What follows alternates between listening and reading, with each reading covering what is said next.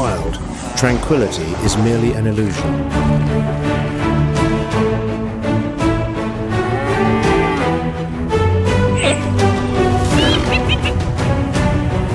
A single moment of inattention is paid for in blood.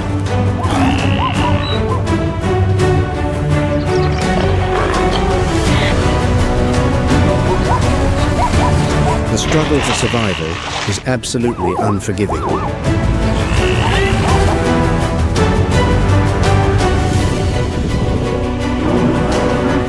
Life is thrown into a cycle of slaughter.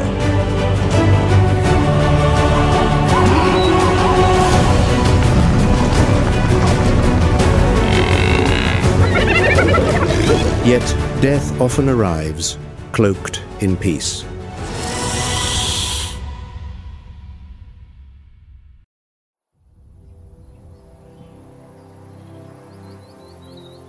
A brilliant dawn begins to sweep across the yellowed grasses of the vast African savanna.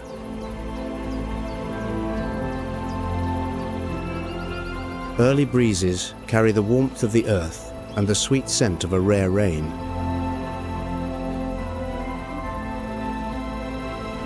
The landscape now lies quiet, so serene it seems untouched by the very concept of cruelty.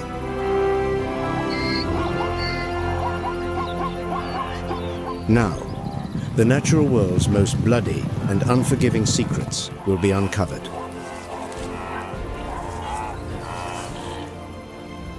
Nowhere else but the immense African savanna, stretching endlessly toward the horizon.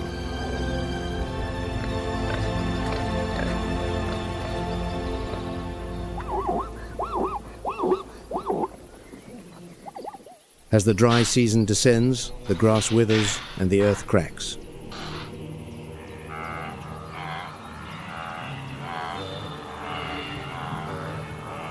Nearly 2 million wildebeest and hundreds of thousands of zebras begin their great migration, a journey of almost 2,000 miles across the Serengeti and Masai Mara.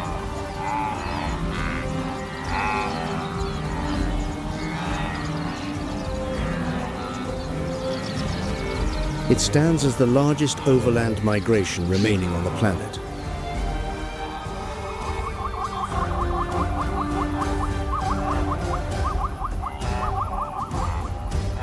Wise zebra herds lead the way, grazing the tall, tough grasses the wildebeest despise.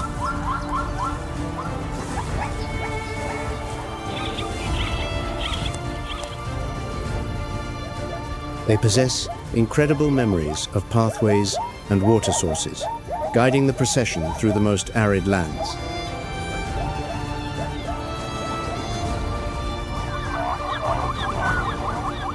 Behind them, wildebeest stretch to the skyline, a surging, unstoppable river of life.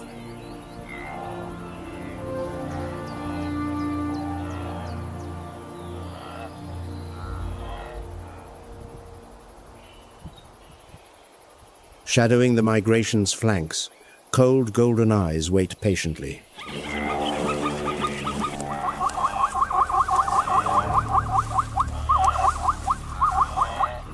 Atop a low mound, a cheetah coalition lies motionless, like bronze statues.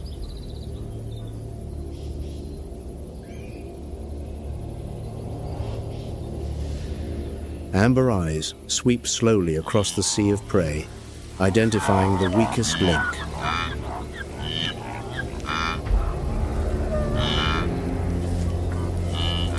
The cheetah is the fastest creature on land, reaching speeds of around 70 miles per hour.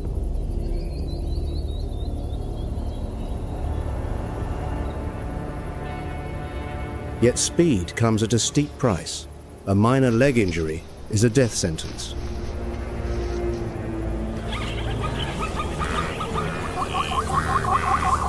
From the horizon, tens of thousands of wildebeest surge forward.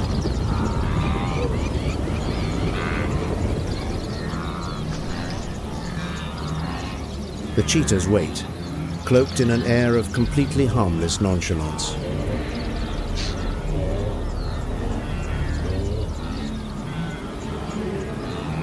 They deceive the passing prey, stripping away any sense of alarm.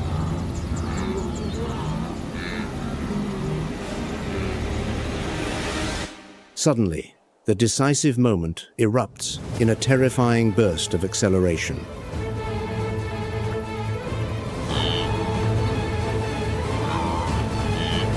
The cheetah tears through the wind at speeds exceeding 68 miles per hour.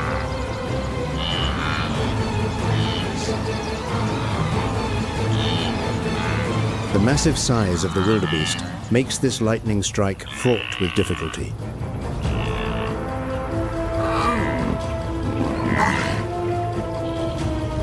Continuous, sharp turns turn the chase into a breathless pursuit.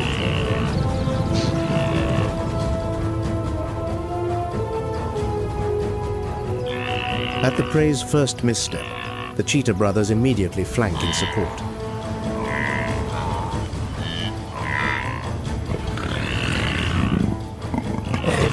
The male coalition joins forces, successfully bringing down the hefty target.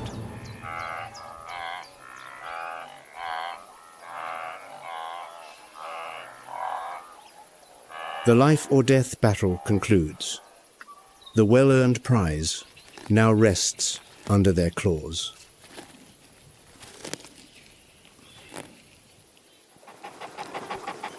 Glory on this harsh savanna, however, rarely lasts for long.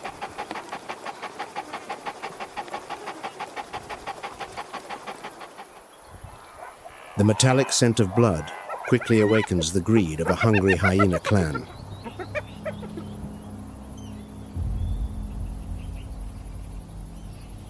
One cheetah instantly splits off, tasked with threatening and driving back the scavengers.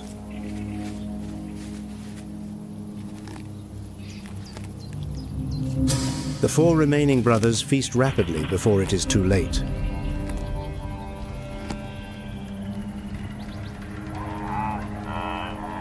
In the Serengeti, 15 minutes is ample time for hyenas to catch the scent and arrive.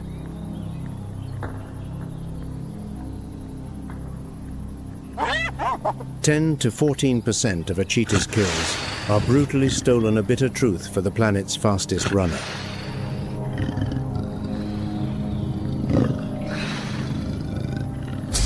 Cheetahs must constantly weigh the risks before hunting, ready to abandon the chase if it demands too much vitality.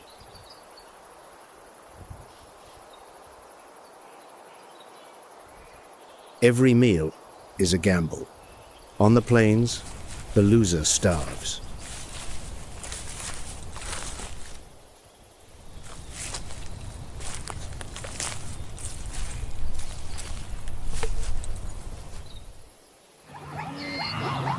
Under the harsh midday sun, as the heat pushes most beasts into slumber, the game shifts to another ruler.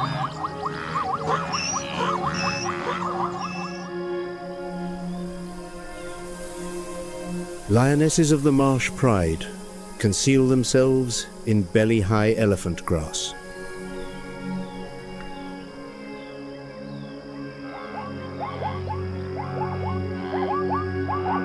Ahead, a group of zebras drinks by a shallow pool, entirely unaware that death surrounds them.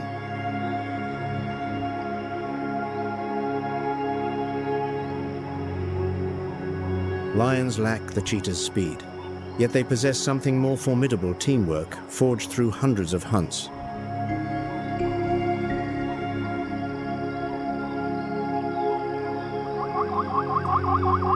The dense grass now acts as their most potent ally.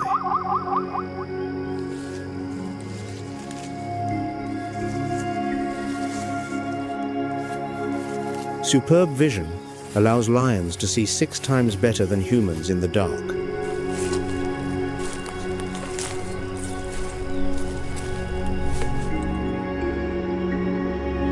They can hear prey from more than a mile away.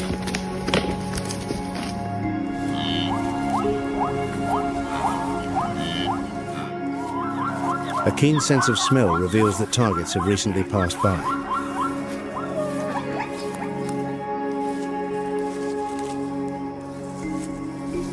Lions willingly confront targets twice their own size.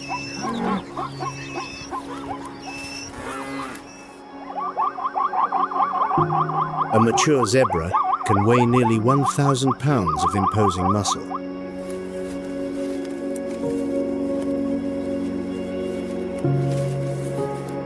Just one kick from those hind legs is enough to shatter a lion's jaw.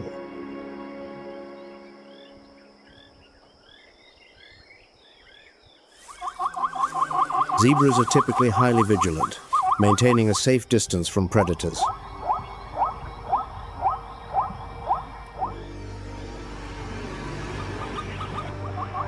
Yet, one careless zebra has just broken the ultimate rule of survival.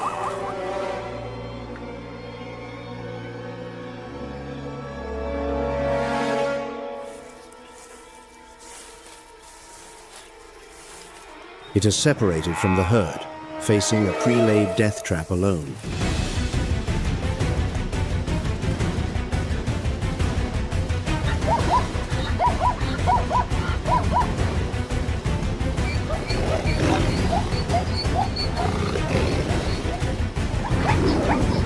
The familiar finishing blow lands, a lethal bite, clamping down firmly on the windpipe.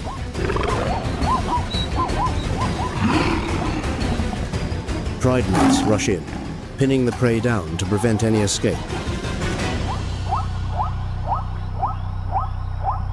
Among all cats, the lion alone maintains a social, communal life. Dining rules are strict. The dominant male eats first.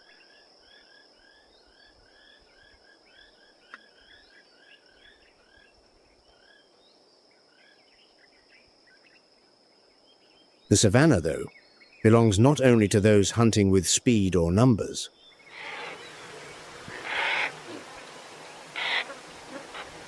Beneath the dense canopy shielding the sun, an ambush master rewrites the rules.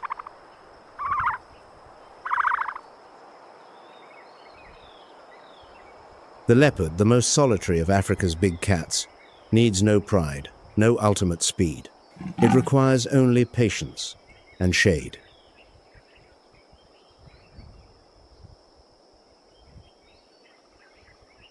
Under a sparse acacia tree, a female leopard flattens herself against a branch.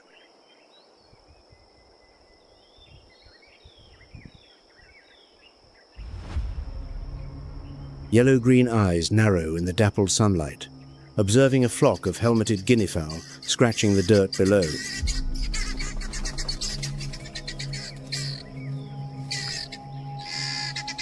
Perfect camouflage from dark rosettes on golden fur blends seamlessly with the broken light piercing the leaves.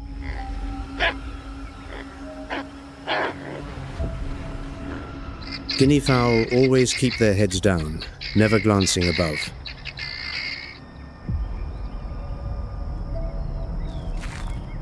The leopard knows this entirely.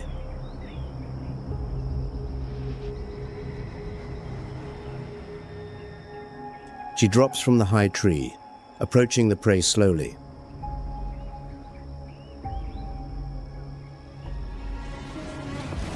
Step by step, the distance narrows to 10 feet, 6 feet, 5 feet.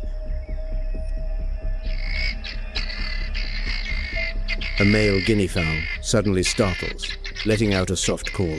It is far too late. The leopard launches in an absolutely precise pounce. A frantic flutter of wings erupts, then dies out almost immediately.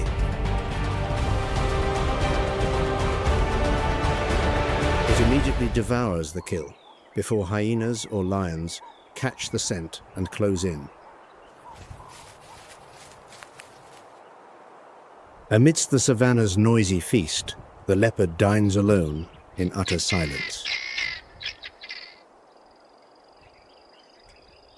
Exactly as she has always lived.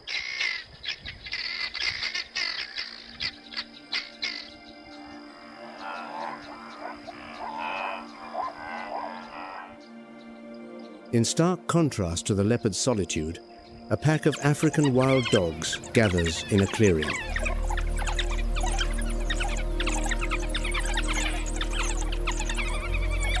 They lick muzzles and wag tails frantically, preparing for the most curious ritual in the animal kingdom.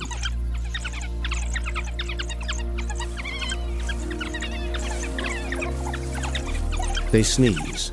Sharp exhales ring out. It is how they vote on whether to hunt.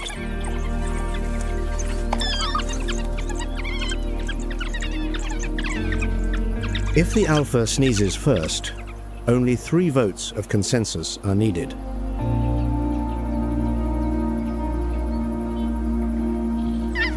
If a subordinate initiates, 10 sneezes are required to rouse the pack.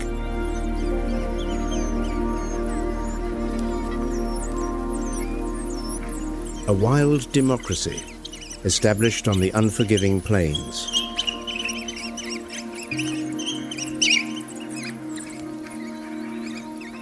With the votes cast, the pack springs forward.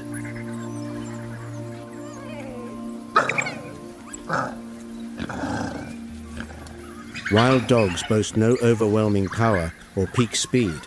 They possess a weapon unmatched on the savanna, enduring stamina.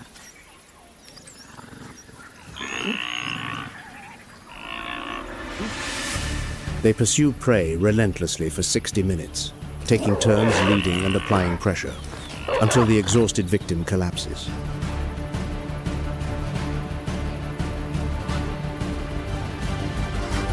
Their hunting success rate hits 80%, far exceeding any other predator on the continent, even lions.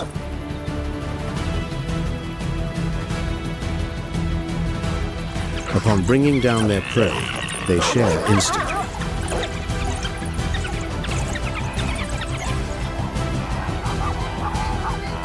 No fighting, no hoarding.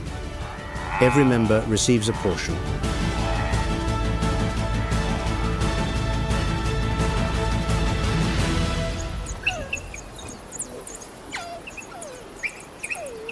In a world ruled by brutal laws, the African wild dog quietly proves that altruism is a viable survival strategy.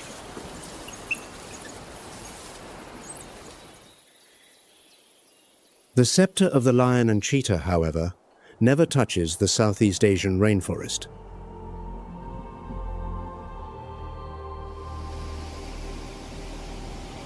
There, beneath dense foliage blocking all light, different rulers wait. Quieter, more dangerous, and entirely alone.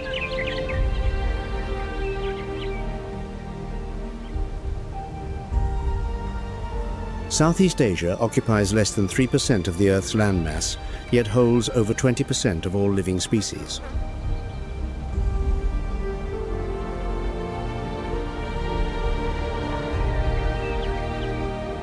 Over 700 mammal species, 60,000 plant species, and 1,200 bird species weave through this complex, three-dimensional structure.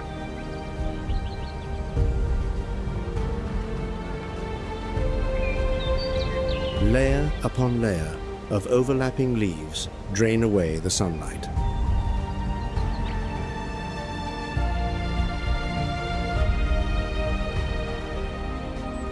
Vision is severely restricted, so sound shapes reality.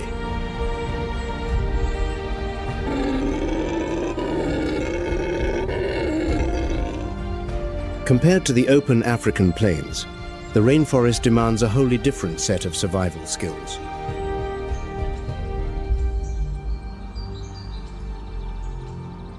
Will fangs or venom dominate? Or will the ancient forest consume everything?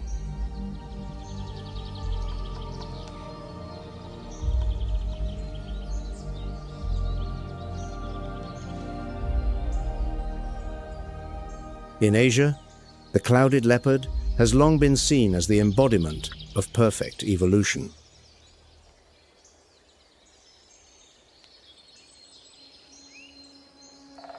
Deep within the rolling tropical forests, They exist as silent, mysterious ghosts.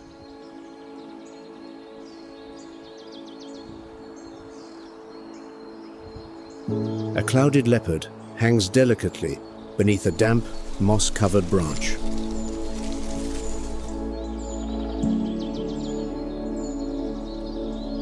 The predator's bright golden eyes glow in the dim expanse of the cloud forest.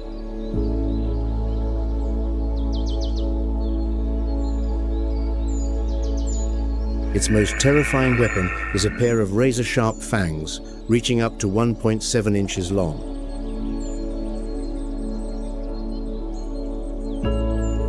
Relative to body size, this dentition rivals that of the legendary prehistoric saber-toothed cat.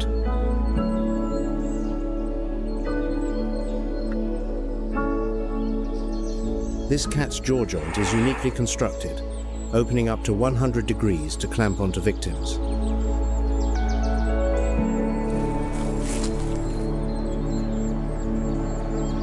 Flexible hind ankles rotate completely backward, allowing it to descend headfirst as easily as a forest squirrel.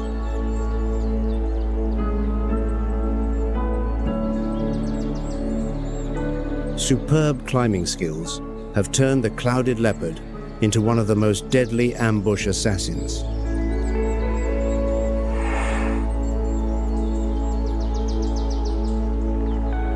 Tragically, these beautiful forest phantoms now face the brink of severe endangerment.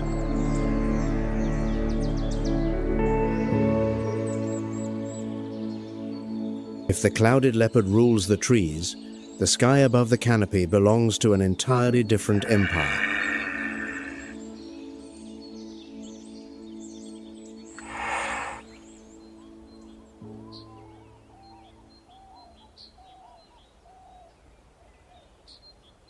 The Philippine eagle, the world's largest raptor by wing surface, reigns over the tropical canopy of Mindanao.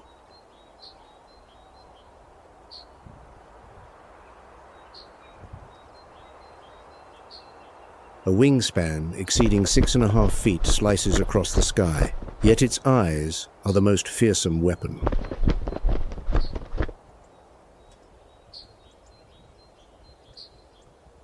Their vision is 8 times sharper than a human's, able to spot a camouflaged flying lemur among the leaves from hundreds of yards away.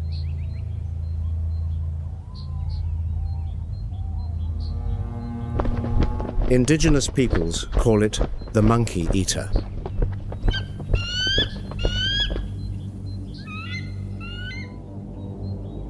Monkeys, flying lemurs, snakes, civets all grace the menu of this aerial sovereign.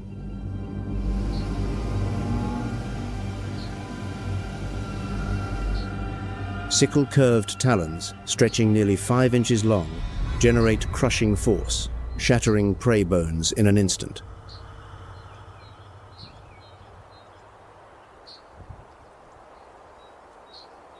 A dive from above reaches speeds of 50 miles per hour.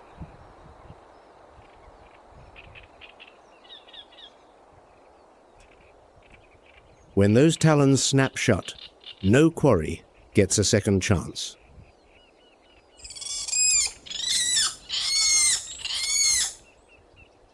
Yet such immense power comes paired with an alarmingly slow pace of life.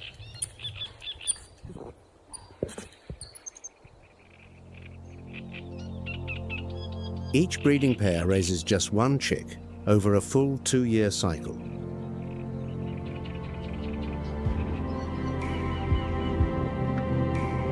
If the chick dies young, the parents must wait another year before breeding again.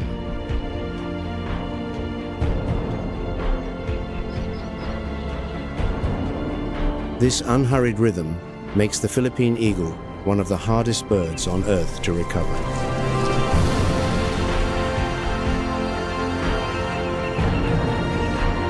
The national bird of the Philippines teeters on the edge of extinction, its wild population declining without pause.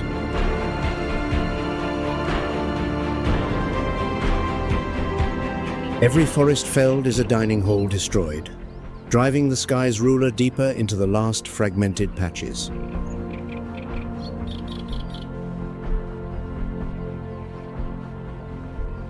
Beneath the forest floor, Southeast Asian rainforests conceal a biological weapon equally terrifying.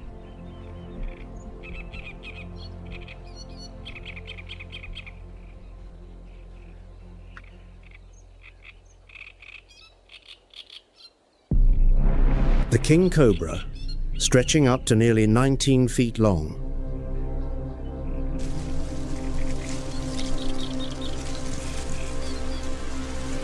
The planet's longest venomous snake is not a true cobra at all.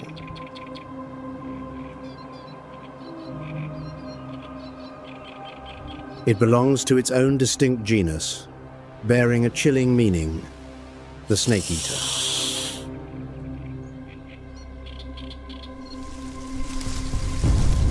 Its ability to spread its hood evolved entirely independently from other species.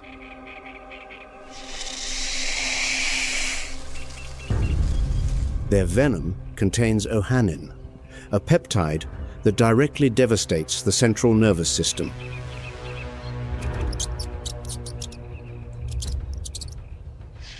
A single bite can rapidly paralyze a victim in excruciating agony.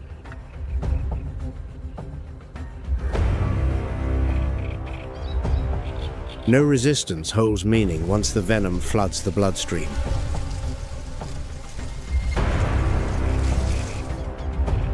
The king cobra is notoriously one of nature's most voracious hunters.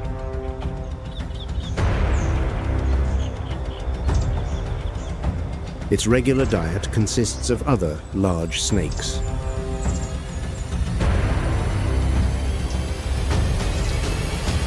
A 10-foot rat snake fits entirely within its crosshairs.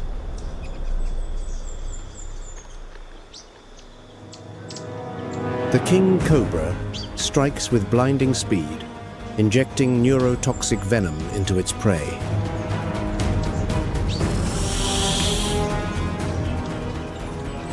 The toxin rapidly paralyzes the victim before digestion even begins.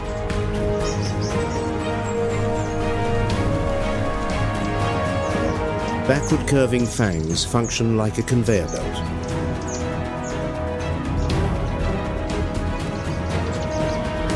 Rhythmically drawing the victim deeper into the stomach.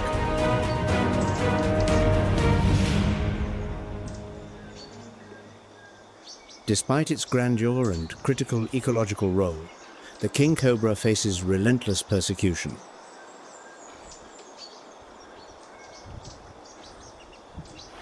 Its venom is harvested for traditional medicine.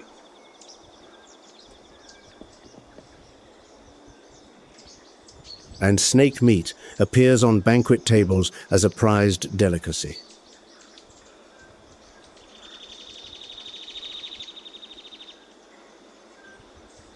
The world's greatest serpent retreats into the last forest fragments, where even its threatening hiss cannot hold back human greed.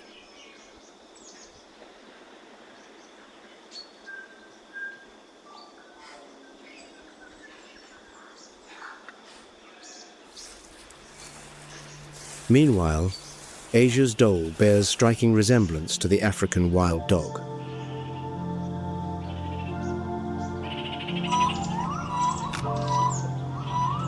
But these hunters communicate through eerie whistles that pierce the jungle.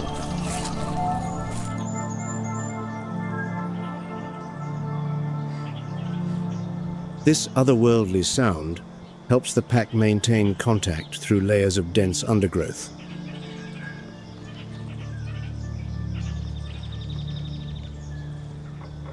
The dhole's hunting success rate reaches a staggering 70%.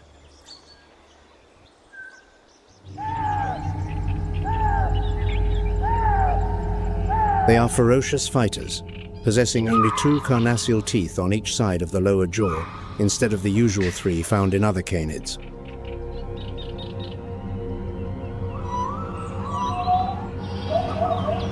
A single dhole pack can overwhelm prey 10 times the weight of each individual member.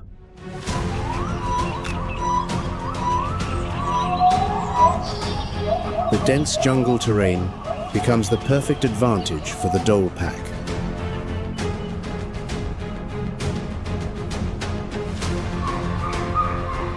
The stag's bulky antlers snag in the tangled brush layer.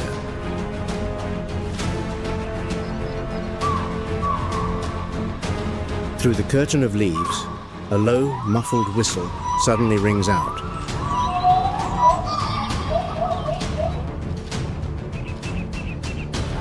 The signal helps 10 hunters pinpoint their teammates' exact positions.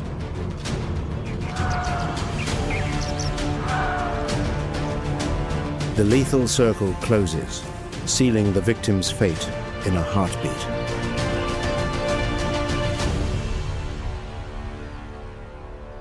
Remarkably, this small pack sometimes competes directly with black leopards and sun bears over territory.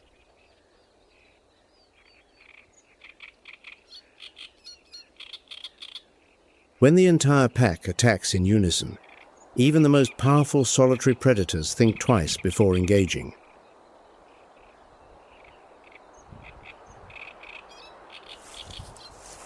Dholes are vanishing from most Asian forests at an alarming pace.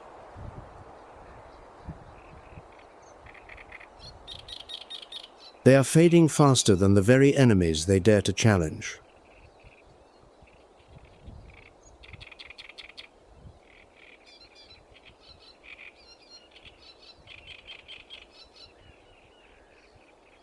Southeast Asia's forests hold more than fangs and claws.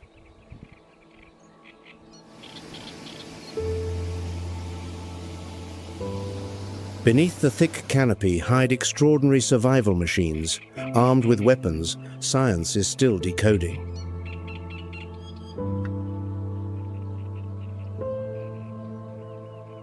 The Komodo dragon stretches 10 feet long and weighs over 300 pounds.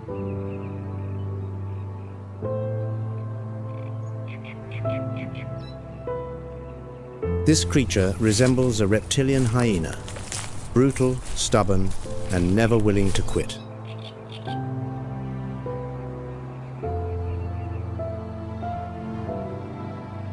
Its jaws hold 60 teeth, each serrated like a steak knife.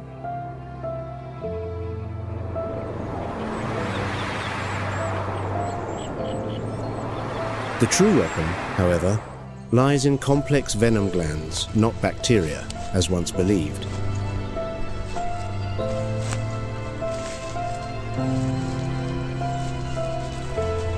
This beast can swallow meat equal to 80% of its own body weight.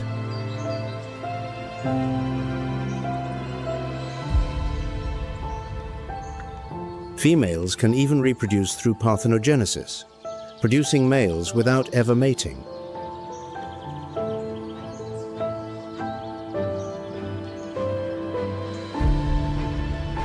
They rule a small but savage kingdom, confined to a handful of remote Indonesian islands.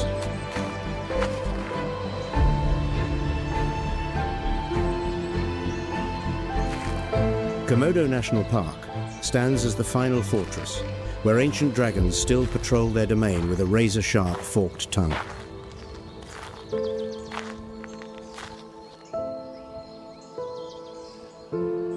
Amid the world of fang and venom, however, the tropical forest also nurtures unexpected architects.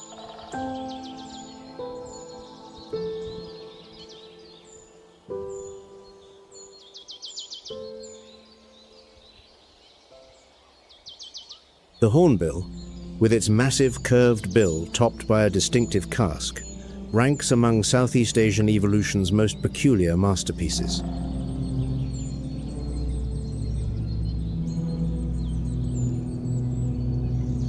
The wing beats of a great hornbill sound like a steam locomotive chugging through the canopy.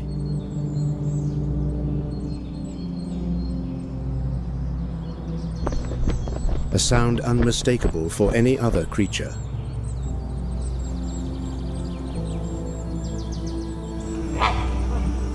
That hollow casque functions as a resonance chamber, amplifying calls for miles through the dense jungle.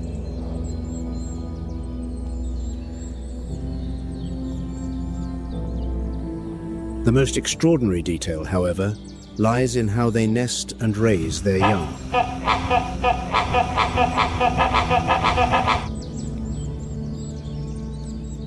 A ritual no other bird on the planet dares replicate.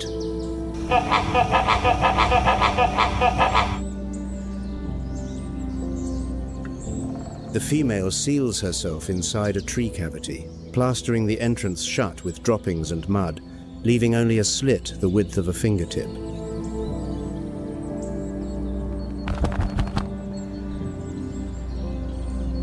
For 3 to 4 grueling months, she depends entirely on the male to deliver food through that tiny opening.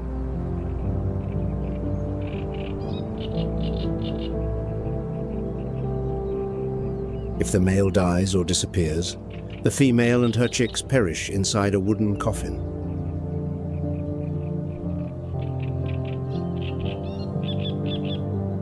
An absolute gamble on love.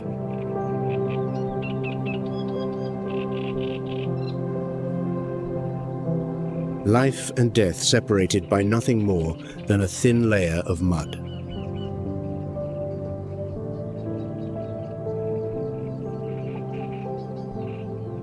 The helmeted hornbill possesses a solid casque, unlike the hollow ones of other species.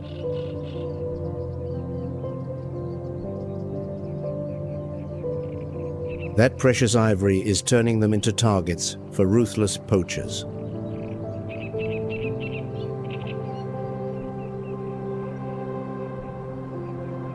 Hornbills also serve as the ancient forest's greatest seed dispersers.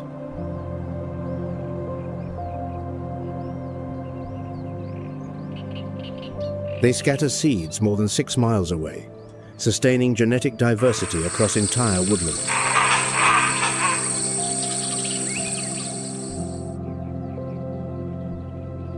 With every hornbill lost, a seed distribution network breaks apart.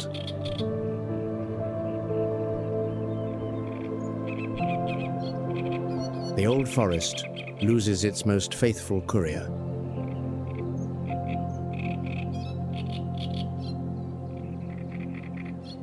When the last wings cease to fly, the forest becomes a library where no one plants the words.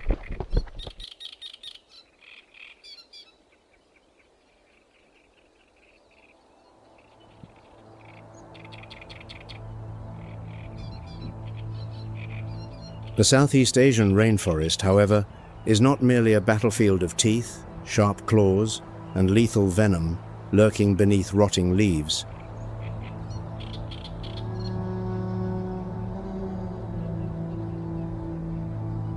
Beneath that quiet canopy, remarkable brains are silently at work.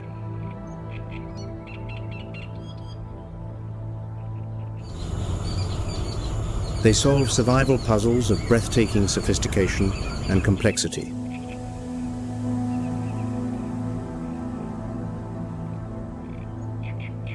Behaviors so advanced that humanity once arrogantly believed only our species possessed the intellect to perform them.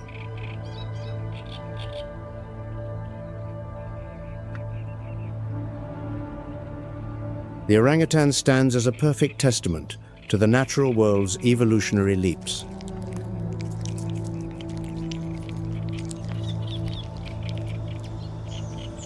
With an arm span exceeding 7 feet, they move like brooding giants through the treetops.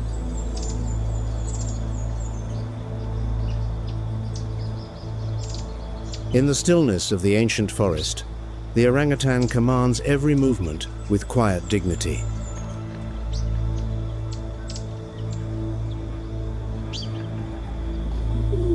Sweet, ripe fruit always tops the daily menu for this great ape.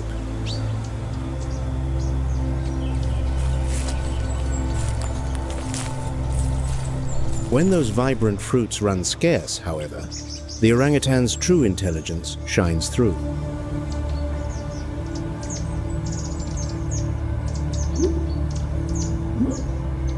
They fold large leaves into makeshift umbrellas, shielding themselves from torrential downpours.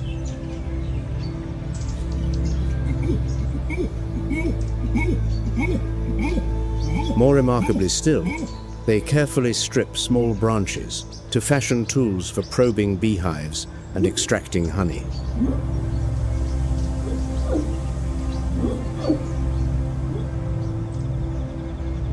A genuine tool, deliberately crafted with striking precision.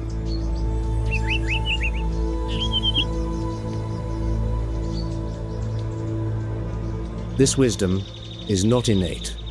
It is learned and accumulated across countless generations.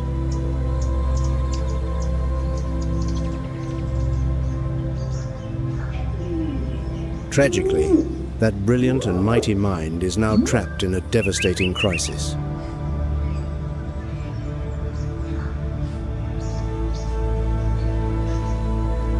The rare survivors struggle in habitats fractured further with each passing day.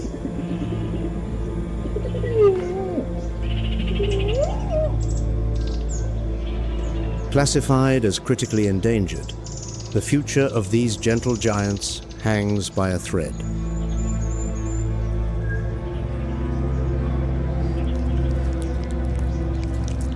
Millions of years of splendid evolution now face obliteration in the blink of an eye.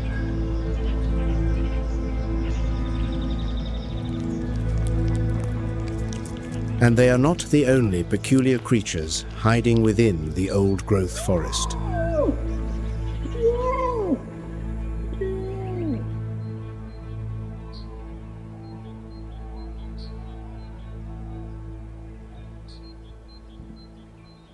Along the riverbank trees of Borneo, an entirely different biological design challenges every conventional rule.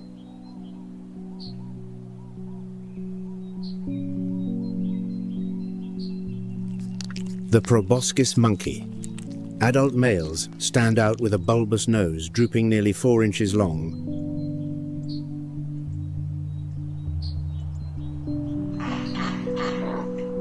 Deep, resonant mating calls echo through the forest, amplified by this natural resonance chamber.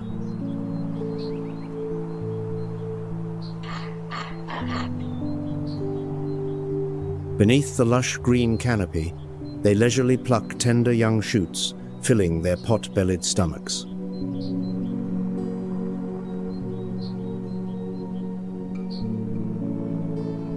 A multi-chambered digestive system, much like a cow's, quietly ferments foliage into energy.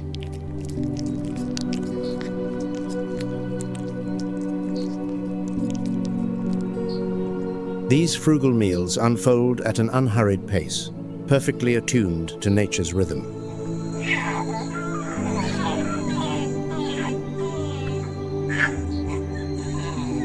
As the sun climbs higher, several members amble down to the gentle waters for a leisurely soak.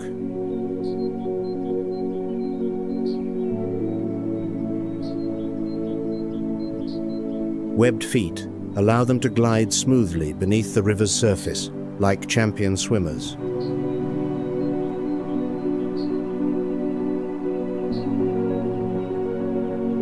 The troop casually crosses the cool current, gathering on the lush green riverbank.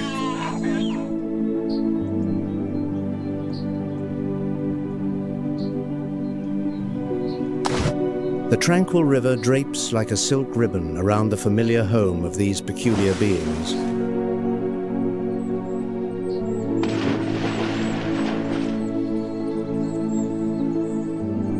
The river serves as the last shield when the forest no longer offers enough cover.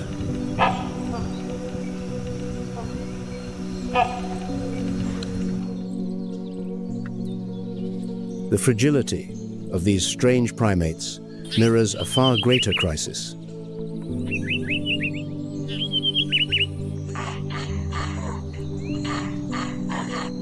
A place where memories spanning millennia are slowly being erased.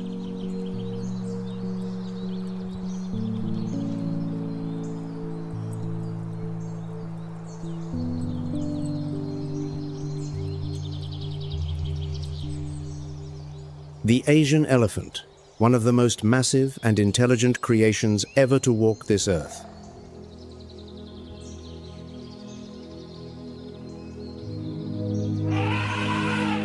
stretching up to 20 feet long and weighing over 11,000 pounds.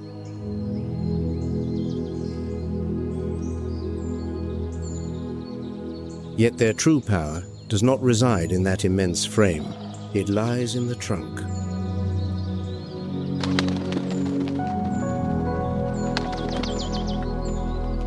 With 40,000 to 60,000 individual muscles, the trunk is the most versatile tool nature has ever engineered.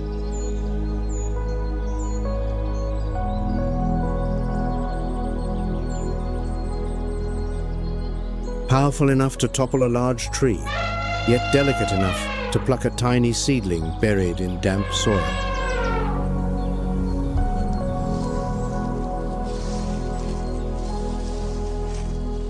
The Asian elephant carries within it a living map of grand proportion.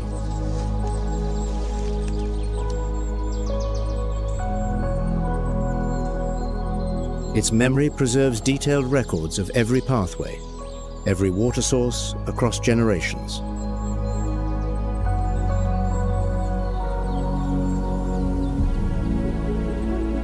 They are diligent gardeners, sowing the seeds of life throughout the entire forest.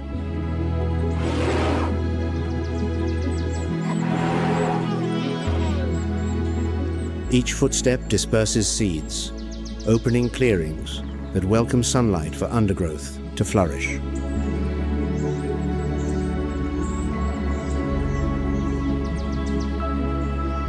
Researchers have shown that elephants can recall the precise locations of hundreds of water sources, even places visited just once, decades earlier.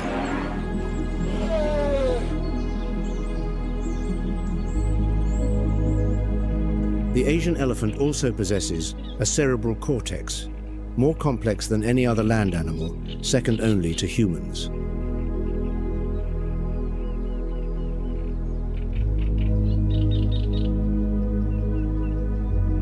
They can recognize themselves in a mirror, a cognitive test very few species ever pass.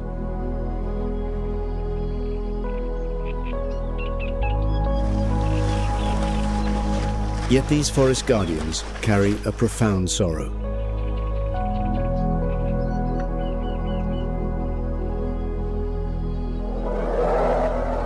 Beneath a blazing sunset, a solitary elephant raises its trunk high, breathing in the scent of withering leaves.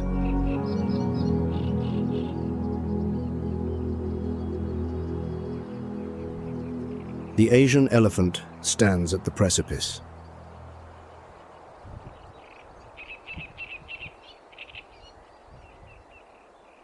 Without halting deforestation and poaching, their future ends before their very eyes.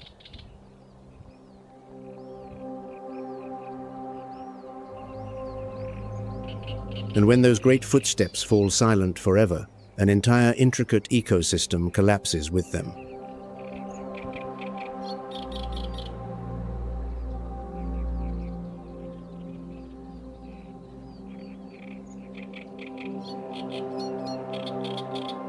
The story of destruction is everywhere.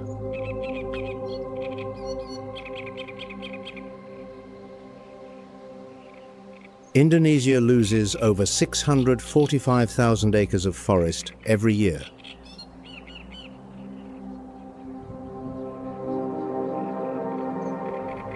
Southeast Asian mangroves have declined by 30% since 1980.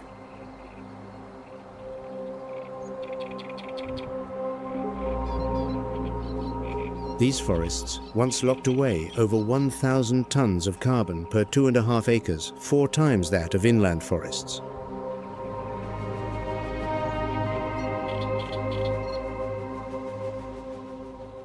Now, that cage is being shattered, unleashing devastating consequences.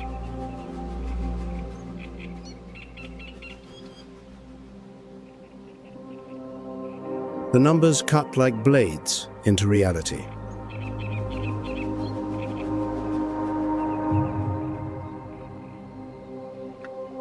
From dholes to Philippine eagles, from Komodo dragons to orangutans, every species clings to shrinking fragments of land.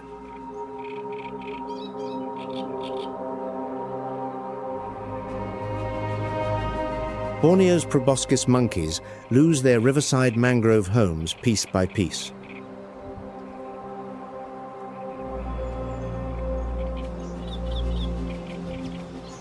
Hornbills are poached for their precious casque ivory. King cobras end up as banquet fare.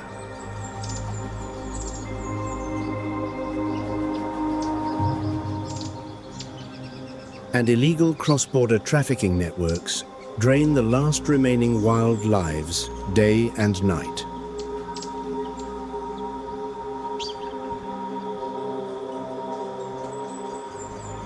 The old forests are growing hollow.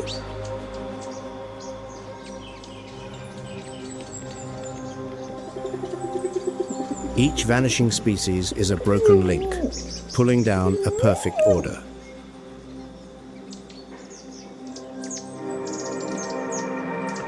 The sounds of life thin out.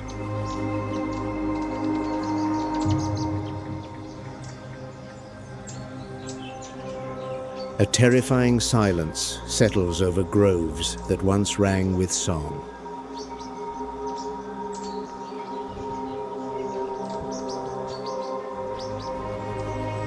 And yet, within that bleak portrait, the light has not entirely gone out.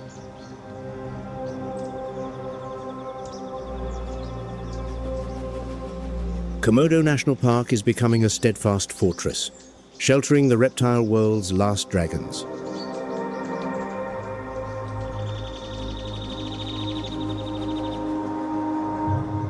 In the Leuser ecosystem, artificial intelligence is being deployed to monitor deforestation, combined with grassroots education efforts.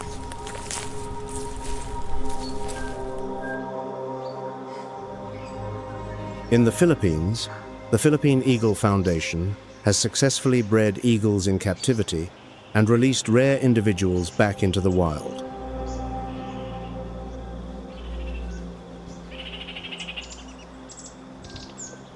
And Tonle Sap, the beating heart of the Mekong, still swells to 6 times its size with every flood season.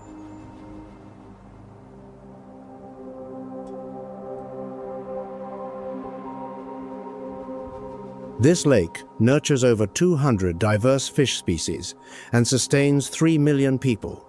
It is a priceless heritage demanding protection.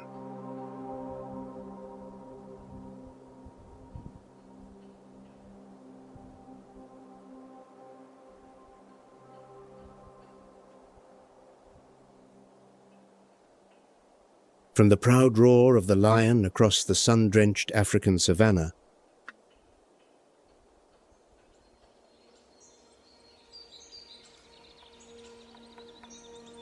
to the silent footsteps of the clouded leopard in the suffocating tropical jungle.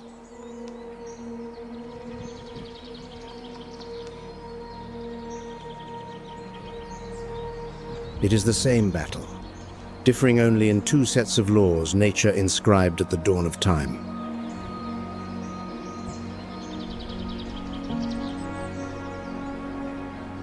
The harshness witnessed here is not meaningless chaos.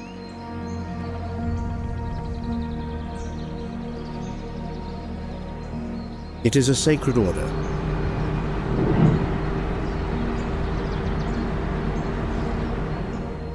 Every sharp fang, every pounce in the ancient forest, every drop of lethal venom serves a grand equilibrium.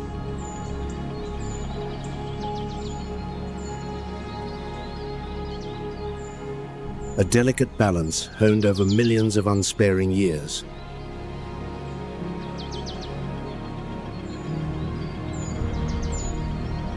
And somewhere within the mist-shrouded canopy, the clouded leopard's golden eyes still glow.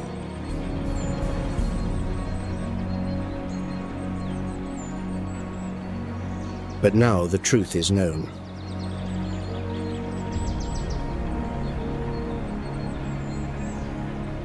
That throne has never been, and never will be, secure.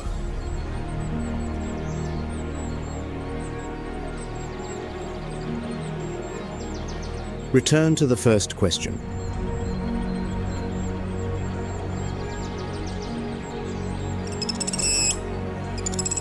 Will fangs or venom prevail?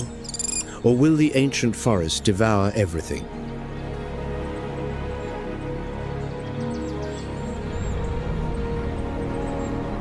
The truth is, both are losing ground.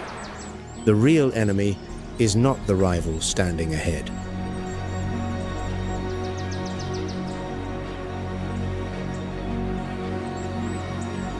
The greatest enemy is the disappearance of the very arena where they bleed.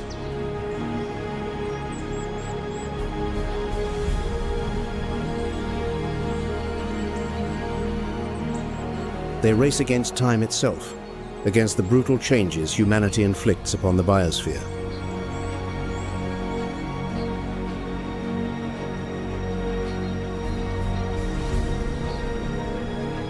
Thank you for joining WildVerse on this journey, uncovering the survival secrets hidden within every species.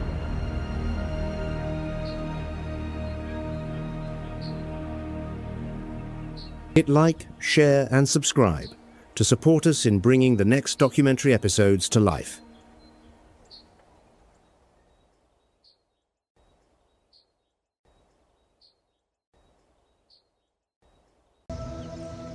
A lioness presses flat against the ground.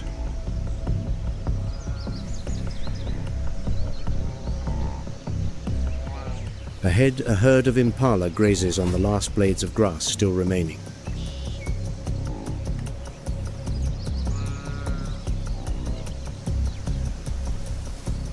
The lioness inches forward, belly pressed low, eyes locked on the herd, muscles taut beneath short fur caked in red dust. Caked in red dust.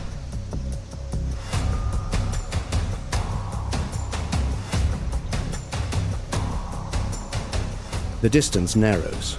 The lioness lowers her center of gravity, poised to explode into speed.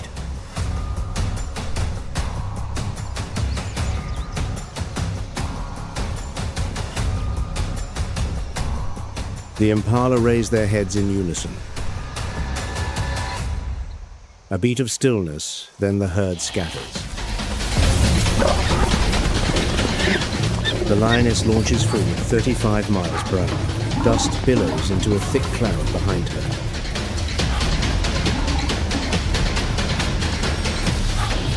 But the impala bolt at 55 miles per hour, zigzagging, the herd fanning out in every direction, a visual disruption tactic.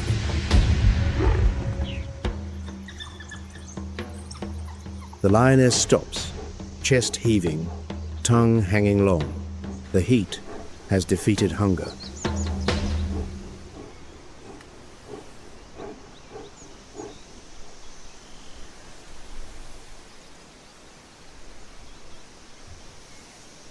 The dust settles. The herd has vanished beyond a distant line of acacia trees, safe, at least until the next attack.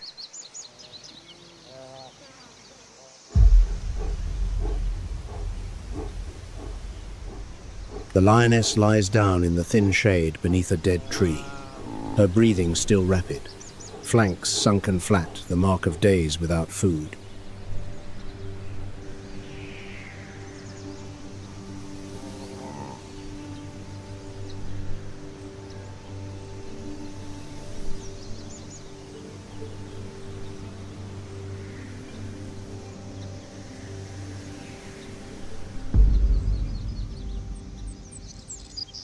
It has been more than 6 months since the last rain fell on this valley.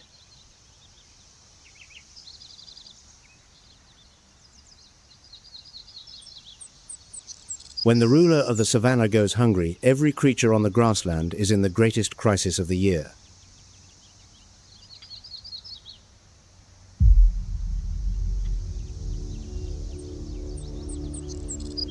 The Luangwa Valley stretches 435 miles across eastern Zambia. The Luangwa River, nearly 500 miles, without a single dam, is the most pristine river remaining in Africa.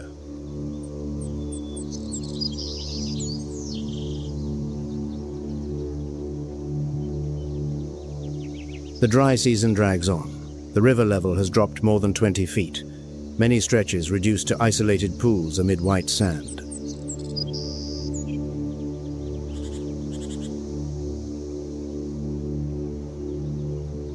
South Luangwa National Park, nearly 3,500 square miles, now resembles a monochrome painting of brown and grey. But do not let the stillness deceive beneath it. Every creature is fighting.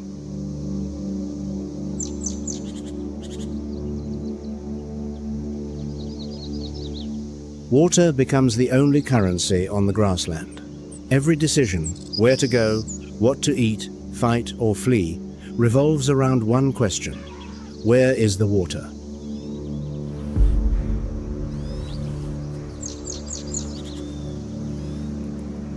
"150 miles away, beneath the feet of the creature with the longest memory, a signal pulses through the parched earth.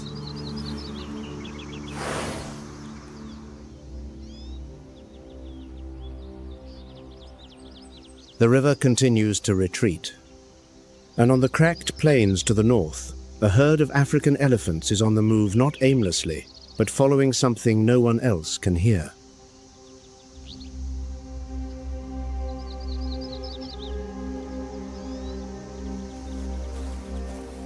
The herd of African elephants crosses the plains under the midday sun.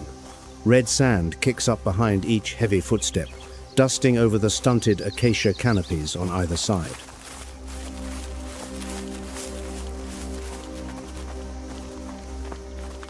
Ahead, the horizon blurs in heat waves.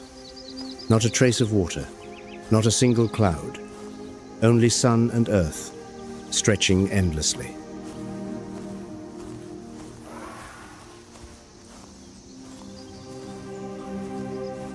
This is a bonded family moving in tight formation, shaped by millions of years of evolution.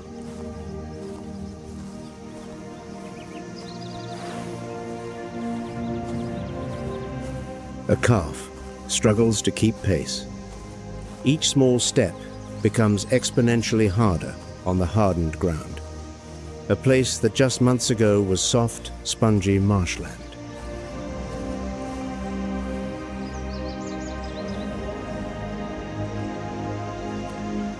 But the herd never abandons its weakest member.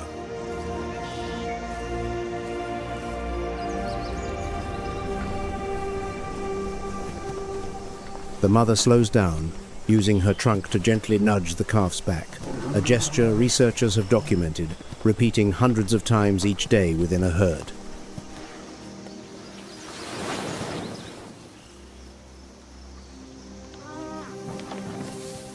The herd pauses. Elephants scoop sand with their trunks and hurl it forcefully onto their backs, ears, and necks, a thick layer of sand shielding their skin from the sun and external parasites.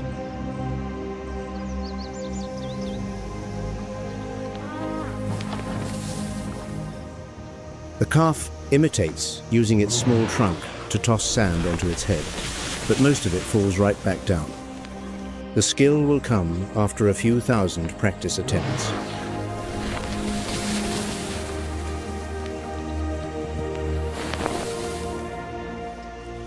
An older female touches the calf gently with her trunk, a comforting gesture researchers call a comfort touch. In an elephant herd, every touch is a spoken word.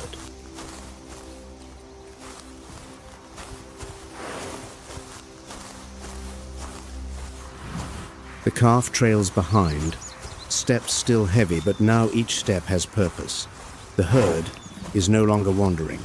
The herd is heading toward water.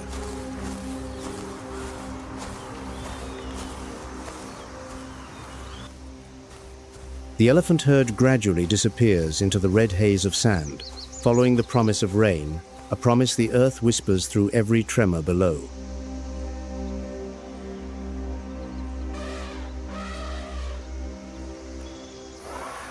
Behind the herd, large footprints sink deep into the soil. Then the wind blows sand to fill them, as though the grassland is erasing every trace, keeping its secrets to itself.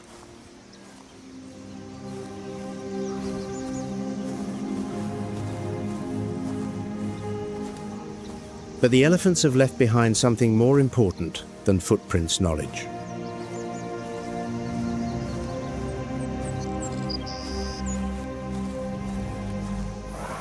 The matriarch's memory, accumulated across dozens of dry seasons, now guides the entire family to a water source that human maps have never recorded.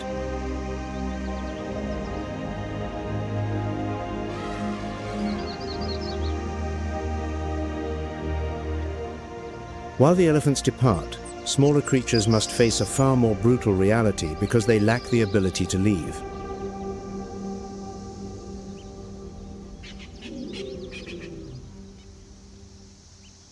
Along the banks of the Luangwa River, a troop of vervet monkeys huddles on low branches. Their territory shrinks with the water level. Each day the river recedes further, their living boundary contracts.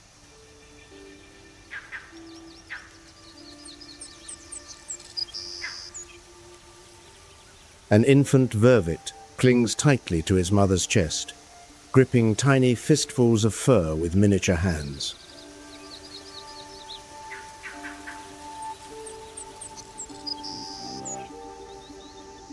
On the ground, the mother vervet flips small rocks, searching for beetles.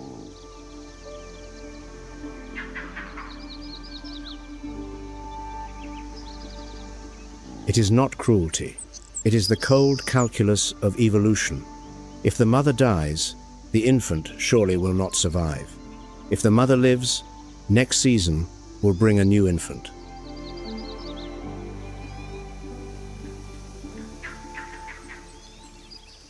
The vervet troop contracts around the last remaining permanent water source.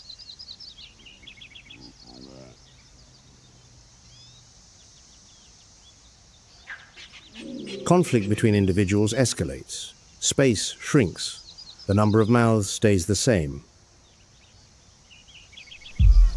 Male vervets defend territory more fiercely, baring teeth, chasing unfamiliar males away from the water. Every sip is now a resource worth defending at all costs.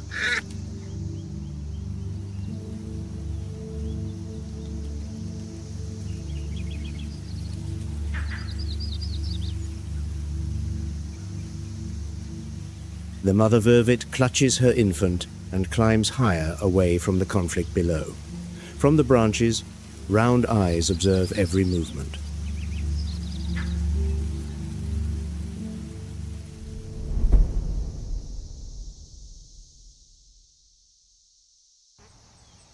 Each day, the river retreats. The troop loses a few more feet of territory. Branches along the bank dry to bare sticks. Roots exposed like fingers clinging to barren soil.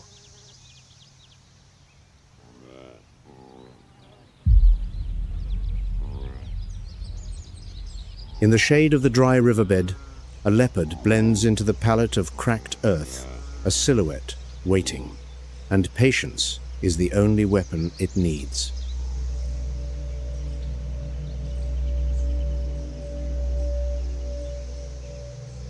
The Luangwa riverbed has drained to bare rock, its steep banks forming a narrow corridor stretching for miles. The ground is hard as stone footsteps on this surface are absolutely silent.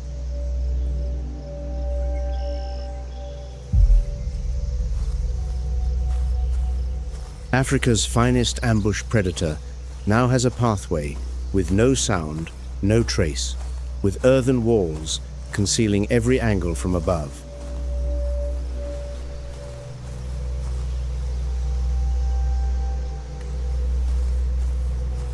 The drought grants the leopard yet another advantage. The hard, dry season ground produces none of the crackling sounds that soft, wet season soil makes underfoot. Every step becomes invisible.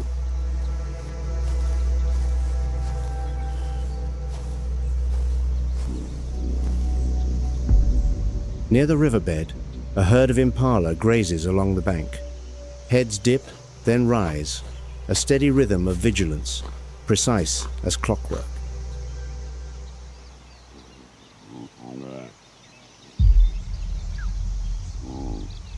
The leopard crawls along the riverbed, belly flat against the ground, each step deliberate, the dappled golden brown of its coat blending into the grey-brown tones of cracked earth.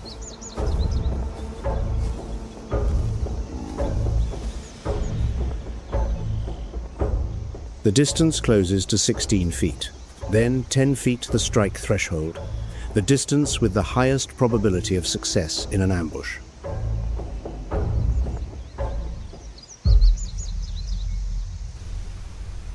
An impala raises its head. The leopard freezes. Not a single muscle on its body moves. Absolute silence. The impala scans, then lowers its head to feed again.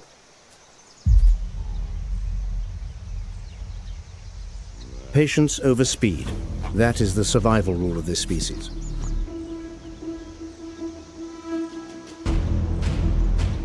This time, the element of surprise holds. The leopard launches from the riverbed like a coiled spring. The thrust from its hind legs tears through the distance in an instant. The leopard is in the middle of the impala herd. The impala react, instantly scattering in every direction, leaping 10 feet high, 33 feet long, changing direction continuously amid blinding swirls of sand. An impala reaches 55 miles per hour within the first few strides. The leopard catches its prey.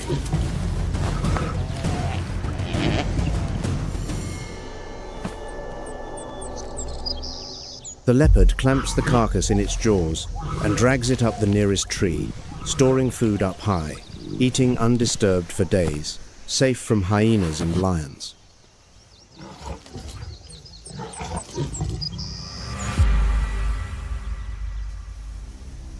From the branches, it need not worry about losing its kill to lurking rivals.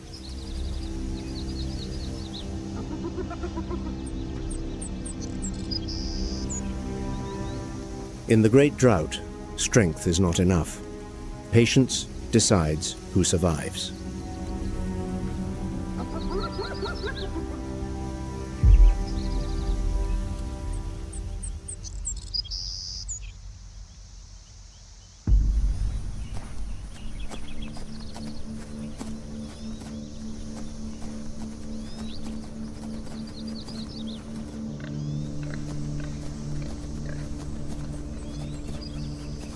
On the other side of the plains, a sounder of warthogs feeds on the grassland, but their feeding method differs from every other species, kneeling on their front knees.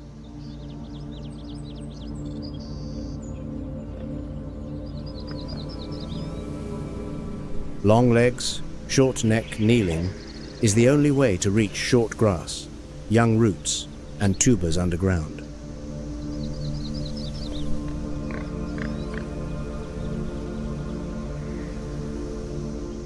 Thick, calloused pads protect their knees, developed naturally through a lifetime of repeated kneeling. The savanna crafts its own padding for its warriors.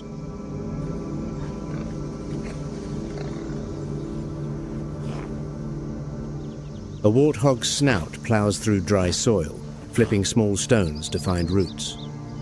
Two large, fleshy warts on its face cushioning for combat sway with each digging motion.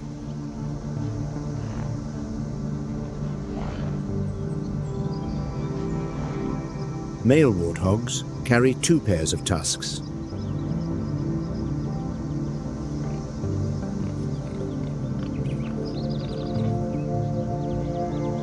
Because the lower tusks self-sharpen every time the warthog opens its mouth, friction between the upper and lower tusks scrapes away old enamel, exposing a fresh, cutting edge.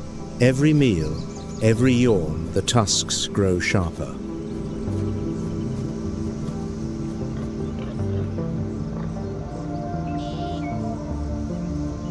Warthogs have no sweat glands.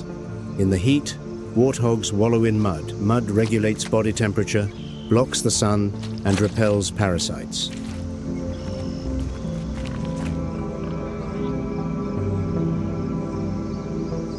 The mud dries into a temporary suit of armor encasing the entire body.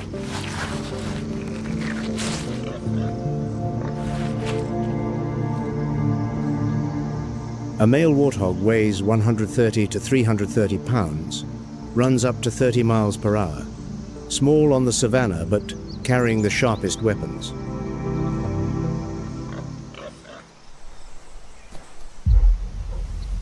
Hunger does not relent.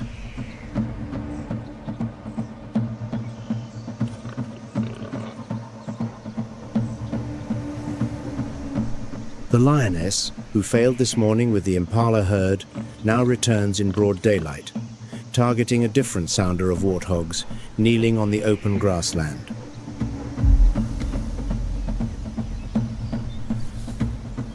The lioness approaches from downwind.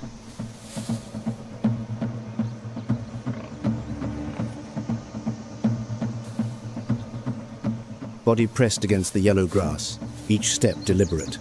The dry grass just tall enough to conceal a crouching lioness.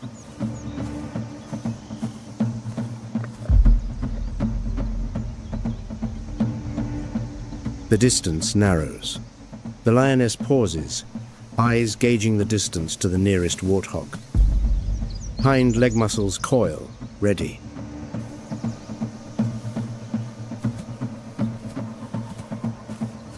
The wind shifts.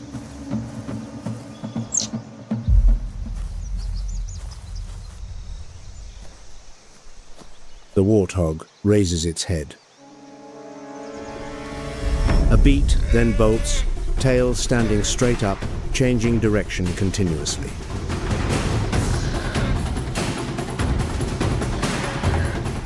The sow runs tails, standing rigid, forming a chain of signals through the dust cloud. The distance closes to just a few feet. But the warthog still escapes the lioness.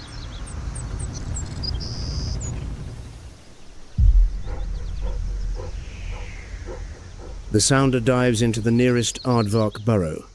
The adult warthog backs in last tusks facing the entrance.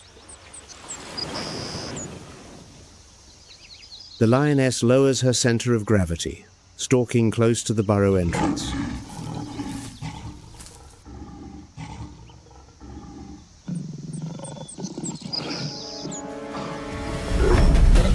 The battle erupts instantly as the lioness charges in without hesitation.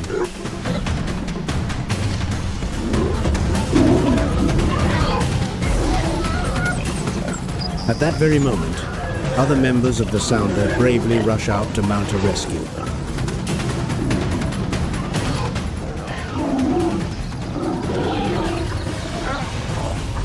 Against the fierce resistance and cohesive formation of its prey.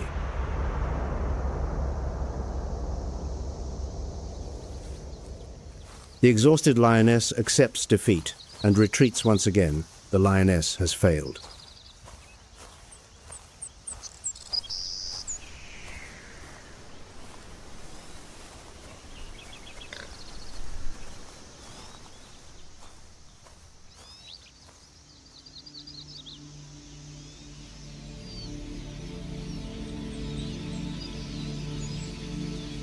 The sky darkens, but not from rain clouds.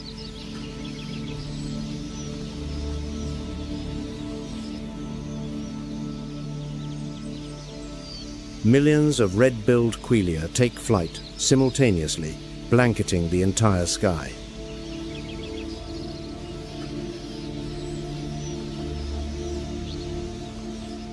The most abundant wild bird on the planet, from 1.5 billion to 10 billion individuals across all of Africa.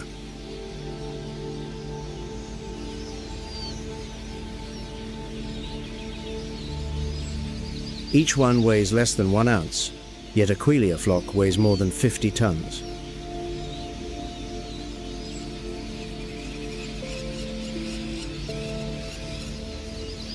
Every year, quelea flocks cause more than $50 million in crop damage across the continent.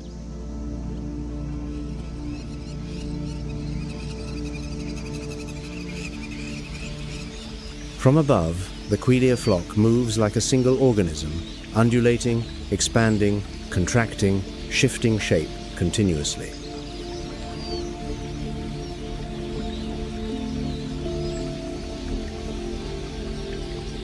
Millions of pairs of wings, beating in unison, produce a deep hum that reverberates across the valley.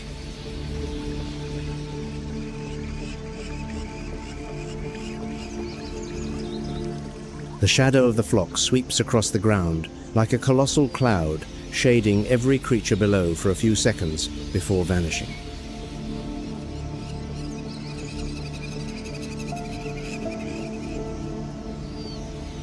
Where water remains there, life concentrates, and there the hunters gather.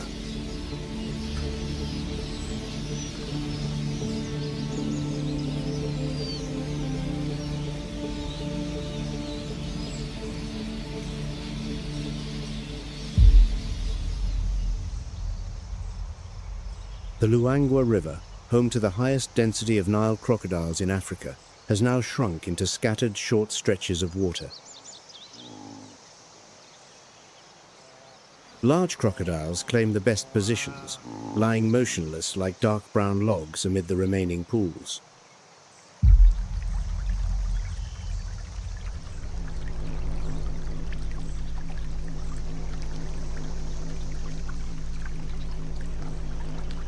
The Keelia flock descends upon the river surface, millions at once.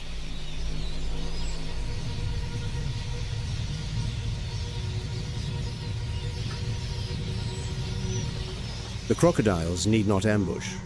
The prey comes to them.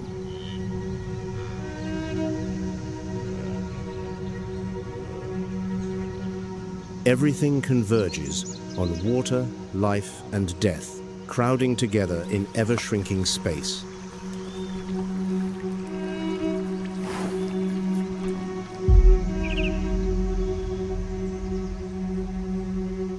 But to the southwest, the situation has surpassed every limit of endurance.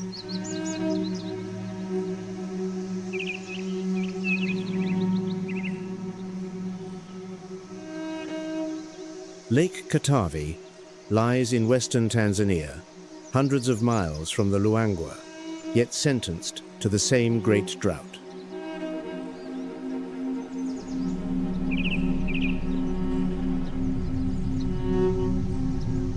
Each day, the lake contracts further, the waterline retreats, leaving behind an ever-widening belt of cracked mud.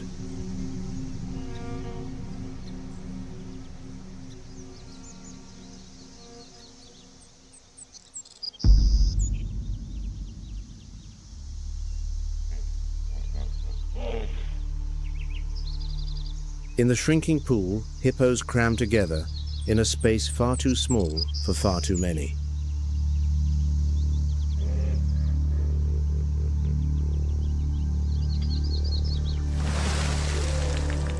Katavi, one of the densest hippo populations in Tanzania.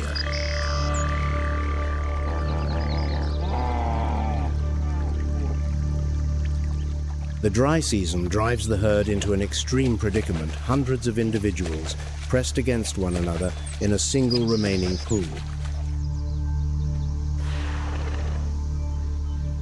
The far bank, tall, elegant silhouettes emerge from the brush.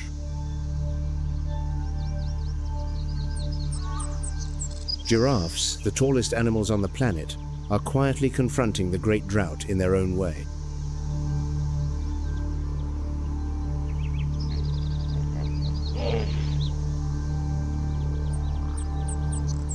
Warning signals fire continuously, snorting breaths, bulging eyes locked in unblinking stares, heads jerking sharply side to side, water churning into swirls of red mud.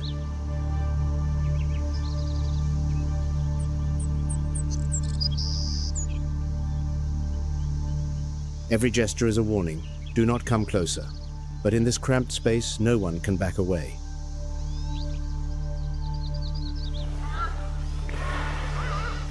The strongest bull claims the deepest spot where the water is still cool, the mud not yet too thick.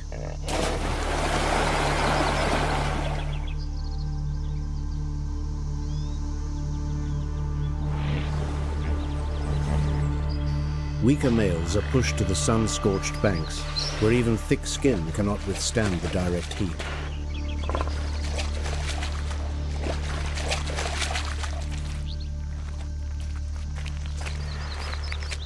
The weakest individuals are shoved into the shallows, where the sun beats straight down, where the mud is hot as a kiln.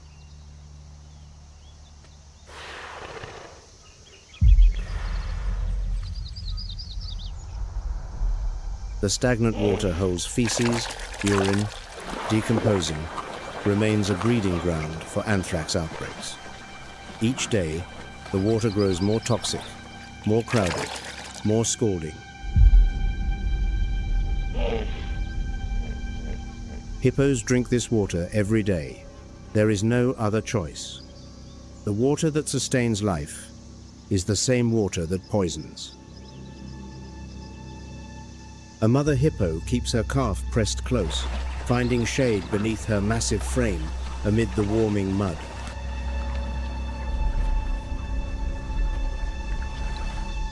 The only shade left for the calf is the mother's own body. But hippos are not the only species trapped here.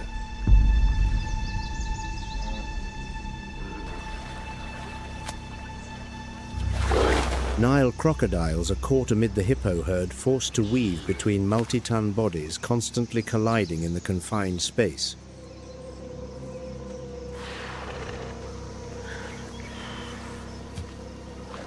The zebra's life is spared. At the very last second, a spectacular escape on the razor's edge between life and death.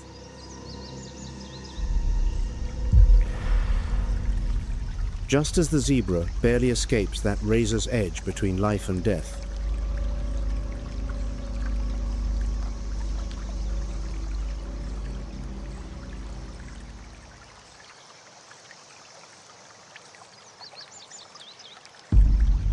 lying motionless on the mud, eyes still open, waiting, as crocodiles always wait.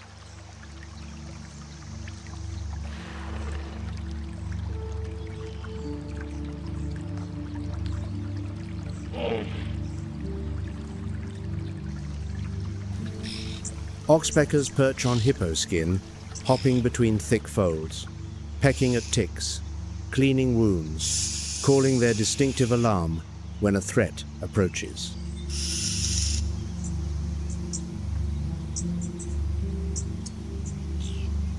But oxpeckers also peck at open wounds, drinking blood.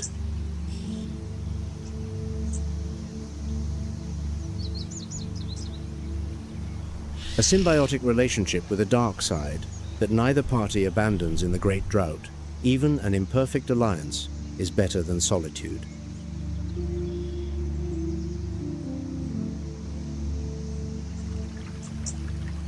The relationship between parasite and host, both sides benefit, both sides suffer.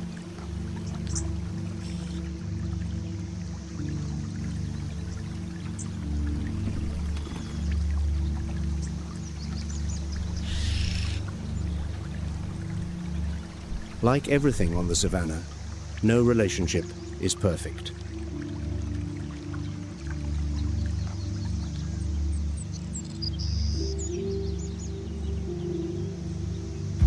The lake continues to shrink. Large hippos begin to get stuck in the mud legs, sinking deep, unable to turn.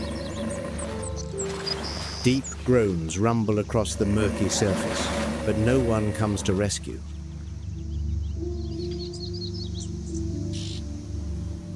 The thickening mud becomes a trap.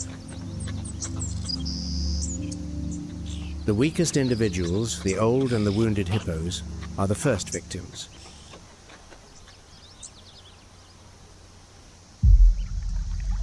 And then, what the entire valley fears arrives.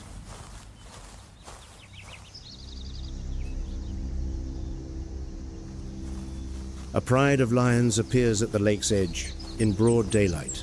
Not one, the entire pride.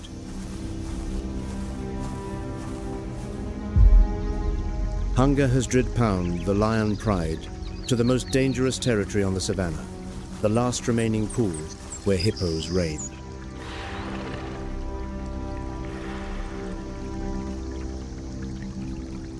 The lions do not roar. Every step is calculated by terrain, wind direction, distance to the mud's edge.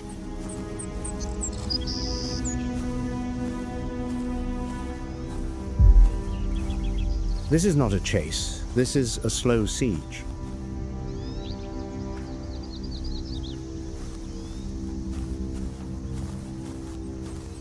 The others fan out on both flanks, cutting off the retreat of any prey that leaves the water.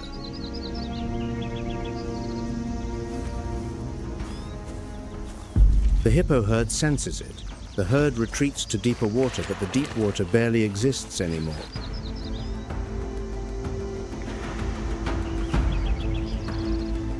The lions advance to the mud's edge. Front paws touch soft ground. Because at the boundary of land and water, the advantage changes hands. On land, lions hold dominion. In water, even just a few inches, hippos rule. A hippo's jaws can crush anything that steps into water territory.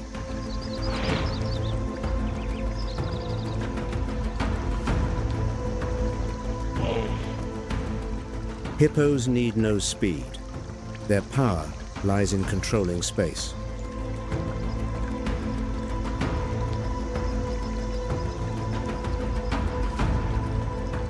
But this time, ferocious hunger overpowers fear.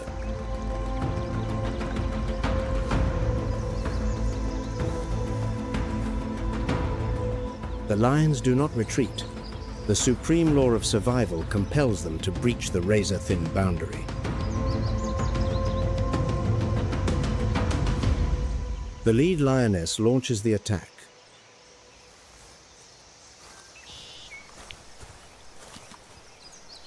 The entire pride pounces in unison.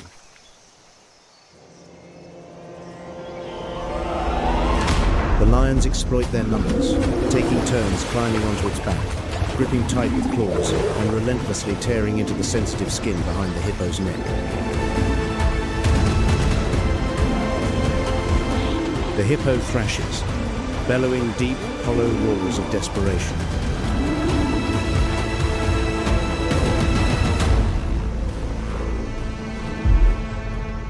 Failed with the impala in the morning, and failed with the warthogs at midday. But on the third attempt, the patience and brutality of the lion pride has been rewarded.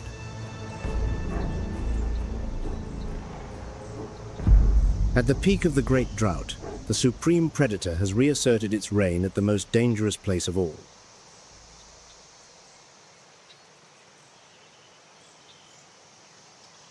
A prize of thousands of pounds guarantees the survival of the entire pride for weeks to come.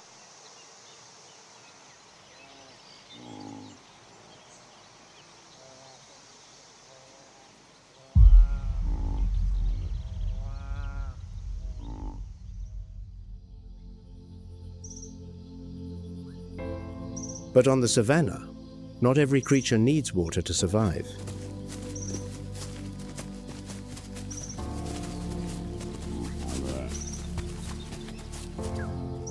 As dusk falls, a strange silhouette emerges from the dry leaves, a creature wearing armor older than the dinosaurs.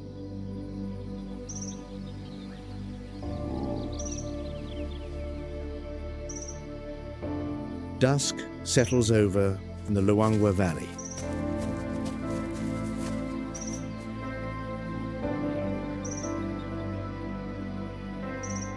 The last light of day paints the plains in coppery red, stretching the shadow of every tree trunk across the cracked earth.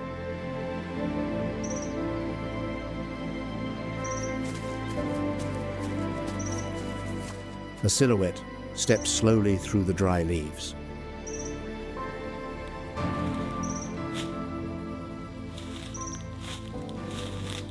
Two hind legs, a thick tail for counterbalance, a distinctive swaying gait that no other species on the savanna possesses.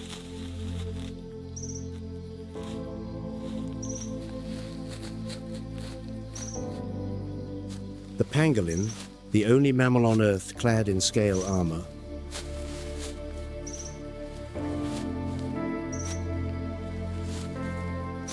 scales composed of keratin, the same protein as human hair and nails, making up 20% of its body weight.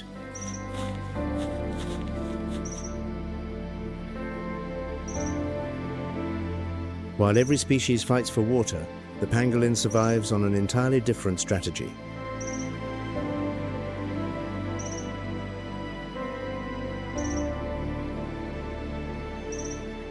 Termites thrive in the cracked, dry-season soil. Food lies right underfoot.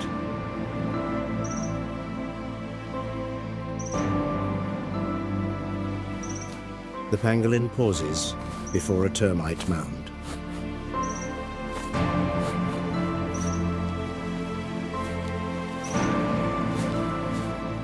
Long front claws scrape through the hardened earth, opening the termite tunnels below.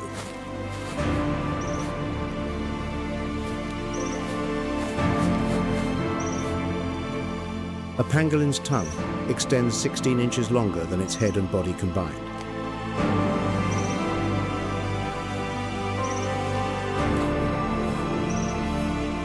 The tongue does not attach to the hyoid bone. It anchors deep in the chest cavity, between the sternum and the trachea.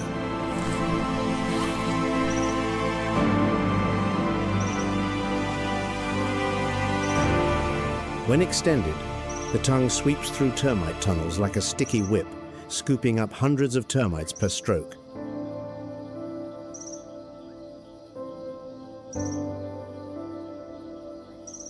Pangolins have no teeth. The stomach functions like a gizzard swallowing small stones to grind food.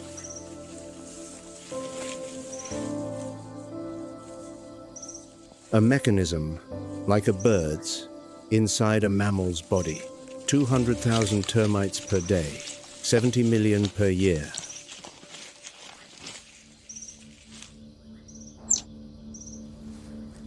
When threatened, the pangolin curls into a ball of scales, sealed shut completely.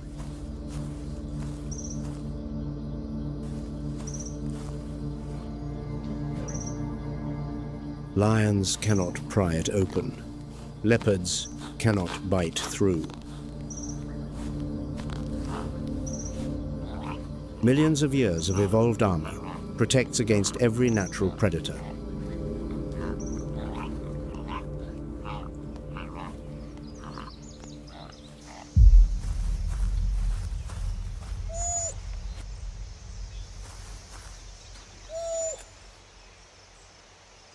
While the pangolin chooses to hide alone beneath its armored scales,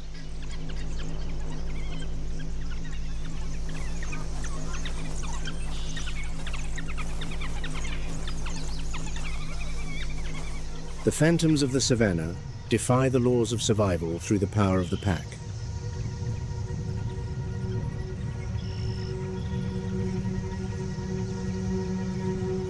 These are African wild dogs, the painted wolves, with unmistakable patchwork coats.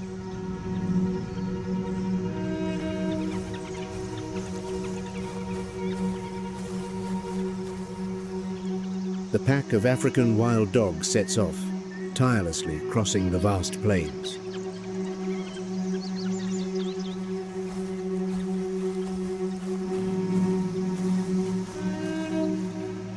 Each day, African wild dogs can travel continuously for more than 6 miles under the scorching sun, tracking the scent of prey.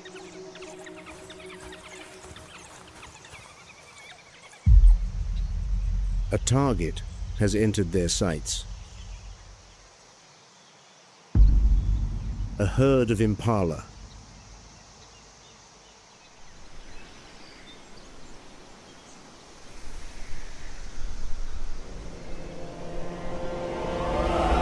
With precision coordination, the pack drives the prey toward the waterhole. When every escape route on land is completely sealed off, the exhausted impala hurls itself into the water.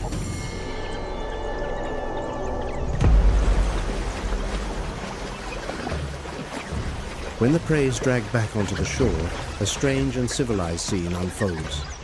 There is no chaotic scramble, no tearing at one another.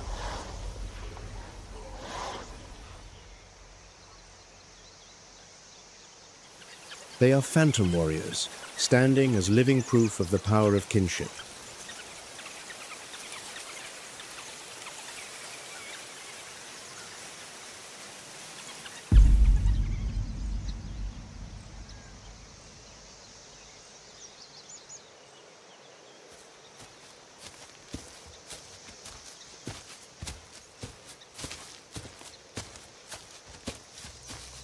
But those waters did not only seal the fate of the impala.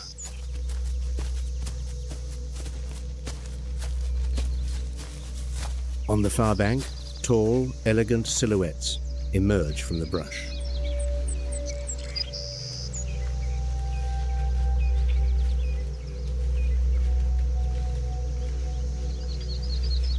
Giraffes, the tallest animals on the planet, are quietly confronting the great drought in their own way.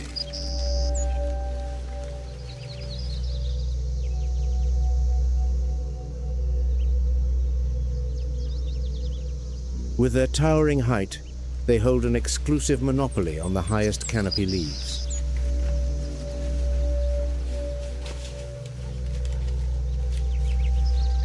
A long tongue weaves through razor-sharp thorns, pulling down the juiciest leaves.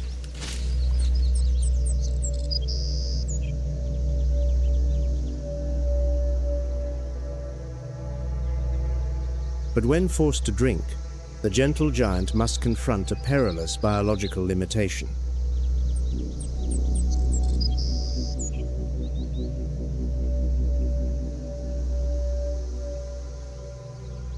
They must awkwardly splay their front legs wide apart, lowering that impossibly long neck.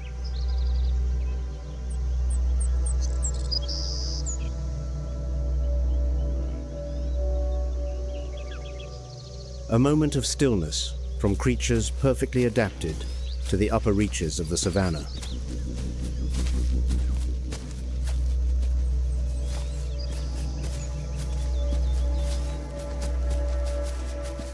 As the giraffes silently retreat toward the tall tree canopy, a thundering rumble rises.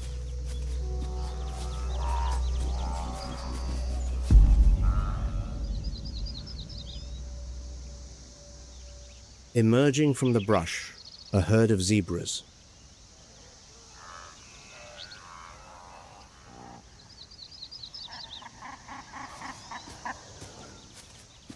Their iconic black and white stripes weave into one another.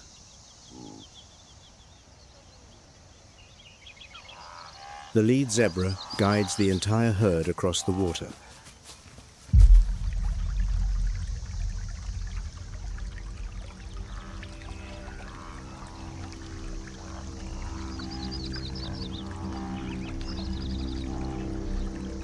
Their presence carries a serene, tranquil beauty.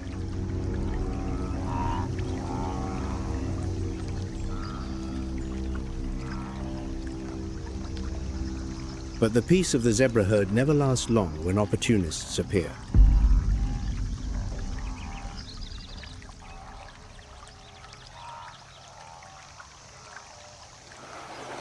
A crocodile surges from its ambush, clamping down on a zebra, its razor-sharp jaws locked tight around the prey.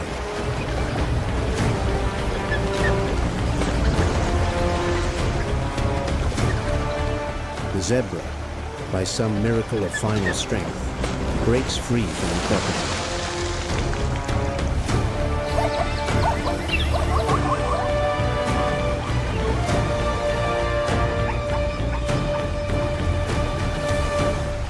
The zebra's life is spared. At the very last second, a spectacular escape on the razor's edge between life and death. Just as the zebra barely escapes that razor's edge between life and death, another creature appears.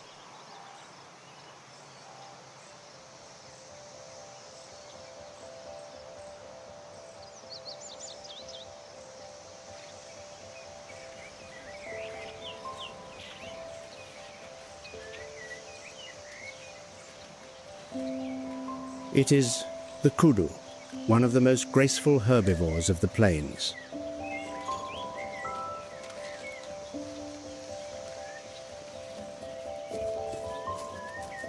The mature bull carries towering, spiraling horns upon its head.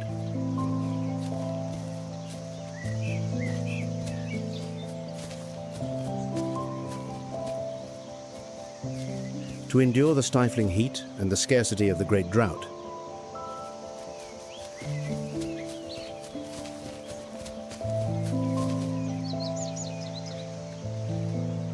The kudu conceals itself among fragile, skeletal branches.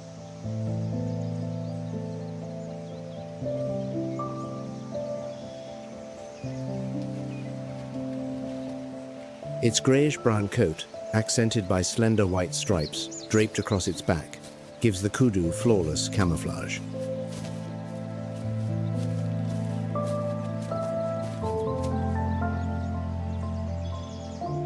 Rather than risking a venture to the isolated water pools where crocodiles lie in wait,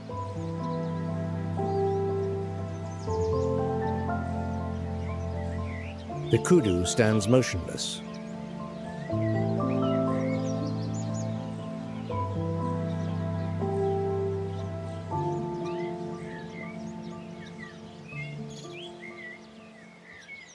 Like a living statue of stoic patience, counting down the days, awaiting the promise of rain.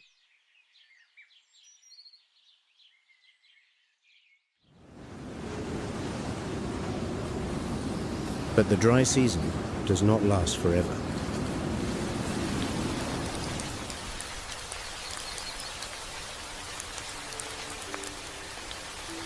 Grey clouds burst open and pour rain, resurrecting the Luangwa Valley from the scorching sun.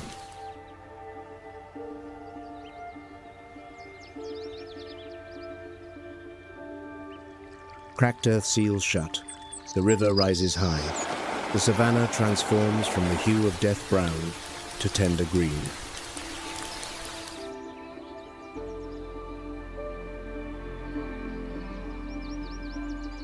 The pangolin strolls across soft earth. Oxpeckers call out in joyful chorus instead of alarm.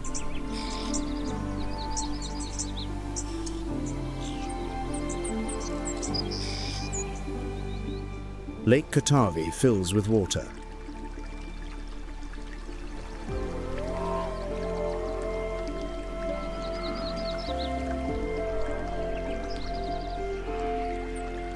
Hippos spread out freely, shedding the thick mud and healing their wounds.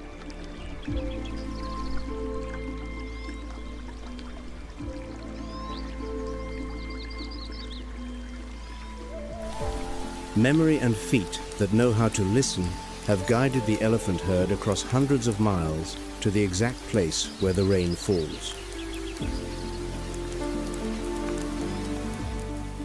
Warthogs feast on green grass.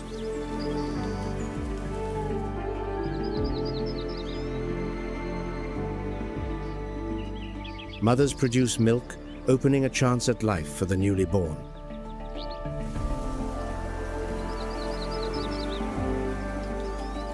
Impala dance across the soft ground.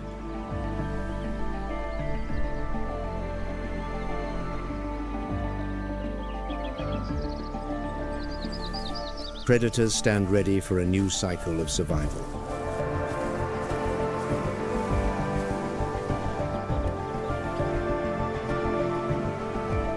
Drought tests, rain redeems. Nature honors those creatures who know patience and adaptation.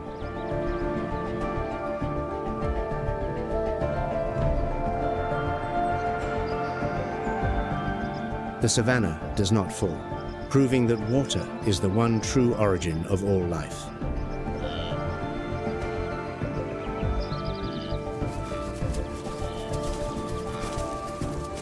Thank you for journeying with WildVerse.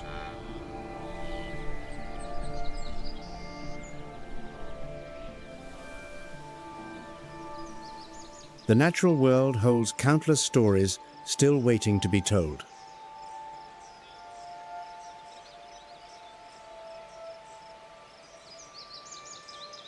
See you on the next adventure.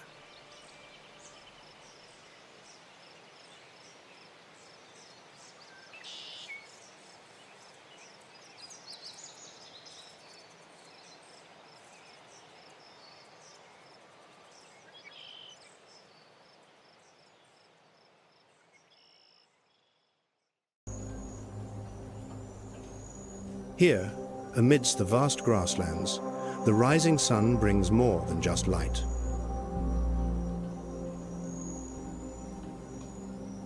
It delivers an unforgiving challenge to every creature that calls this wilderness home.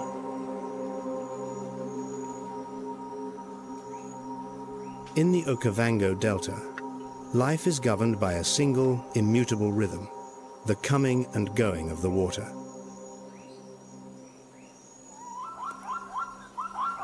For predator and prey alike, the line between triumph and tragedy is etched into the savanna dust. In this kingdom of shifting shadows, one false move can be the last.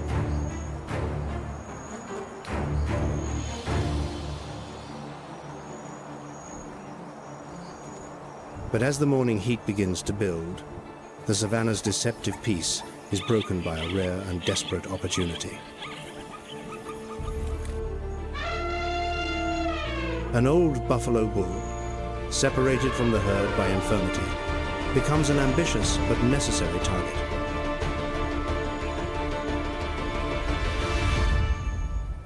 The lioness becomes a phantom in the dry grass, each step a precise calculation to remain invisible to her quarry's watchful eye.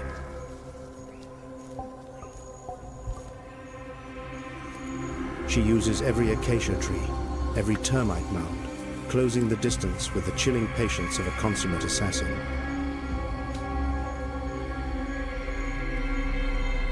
At a distance of 50 feet, the tension seems to solidify.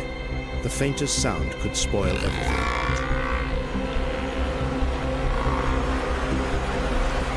A fatal bite, not to tear flesh, but to sever the very source of life, a suffocating technique perfected over millions of years of evolution.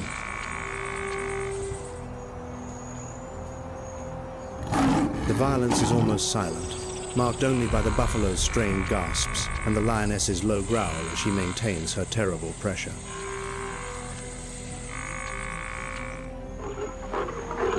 The buffalo's muscles tense and then, finally, yield, its immense strength dissolving under the sovereign's cold resolve.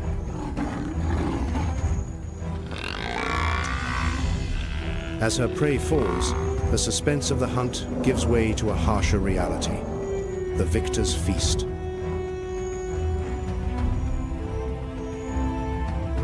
With powerful tearing bites, she begins to breach the thick hide to reach the flesh within an act driven not by cruelty, but by the urgent necessity of survival. The sounds of tearing flesh and breaking bone echo in the stillness, a symphony of energy transfer where one death fuels another's life. In this unforgiving world, dominion is built not on mercy, but on raw power and the absolute authority to deliver a death sentence.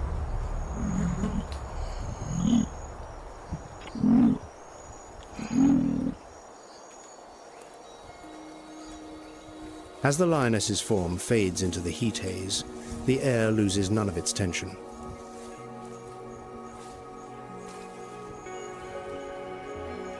At the edge of awareness, a silent opportunist begins its move.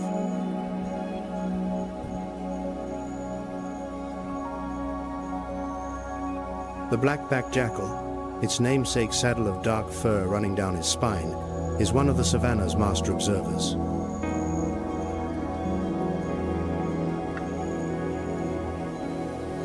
It lacks the lion's power, but possesses the cunning and infinite patience of one who waits for an opening.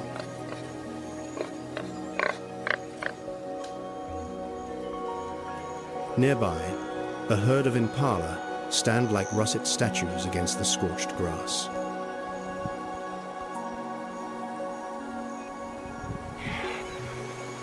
Their large ears swivel like sensitive radar dishes, catching the slightest whisper of danger.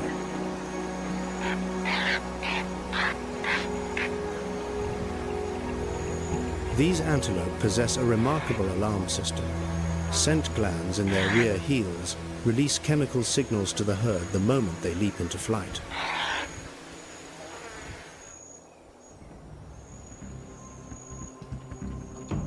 The jackal suddenly lets out a series of high, piercing yaps, shattering the quiet.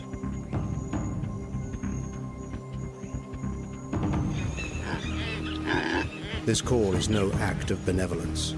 It is the jackal's way of announcing that a predator's position has been compromised.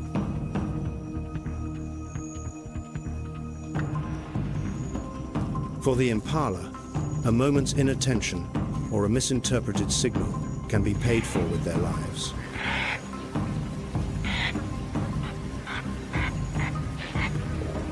Survival here demands absolute focus, where even a humble scavenger can hold the key to life and death.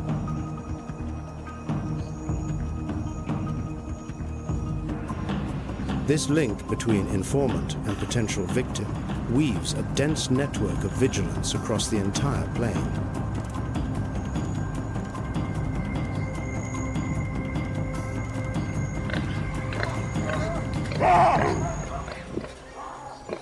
But as the sun climbs higher, another master of concealment is at work, entirely separate from the world below.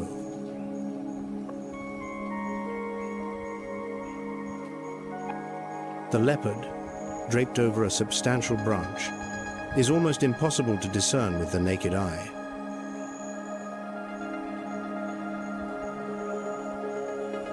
The iconic rosettes of its coat break up its outline, blending it perfectly with the dappled light filtering through the acacia canopy.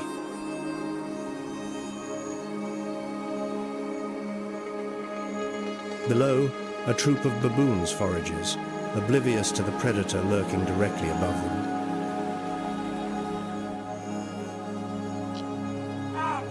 Baboons are among the savanna's most intelligent and socially organized residents. They leave nothing to chance.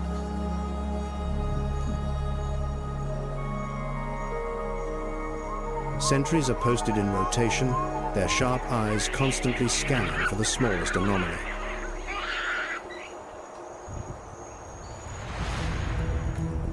The leopard shifts its weight in preparation for an aerial ambush, a movement as subtle as a whisper of wind through the leaves.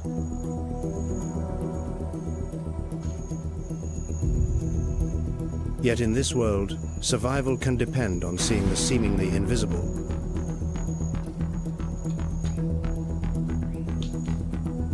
A large male, a seasoned guardian of the troop, catches the glint of an eye or the faintest twitch of a tail.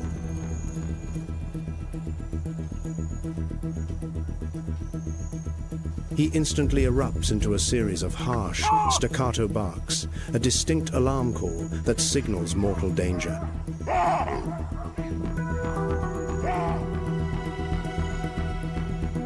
The troop immediately switches to defense, the most powerful males advancing to display their long, sharp canines.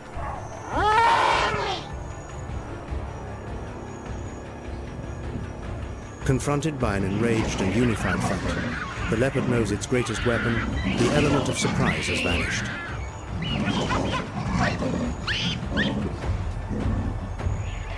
In this high-stakes battle of wits, sensory acuity is as potent a weapon as any sharp claw.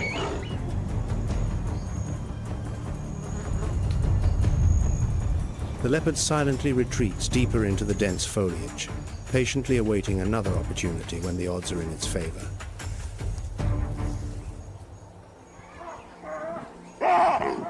The confrontation ends without a drop of blood being spilt, but it is a victory, nonetheless, a triumph of intelligence and absolute vigilance.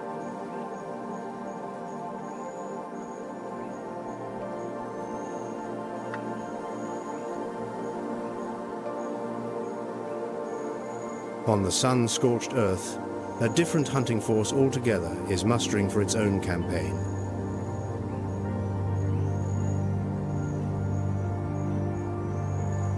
African wild dogs, or Lycaon pictus, the painted wolf, are the most efficient killers on the continent.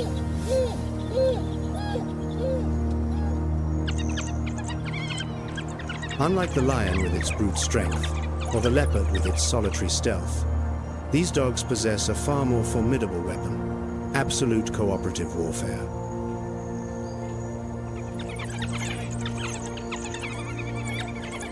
Before the hunt, the pack engages in an exhilarating greeting ceremony of bird-like chirps and frantic tail wags.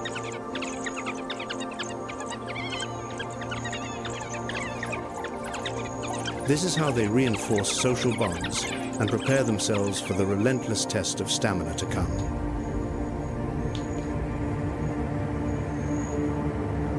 The target is identified a lone impala lingering near the edge of the scrubland.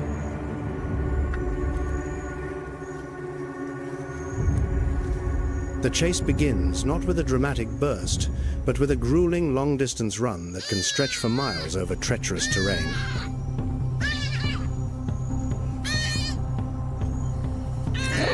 The impala, for all its powerful leaps, begins to falter against the sheer persistence of its mottled pursuers.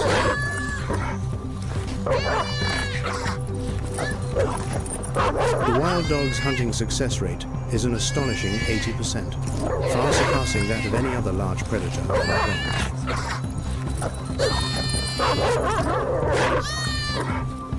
planet. Once the prey is done, something rare in the natural world unfolds: the peaceful and selfless sharing of the meal.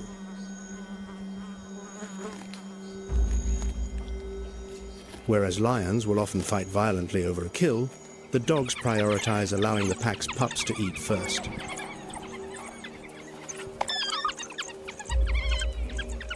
They must act quickly, for the scent of blood and the sounds of the chase will soon attract formidable kleptoparasites, like hyenas, or indeed, the lions themselves.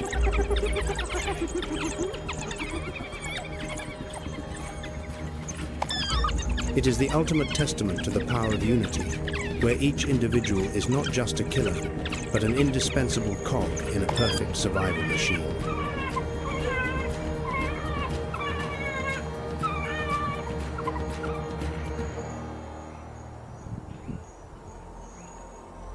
As the sun begins to sink below the horizon, the brilliant gold of the savanna gives way to the deep violet of dusk.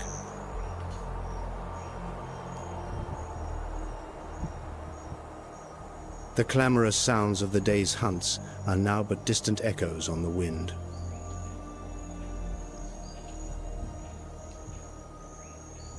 From the smallest jackal to the sovereign lion, every creature has played its part in this ancient drama of survival.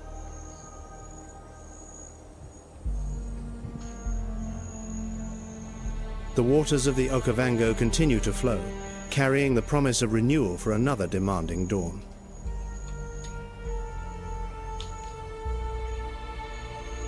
In this kingdom of shadows, death is never the end, but the lifeblood for the generations that follow.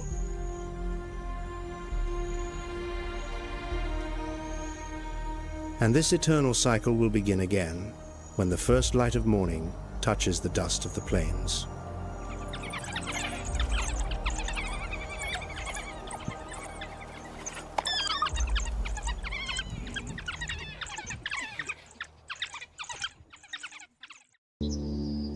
High noon on the Serengeti Plains, the sun casts short shadows across golden grasslands stretching to the horizon.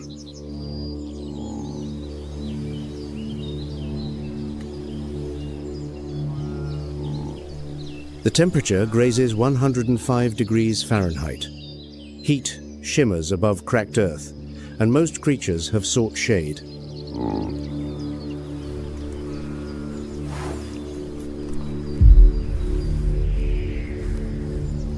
But not all. A pride of lionesses lies motionless in grass tall enough to reach a person's waist.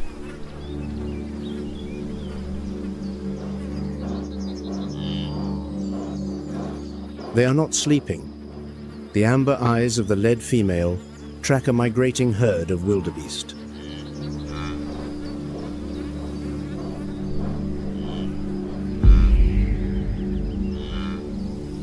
The lead lioness signals with a dip of her head so subtle it is nearly imperceptible. A flanking group peels away to either side.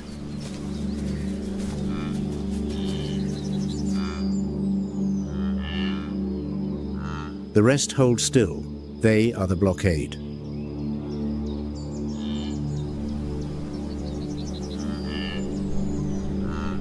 The wildebeest press forward, oblivious to the trap already drawn around them.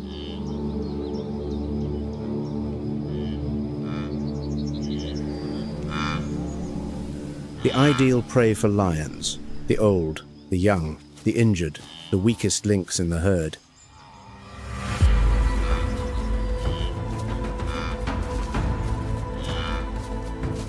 A wildebeest calf, under 6 months old, weighing roughly 80 pounds, drifts behind the column. It lacks the experience to sense danger. 40 feet, 30 feet, 20 feet. The lead lioness explodes from the grass.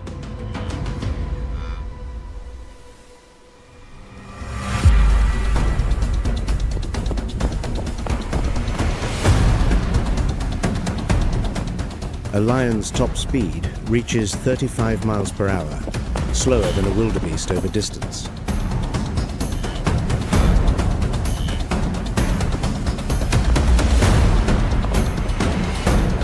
But within the first 50 feet, no prey reacts in time.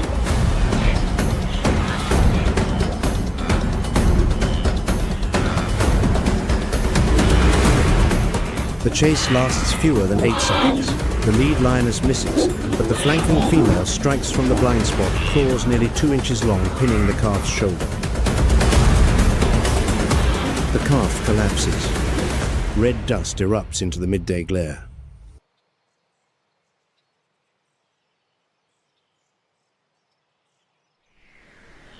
A kill. Yet lions succeed only about 25% of the time. 3 of every 4 hunts end in failure.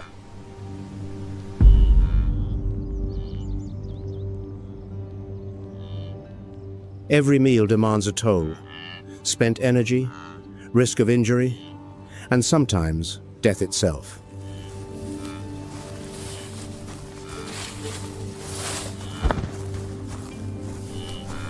Wildebeest, the longest distance land migrants among large mammals, are far from easy quarry. A full-grown adult weighs up to 500 pounds, armed with curved horns capable of inflicting severe wounds on any attacker.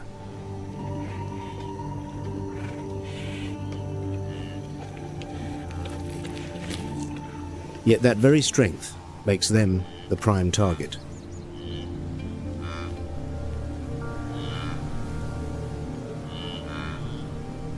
A single adult wildebeest provides enough food for an entire pride for 2 days.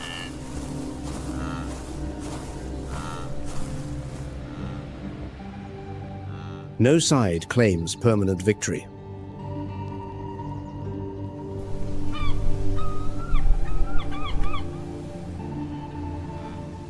This is nature's paradox, a fragile equilibrium between life and death, where every failure of the hunter becomes a triumph for the hunted.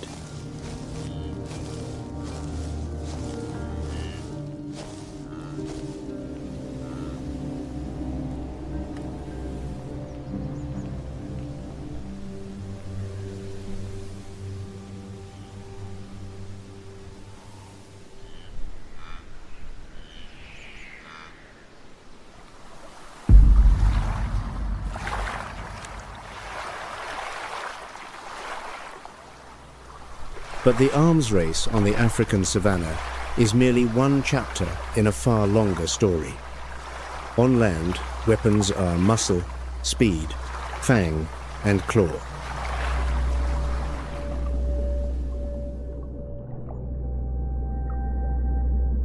Beneath the ocean, the rules change entirely.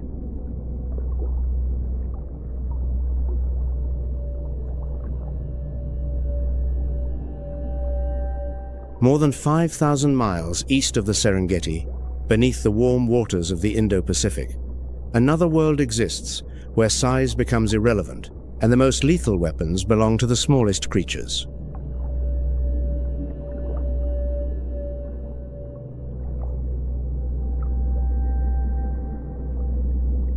The Coral Triangle, spanning seas from Indonesia through the Philippines to Papua New Guinea, harbors more than 75% of all coral species on Earth.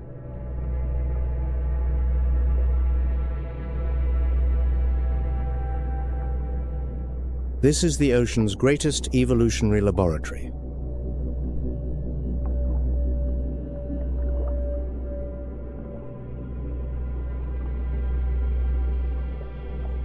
And among these luminous reefs, a different arms race has unfolded, waged not with muscle or speed, but with venom, camouflage, and biological traps.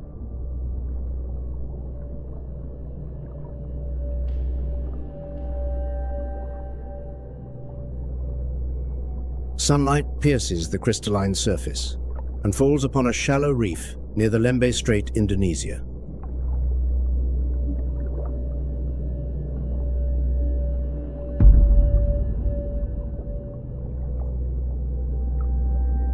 Among staghorn coral branches and multicolored sponges, a creature smaller than a golf ball creeps through a crevice.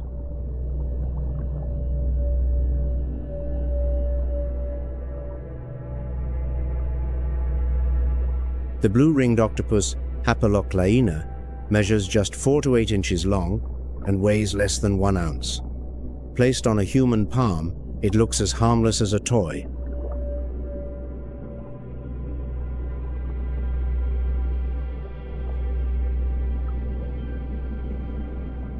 Yet within that diminutive body lies enough venom to kill 26 adults. Tetrodotoxin, a neurotoxin 1,000 times more potent than cyanide.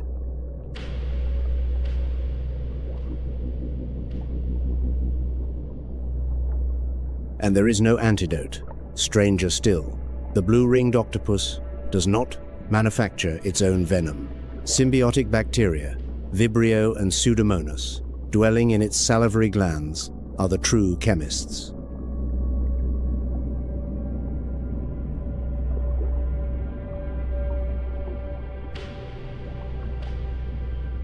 The same toxin appears in pufferfish, 2 entirely unrelated species, sharing the same bacteria, the same weapon. Chemical warfare through convergent evolution.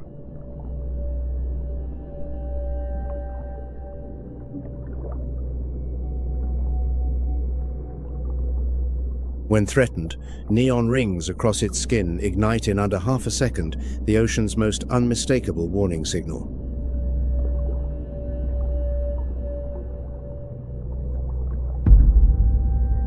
But if the aggressor does not retreat, the bite follows, and the victim feels no pain.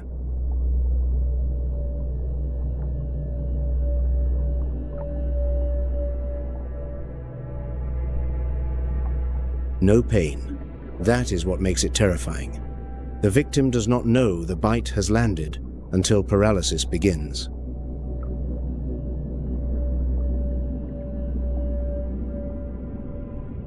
The lethal dose, a single milligram lighter than a grain of salt.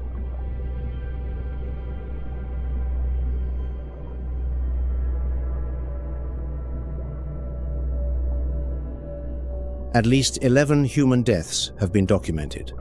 The only rescue is continuous artificial respiration, keeping the victim breathing until the toxin degrades on its own.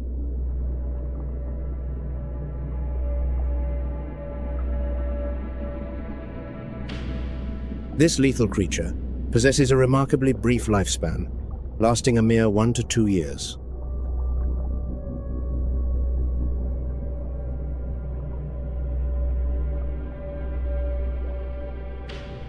It breeds only once. The mother fasts entirely, cradling her eggs, guarding them without rest, surrendering to exhaustion and death the moment her young emerge.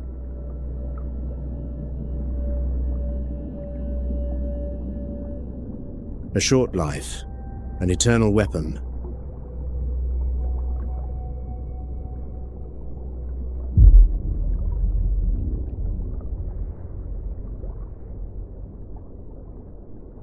On the Indo-Pacific reefs, the most biodiverse waters on Earth, the deadliest weapon has nothing to do with size.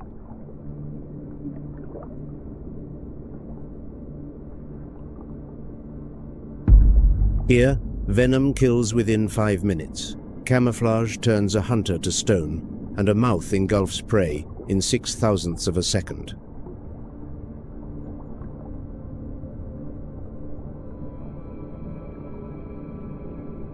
And the most fearsome predator? Not the one carrying the strongest venom, the one that is never seen until it is too late.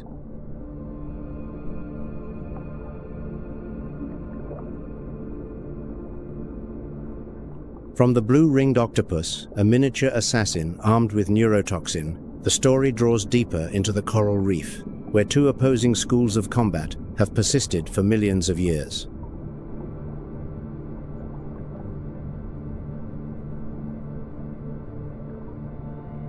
The first school, display of power. The sea slug nudibranche is the undisputed master of this strategy.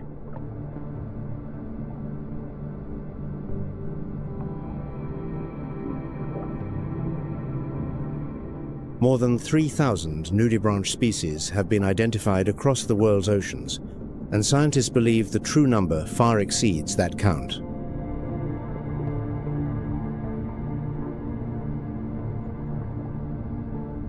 They range from smaller than a grain of rice to 2 feet long in the case of the giant Spanish dancer.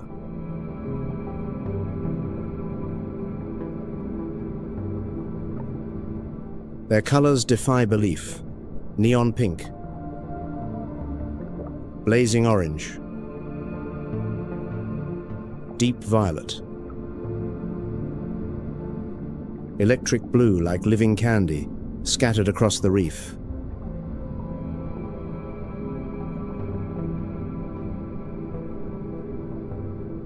But this is not decoration. This is a warning.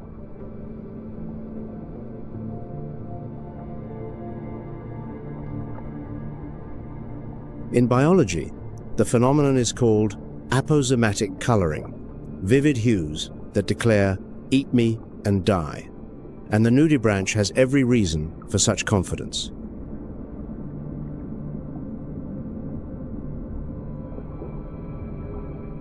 They are the ocean's most sophisticated weapons thieves. When feeding on sea anemones or hydroids, organisms armed with stinging nematocyst cells, the nudibranch does not trigger those cells.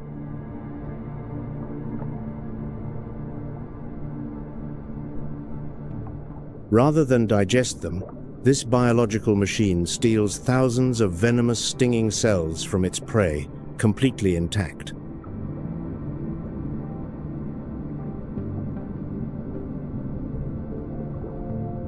It routes the toxic capsules through its digestive tract, channeling them directly into the serrata, transforming the fleshy appendages on its back into a lethal defensive arsenal.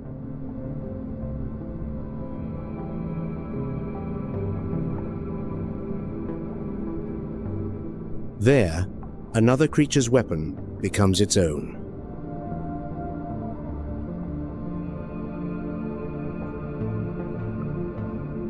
Science calls this process kleptocnidae, stealing stinging cells. No other species on Earth accomplishes this with such precision.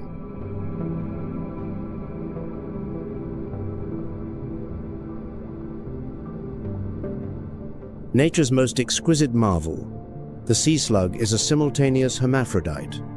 During mating, both individuals exchange sperm, cross-fertilizing each other.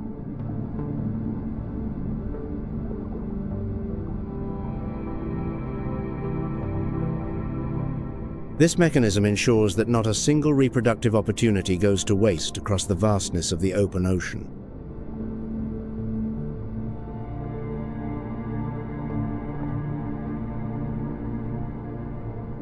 The species pushes physiological boundaries further still. It treats its mating organ as disposable.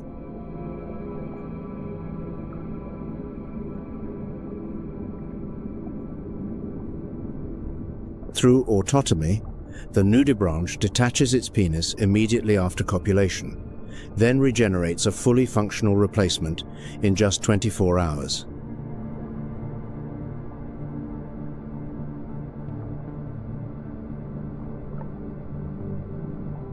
Nudibranch eggs spiral into ribbon-like coils, typically curling counterclockwise, each translucent sheet clinging to coral surfaces like miniature sea blossoms.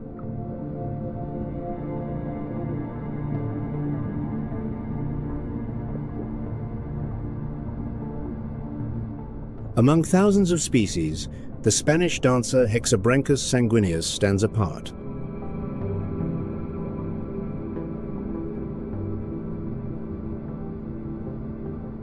Reaching up to 2 feet, it lifts off the seabed and dances through the current, its deep crimson body undulating like a flamenco performer.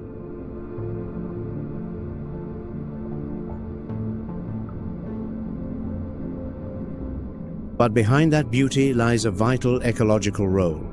Nudibranchs serve as reef health indicators. Where they flourish, the coral thrives.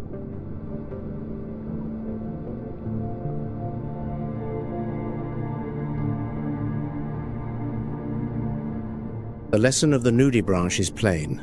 No need to forge weapons. Simply steal them from others and flaunt them loudly enough that no one dares test the claim.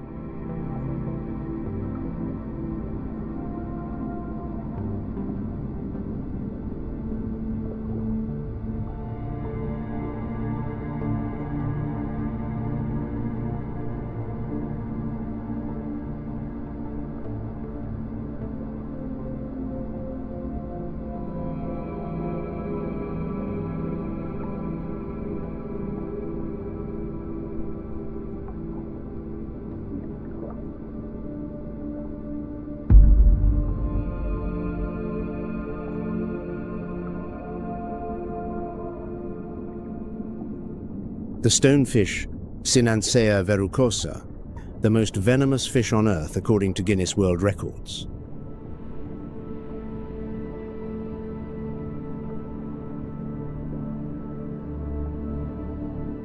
Its camouflage is so flawless that it becomes indistinguishable from a moss-covered rock on the seabed.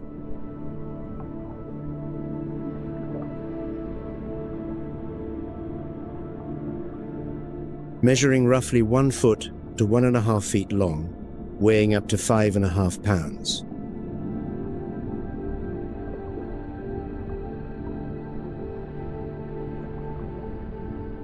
It lies motionless for hours, patience embodied, merging seamlessly into the coral rubble beneath it.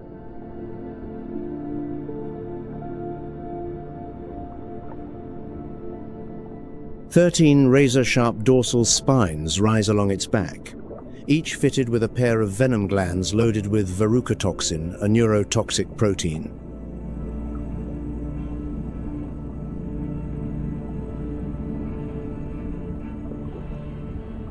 Yet these are defensive weapons, a fact widely misunderstood. The stonefish does not use venom to hunt.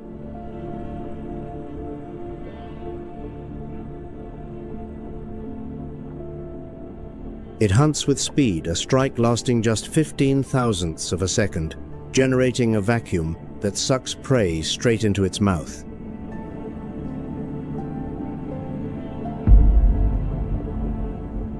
The prey never registers what has happened.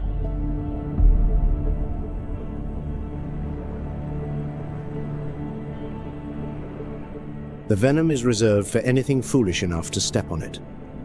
And the pain stonefish venom delivers has been described as worse than childbirth.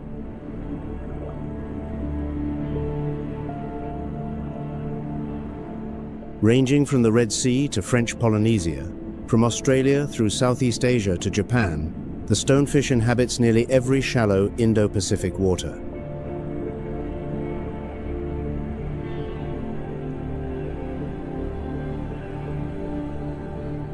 Its lifespan spans 5 to 10 years, a decade spent lurking on the seabed, still as stone, waiting.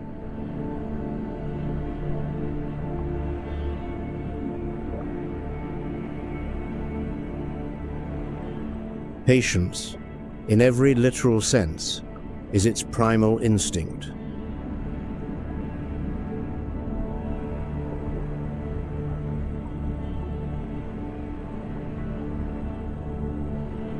Two schools of thought, two strategies, both effective for millions of years.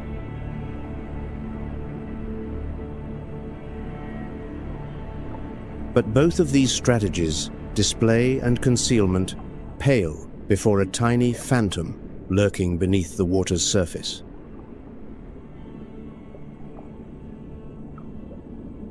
What we are about to encounter doesn't just carry weapons, they are entities that shatter every conventional rule of biology.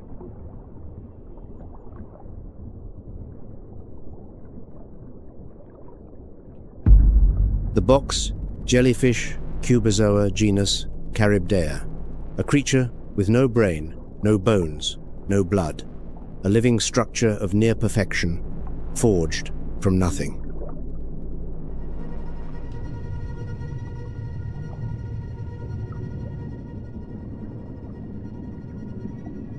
If Chironex is a colossal monster, then Charybdea is an elite sniper, tiny, agile, and virtually undetectable.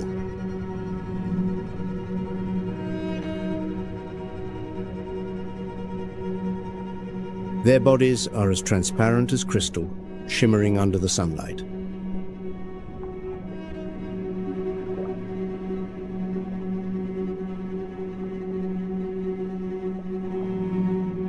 From the four corners of their box-shaped body, exactly 4 tentacles extend slender as silk threads, yet harboring terrifying power. Each tentacle can stretch up to 10 times the body's length when hunting, blanketed with thousands of stinging cells, microscopic venom capsules.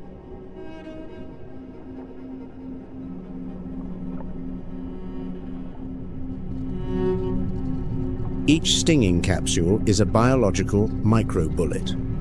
Upon contact with prey, they fire venom-tipped barbs with acceleration faster than an actual bullet.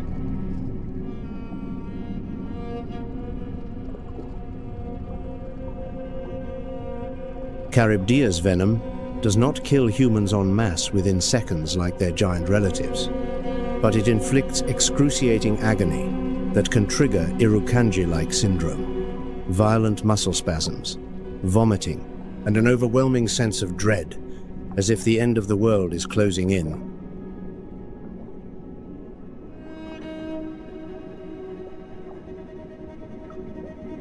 What transforms this genus of jellyfish into a superior active predator lies in their visual system. They possess up to 24 eyes. This system is evenly divided into 4 clusters, positioned on all 4 sides of their body.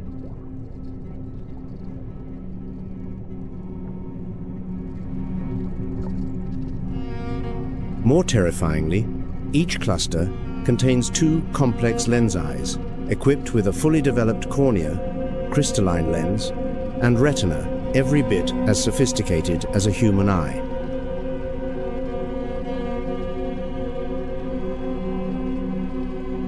A creature with no central brain, yet it perceives the world through 24 eyes. They do not merely see, they process images through a distributed network of nerve ganglia.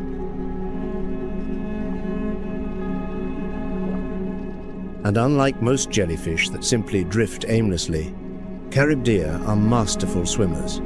They propel themselves actively, weaving through mangrove roots and coral reefs at astonishing speed.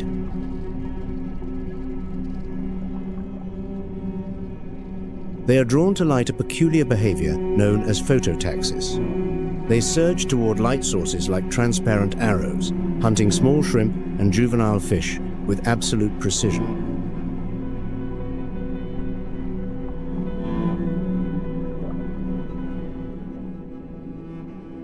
A living paradox of the ocean. Tiny, yet mighty. Simple, yet sophisticated.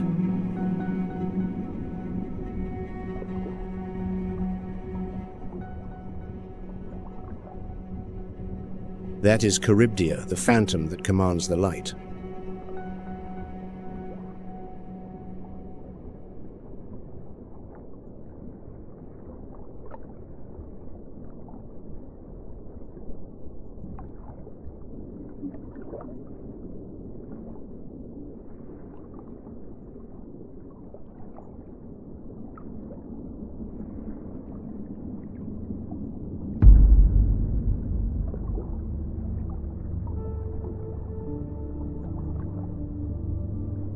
The ocean's most lethal venom resides in its simplest organism.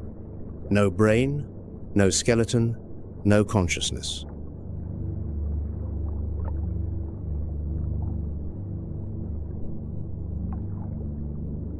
Nature requires no complexity to engineer death.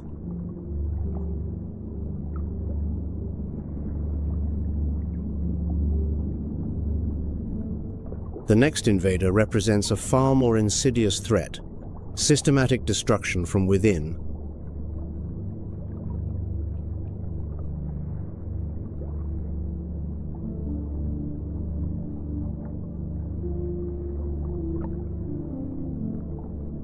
The lionfish Orangutans fans its ornate pectoral rays like underwater peacock plumes, crimson and white stripes alternating in the pattern of a marine zebra.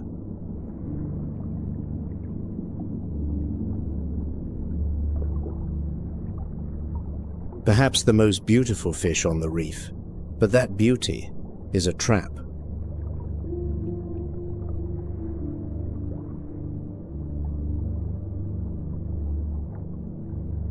"18 venomous spines, 13 along the dorsal ridge, 3 on the anal fin, 2 on the pelvics, transform every radiant fin into a biological weapon."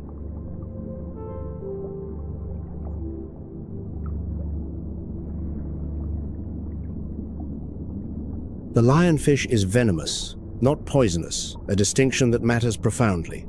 Remove the spines, and the flesh is perfectly edible.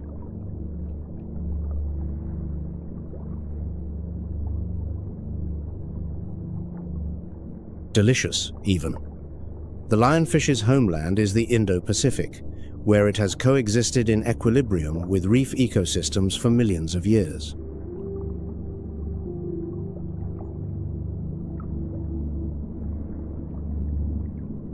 But around 1985, everything changed.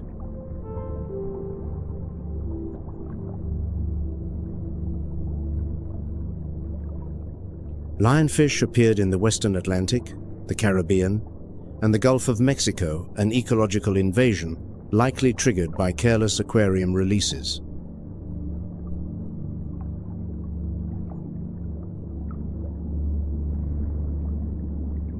In these new waters, the lionfish faces no natural predators. Nothing hunts them, and they consume everything.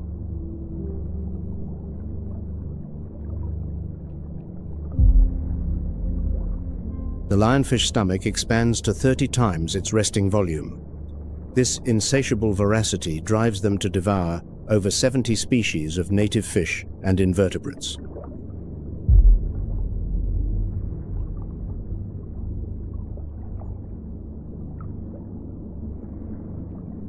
A single female releases roughly 2 million eggs per year, spawning ceaselessly across every season. Sexual maturity arrives in under 12 months.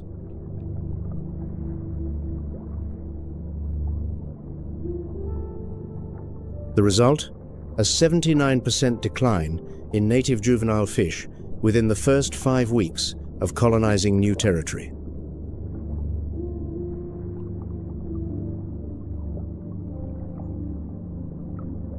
Nearly an entire generation of juvenile fish erased in fewer than 6 weeks.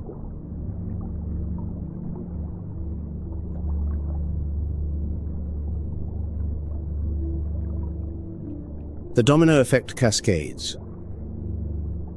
Lionfish eat the algae-grazing fish. Algae blooms unchecked. Algae smothers coral.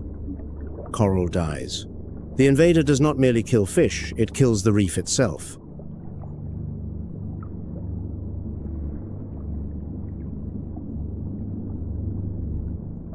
But in its Indo-Pacific homeland, the lionfish is not invincible.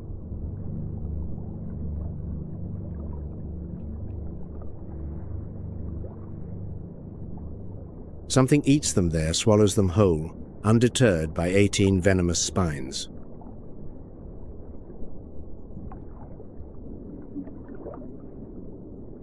That predator will emerge later in this story.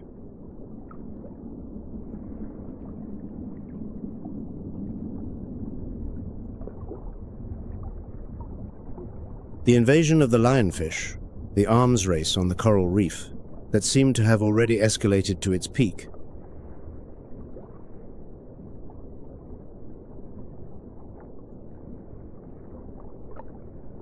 But nature always holds one final trump card, one that wields neither venom nor silence. but pure kinetic force.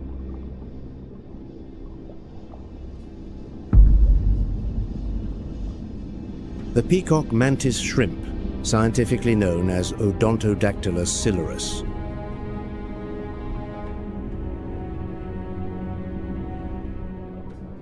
A warrior clad in the armor of an alien creature, wielding a weapon that defies every conventional law of physics.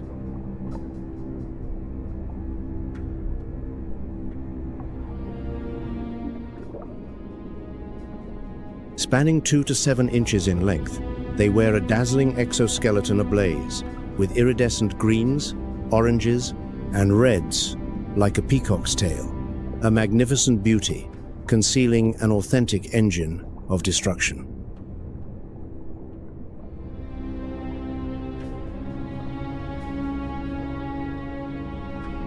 Their hunting targets are not schools of soft-bodied fish, but the most heavily armored creatures on the seafloor: rock crabs, hermit crabs, and hard-shelled mollusks sealed tight within their fortified casings.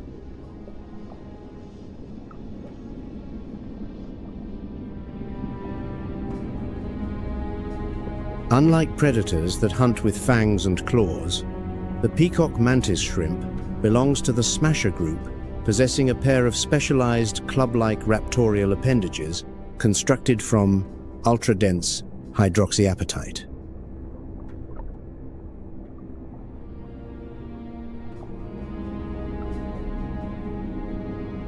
When a rock crab unwittingly wanders into the strike zone, the biological safety latch is released, and the clubs swing forward with acceleration equivalent to a .22 caliber rifle bullet.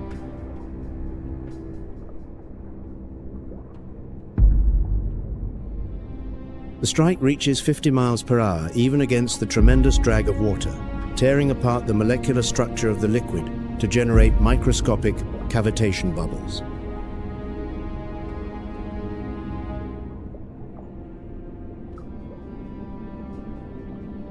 The instant this vacuum bubble collapses, it unleashes a flash of light and temperatures soaring to nearly 8,500 degrees Fahrenheit, roughly the temperature of the sun's surface.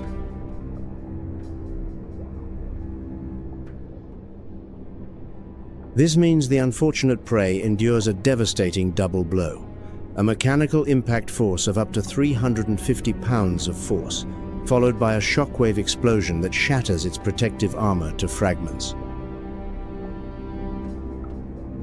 To prevent the weapon from being destroyed by the sheer intensity of its own strike, the molecular structure inside the club is arranged in a helicoidal spiral, a shock-absorbing design currently being studied by the military for next-generation ballistic armor.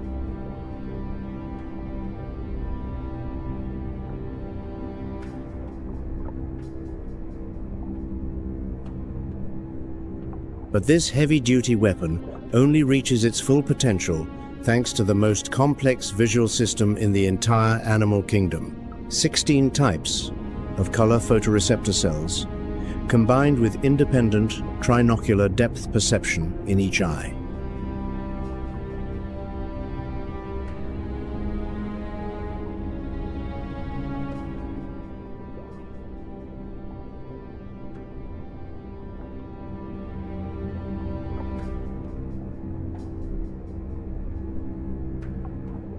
They can see ultraviolet light and even circularly polarized light, enabling the peacock mantis shrimp to effortlessly expose even the most perfectly camouflaged prey hidden among the coral reef.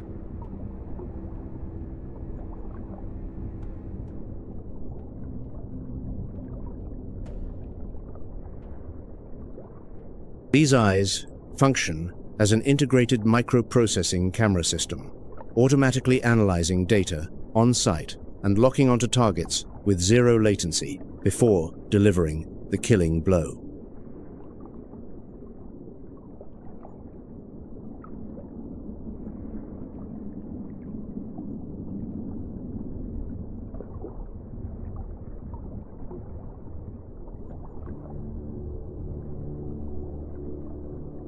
This arms race seems incapable of further escalation.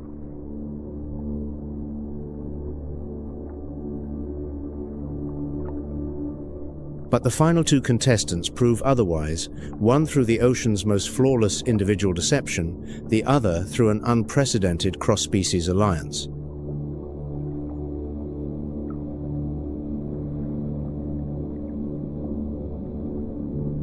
If every predator on the reef relies on venom or muscle, the next creature has chosen an entirely different path to visual manipulation.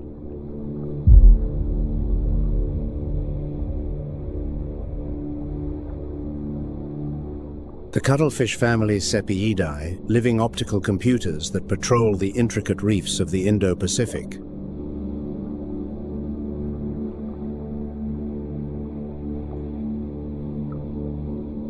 At a glance, the eye registers only a chunk of coral rubble, a clump of drifting seaweed, or simply harmless emptiness against the sand.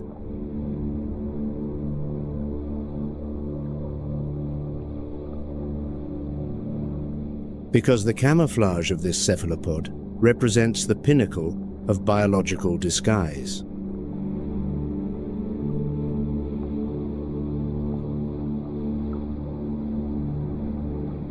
Millions of chromatophore and iridophore cells carpet the skin, shifting color at pixel-level resolution in 1/10 of a second.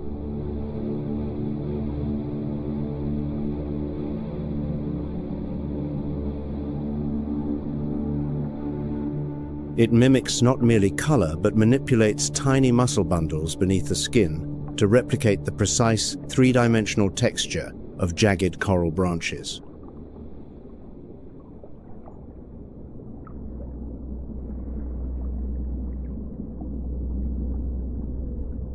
But the most formidable weapon of deception is not deployed for hiding. It activates the moment prey enters the range of those distinctive W-shaped pupils.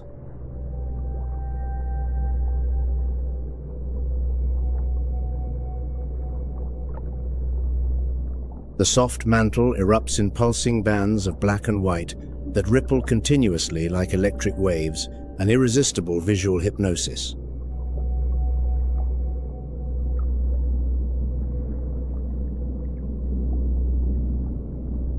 Crabs and small fish, caught in this strobing illusion, find their nervous systems overwhelmed, every survival instinct stripped away.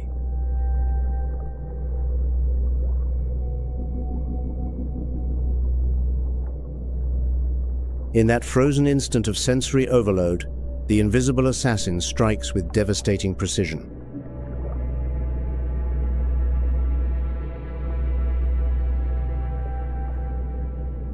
Two specialized hunting tentacles fire from concealed sheaths beneath the eyes, piercing the water in 30 milliseconds.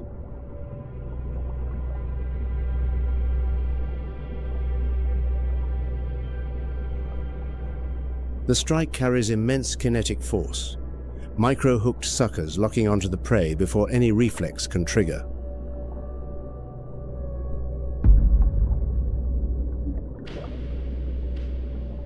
The victim is wrenched backward into a cage of 8 muscular arms, brought face to face with a sharp, parrot-like beak at the center.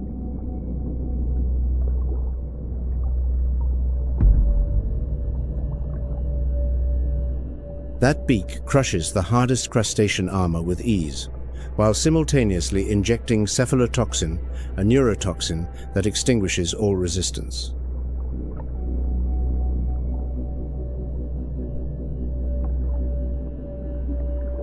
Evolution has armed them with unmatched intelligence, the largest brain-to-body ratio of any invertebrate on Earth.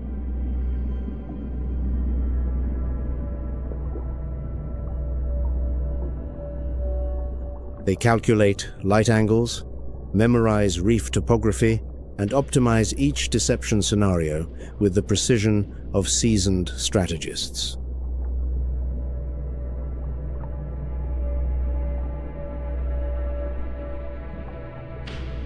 One half of the body camouflages against predators, while the other half simultaneously strobes to mesmerize prey, 2 tactical programs running on a single skin.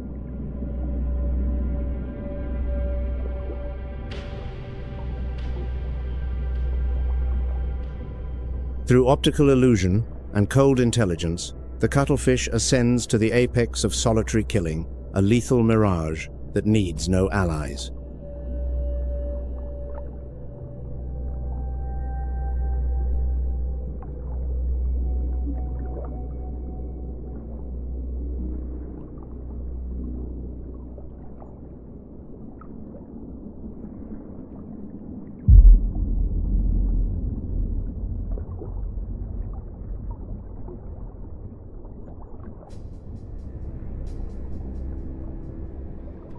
But on the Indo-Pacific Reef, one species has chosen the opposite path entirely, not solitude, but alliance.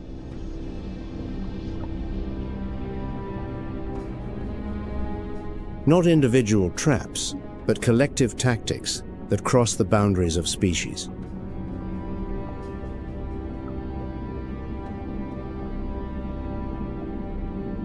The banded sea crate, Laticauda colubrina.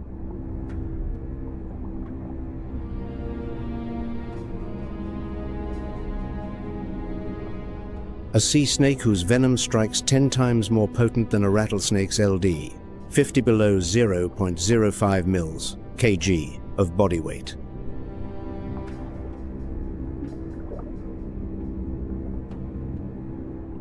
Among the most powerful neurotoxins on the planet.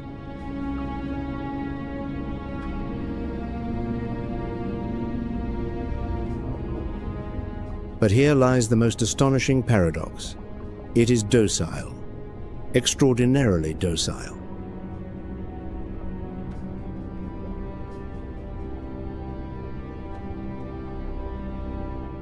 Divers glide alongside the banded sea crate without provoking a single strike.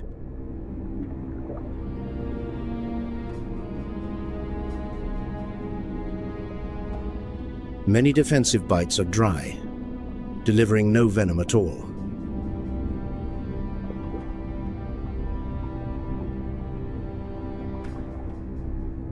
The most lethal creature, yet the safest to approach.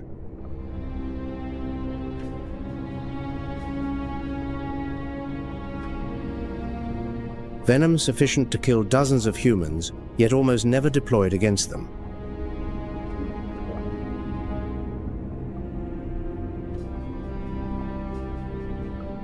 Nature engineered a nuclear weapon, then entrusted it to the most patient bearer.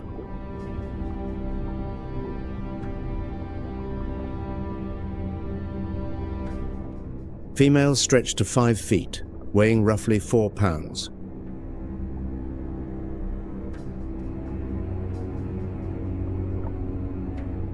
Males run noticeably smaller, under 3 feet, just over 1 pound.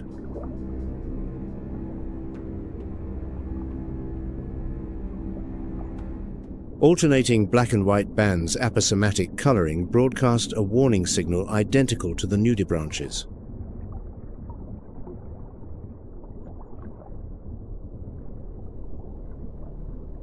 And just as the nudibranch is mimicked by juvenile frogfish, the banded sea crate finds imitators, 2 harmless sea snakes, donning similar stripes to borrow its lethal reputation.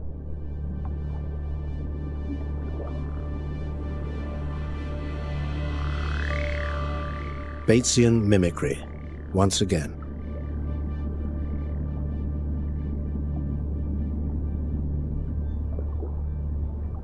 A slender, laterally compressed body allows the crate to penetrate the tightest coral crevices where moray eels and small fish take refuge.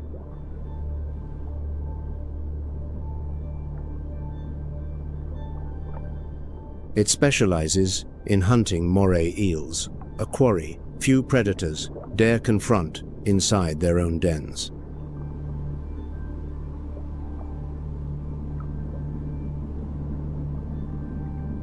The banded sea crate hunts by daylight, and it does not hunt alone.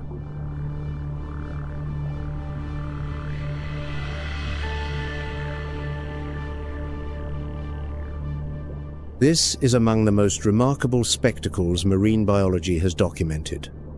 Banded sea crates, coordinating hunts alongside giant trevallies and goatfish.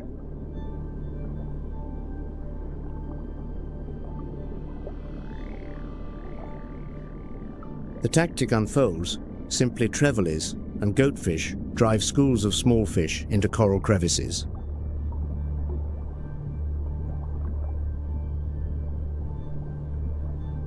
The kraits slip inside, sweeping every crevice with their compressed bodies, flushing prey back into the open.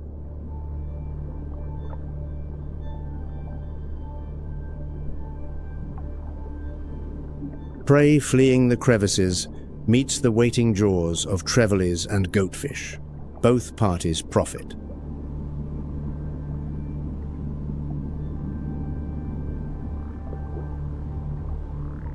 Cross-species cooperative hunting between reptiles and bony fish.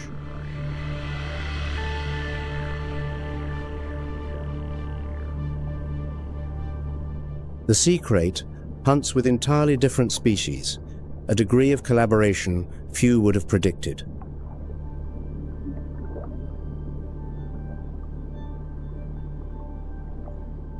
But the banded sea krait does not live exclusively underwater.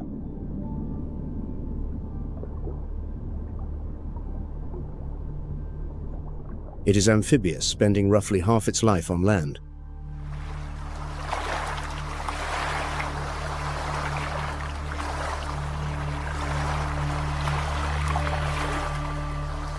After each hunt, it swims ashore to digest, shed its skin, and rest. And most critically, it lays its eggs on land.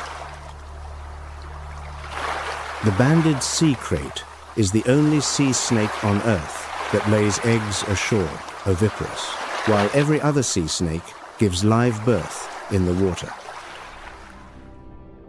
A creature suspended between two worlds. Hunting beneath the waves, resting on solid ground, armed with venom potent enough to kill, yet almost never wielding it.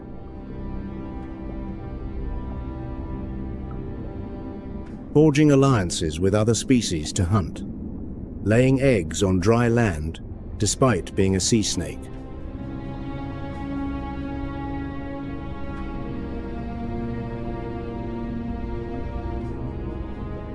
Equipped with specialized nasal valves that seal automatically under water pressure, this hunter sustains each deep dive for 15 to 30 minutes before it must surface to replenish its oxygen.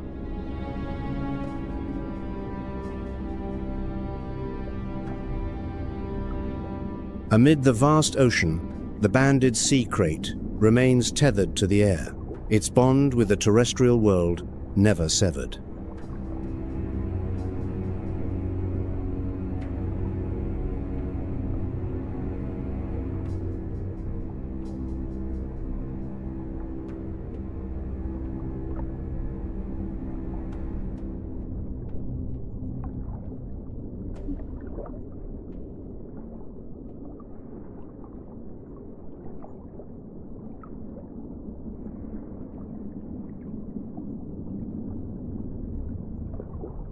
Across the reef, from solitary traps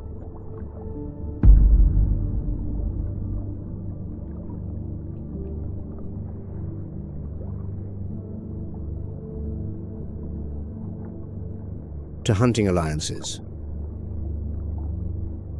one truth emerges: size does not determine survival.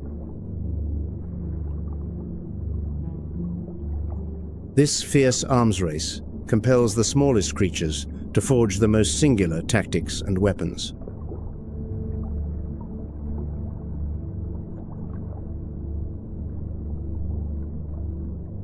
Eight creatures wield 8 distinct, lethal solutions, yet all depend upon the reef's integrity.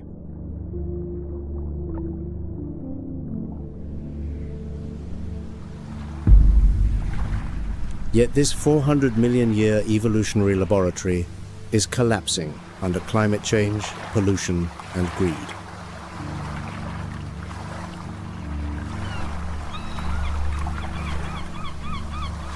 When the reef vanishes, thousands of species and the grand evolutionary legacies they carry will be buried forever.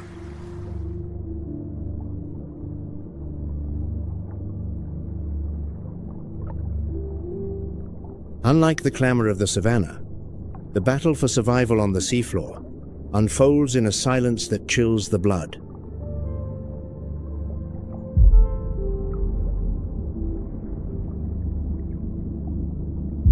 Weapons concealed in venom and camouflage create a battlefield where the defeated never know they have been targeted.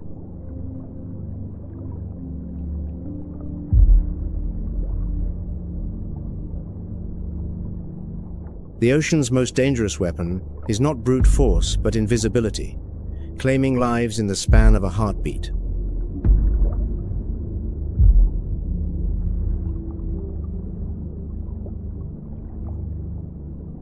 Right now, a creature smaller than a fingernail carries venom lethal enough to kill in perfect silence, entirely unnoticed.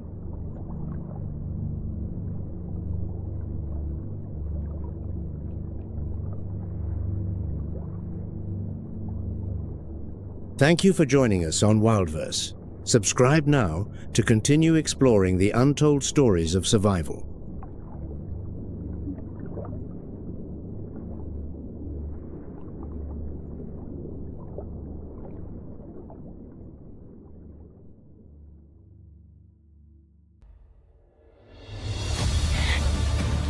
The vulnerable flee in haste, desperate to preserve their fleeting breath.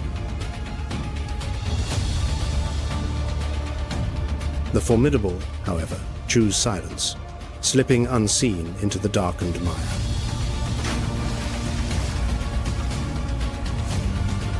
For that is how true terror is masterfully sown.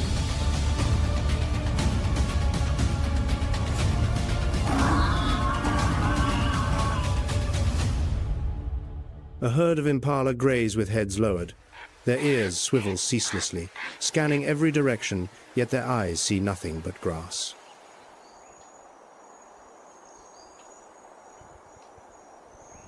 A few paces away, a giraffe stands motionless. Its head rises above the treetops, its gaze sweeping nearly 1.25 miles of open ground, a living watchtower on the savanna.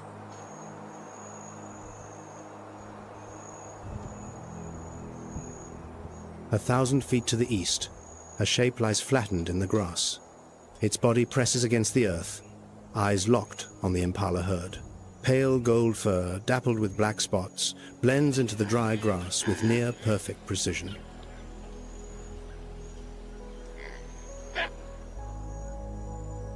Farther still, concealed in thick scrub, a male lion lies frozen. His dark mane dissolves into shadow, his amber eyes half closed against the rising heat.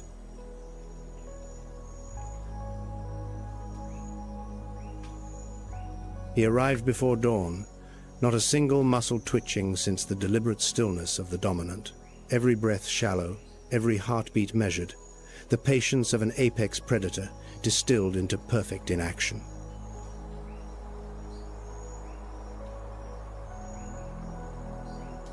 Four species, one savanna. Before the sun reaches its peak, at least one of them will pay the price of sharing this unforgiving ground.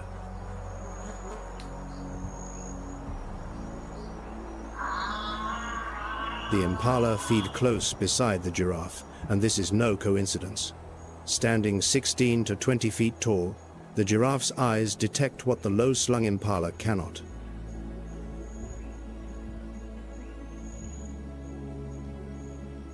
This is a cross-species survival pact, refined across millennia of coexistence. The impala borrow the eyes of the gentle giant to compensate for their own modest height, trading proximity for protection.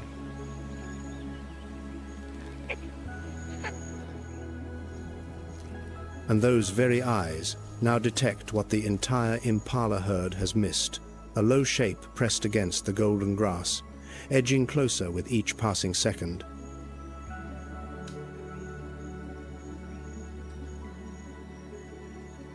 The giraffe spots the cheetah in the grass. It stands rigid, head aimed directly at the stalker, gaze fixed and unblinking.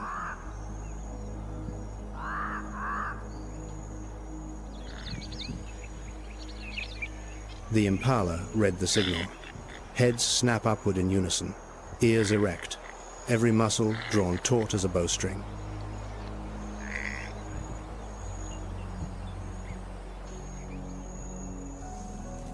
The cheetah's body is a masterpiece, that 40 million years of evolution sculpted for a single purpose: speed. Every sinew, every bone, every hollow chamber of its oversized lungs exists to serve velocity.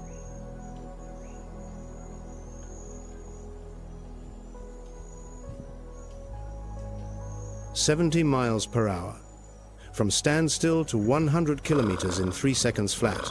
Faster than any supercar ever built. A biological engine without equal."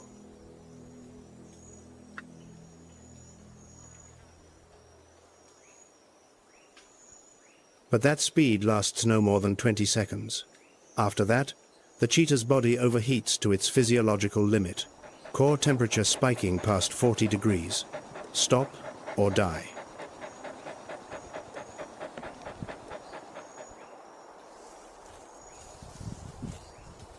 The cheetah's success rate hovers between 40 and 50%, the highest among the great cats. But catching prey is one matter. Keeping it is another entirely.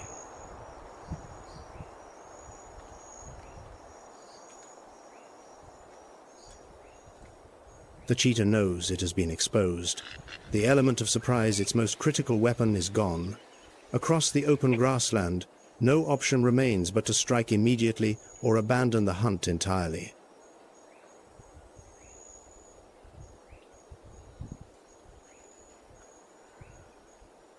Its eyes lock onto a young impala that has drifted from the herd, isolated, hesitant, still learning the rhythms of danger. A fatal mistake.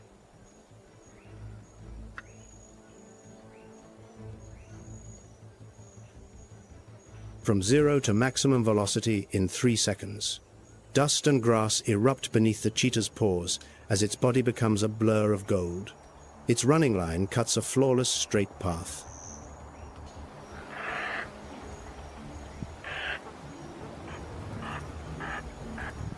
The young impala zigzags in desperation, the only tactic against raw speed, because the cheetah's spine-flexing stride changes direction far less nimbly than its agile quarry.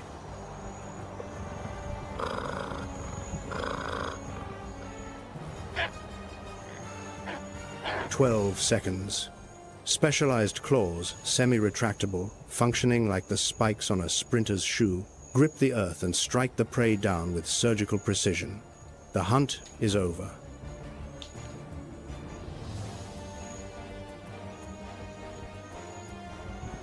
The cheetah begins to feed in frantic haste, breath still ragged, body trembling with exhaustion.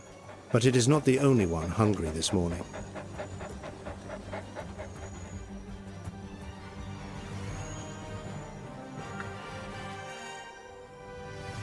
The lionesses rise from the underbrush. Hundreds of pounds of muscle converge, their lithe, fluid forms crowned by battle-scarred faces.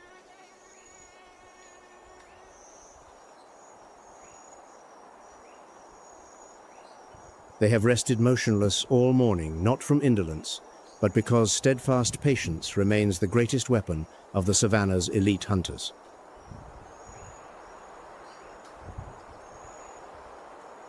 Each lioness weighs between 150 and 250 pounds combined. They constitute Africa's supreme apex predator. No creature dares challenge a hunting pride directly.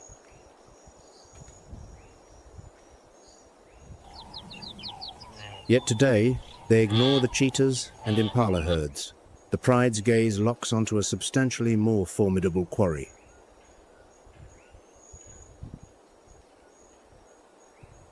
A giraffe stretches downward to browse upon a low acacia. Neck lowered, forelegs splayed, it assumes a highly vulnerable posture.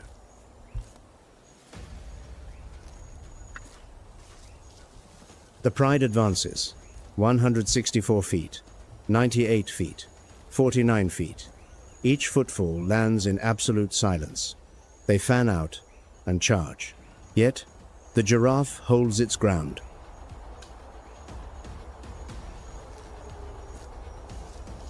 It pivots with startling agility for a creature thrice the height of its assailants. A hind leg strikes with an estimated 2,000 pounds of force.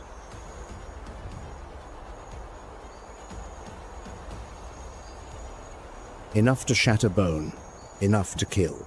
The blow connects with the lead lioness's shoulder. The great cat falters, staggering backward 2 paces.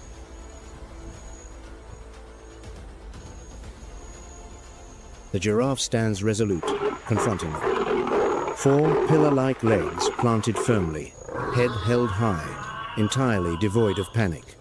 It towers above the felines and possesses full awareness of this advantage. The pride retreats, not in defeat, but because the potential cost is simply too steep. A crippled limb renders a huntress useless, transforming her into a liability. An inability to hunt guarantees starvation.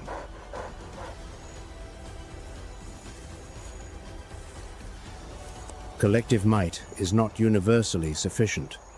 Across these plains, survival favors those who judiciously choose their battles.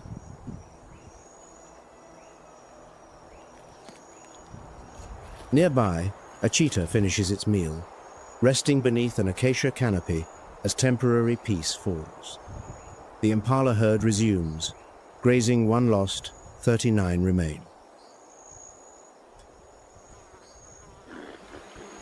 The giraffe ambles away, its elevated vantage revealing everything: the satiated predator, the ravenous pride, and the oblivious prey grazing as though nothing had occurred.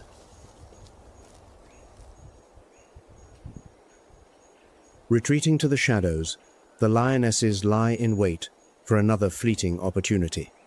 Patience. Eternal patience. These formidable females govern the African savanna through unyielding collective strength and absolute fortitude.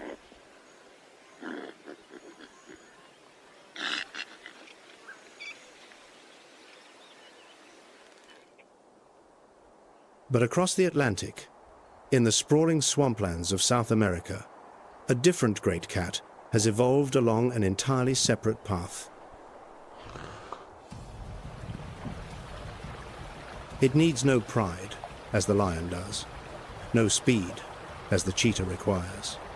It possesses something no other cat on earth can claim: the most powerful bite force in the feline family.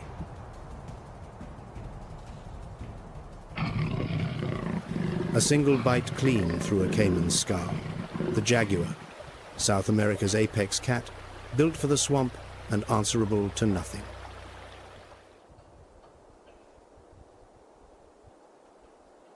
Welcome to wild Brazil, a land where the untamed still shapes every river, every forest, every shadow.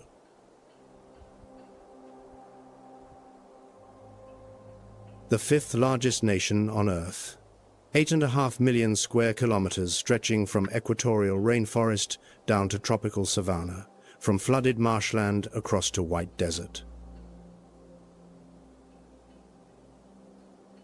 More than 125,000 animal species call this land home. 50,000 plant species anchor its soils. 15 to 20% of the planet's entire biodiversity contained within a single country.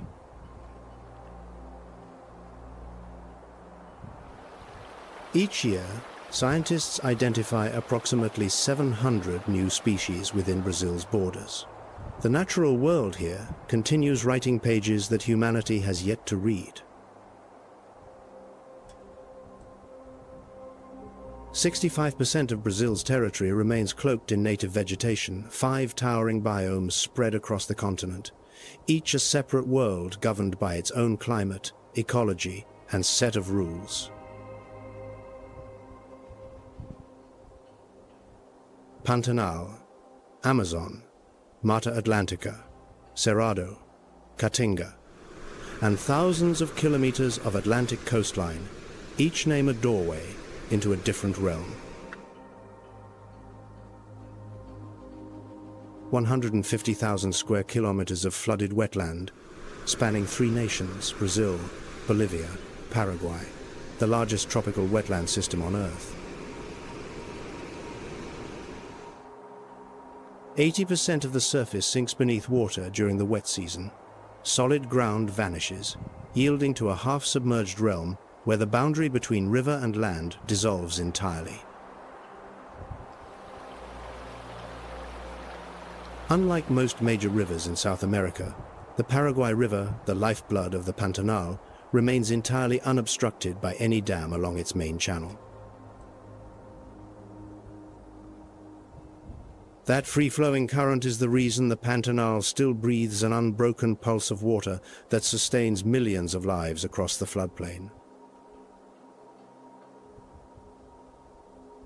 But more than 40 hydroelectric dams are being planned along its tributaries, and every single dam poses a direct, measurable threat to the wetland's delicate seasonal pulse. And across that boundless marshland, a solitary ruler presides in the shadows between water and earth. The jaguar requires nothing more than darkness and patience. The third largest cat in the world after the tiger and the lion, weighing between 90 and 120 pounds. A compact, muscular frame coiled beneath golden fur marked with black rosettes.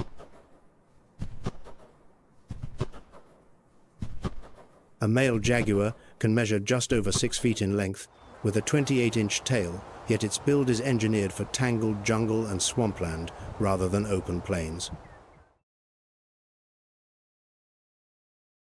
The jaguar's bite force reaches 1,500 psi, the strongest of any cat on Earth relative to body size. Bone, shell, and skull yield alike beneath those jaws. The jaguar deploys that jaw power to pierce through armor. Its bite can puncture a turtle's shell. It can crush a caiman's skull. No other great cat on the planet hunts this way. Jaguar density in the Pantanal reaches 6 to 12 individuals per 100 square kilometers, the highest concentration anywhere in the world. At the Tayama Ecological Station, GPS telemetry has recorded peak densities of 12.4 individuals, a figure that every other habitat on Earth can only envy.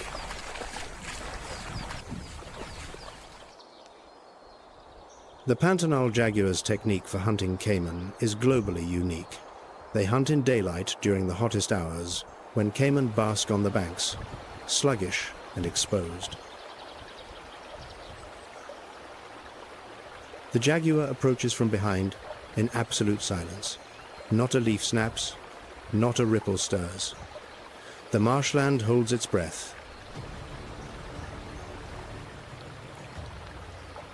Then it lunges with a precise bite through the caiman's skull behind the eyes, behind the ears where the bone is thinnest and the path to the brain is shortest. The success rate runs at roughly 5%, one kill in every 20 attempts, 19 failures for every triumph. Patience, once again, is the absolute prerequisite.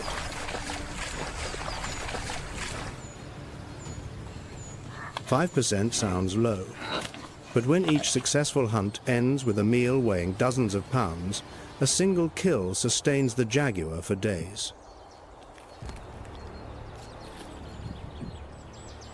Even so, with a ratio of 2,000 caiman for every one jaguar in the Pantanal, the odds are stacked generously in the predator's favor. Opportunity never runs dry. At times, the jaguar probes the bankside vegetation with its forepaw feeling for hidden caiman beneath the cover, a technique that no other predator on Earth employs. The jaguar's menu encompasses more than 85 species, from caiman to capybara, turtles to deer, snakes to fish, the most versatile hunter among the great cats. But the jaguar is not the only creature searching for a meal in the Pantanal. Other eyes watch, other appetites stir beneath the waterline.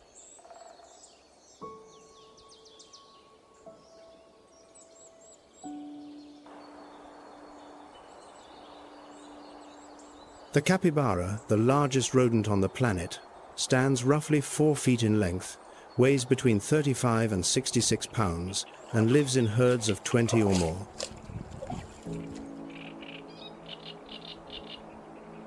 They graze along the water's edge in tight clusters, ears permanently raised, nostrils twitching without pause. A capybara's life is measured not in years, but in seconds of vigilance.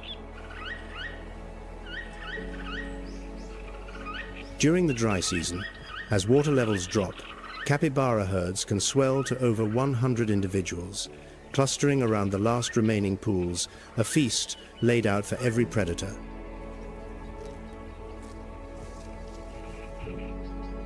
At the first unfamiliar sound, capybara emit a sharp alarm call, a distinctive bark that carries across the wetland. The entire herd plunges into the water.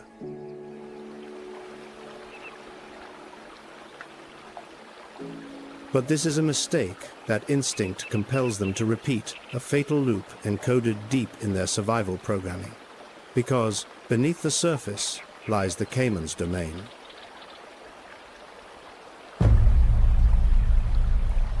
The Yacare caiman, waiting just below the still water line, only its eyes and nostrils breaking the surface.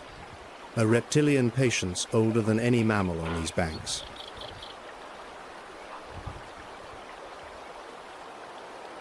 The capybara finds itself trapped between two predators. Jaguar on the bank, caiman in the water.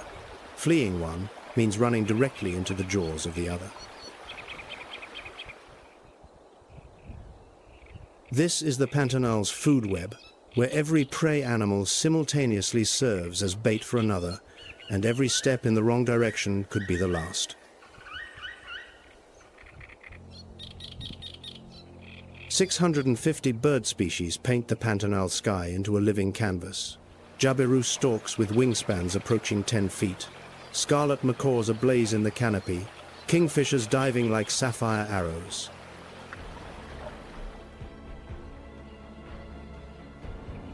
The pantanal is not ruled by any single predator. It is ruled by the web itself, a mesh of hunger and fear so tightly woven that pulling one thread unravels them all.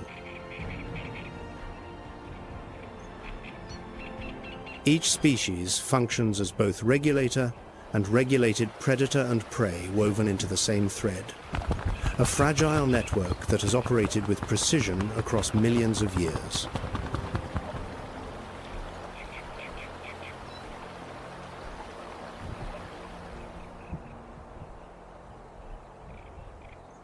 But this sanctuary is wounded.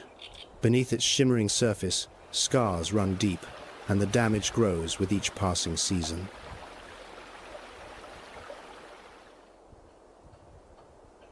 In 2020, extreme drought triggered wildfires that consumed 30 to 39% of the entire Pantanal, nearly 4 million hectares reduced to ash.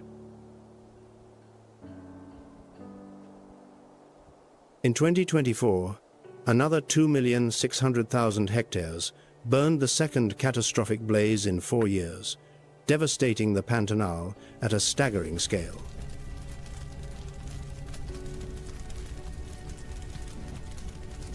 Nearly every fire originated from human activity, deliberate agricultural burns that escaped control and devoured the marshland's fragile vegetation, reducing centuries of growth to smoldering ruin.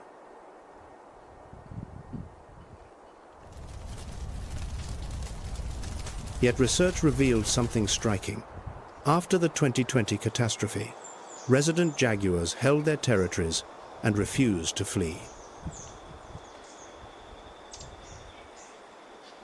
1 year later, jaguar density had increased. Individuals from surrounding regions migrated inward, transforming the Pantanal into a climate refuge.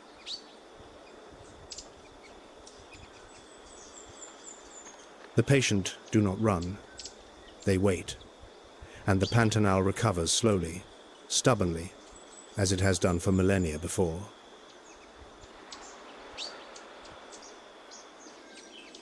The jaguar's patience was forged in the Pantanal's shallows.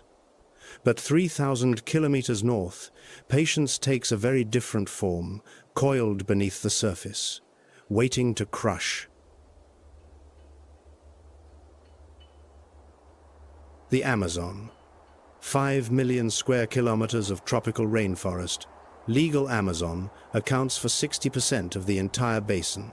390 billion trees, blanketing an area the size of Western Europe. That figure defies comprehension. Counting one tree per second, day and night without pause, would take more than 12,000 years to finish longer than all of recorded human civilization.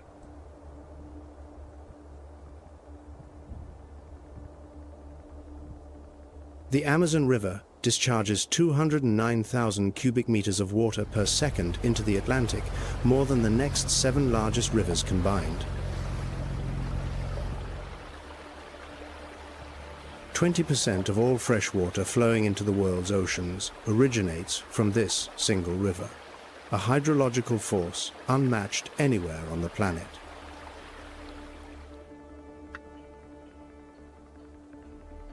A freshwater current so enormous that it pushes the Atlantic salt water back hundreds of kilometers from the coast, staining the ocean brown with sediment.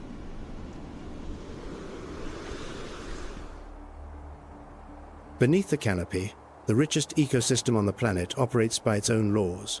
More than 430 reptile species, 1,300 bird species, over 430 mammal species.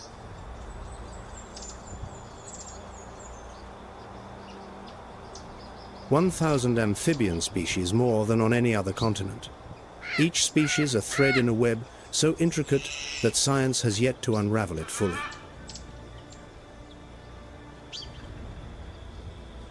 And the tally climbs each year, as scientists have yet to explore every remote corner of forest where no human footprint has ever fallen and no machete has cleared a path.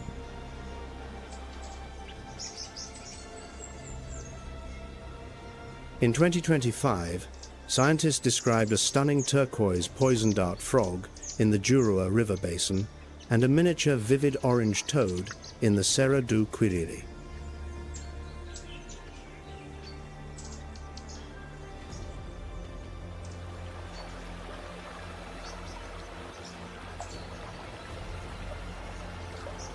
The Amazon never stops revealing what it has kept hidden for millennia. And in the murky, sediment-laden waters of the Amazon basin, an invisible predator waits.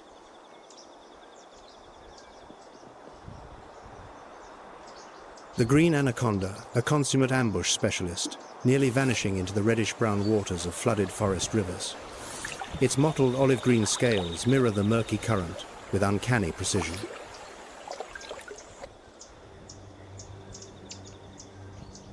Most adults measure 10 to 16 feet in length.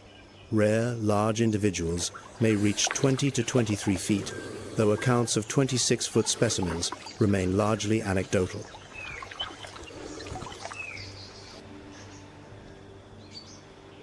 The anaconda can hold its breath for close to an hour underwater, not 10 minutes, as many mistakenly assume. Its physiology is built for sustained aquatic ambush beyond ordinary reptilian limits.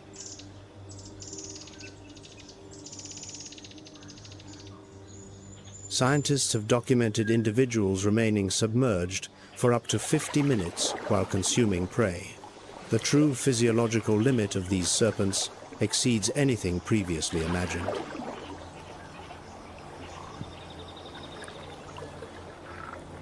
And here, science has overturned a myth that persisted for centuries. The anaconda does not kill its prey through suffocation. It kills by circulatory arrest.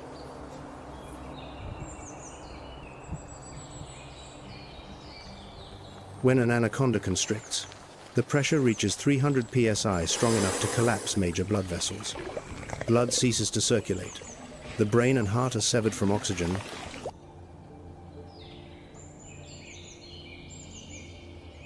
The prey loses consciousness in seconds, not minutes. Death arrives far more swiftly and more mercifully than anyone once believed, a clinical efficiency refined over millions of years. The anaconda hunts the same categories of prey as the jaguar, capybara, caiman, deer, but in an entirely different arena. The water is its ambush chamber.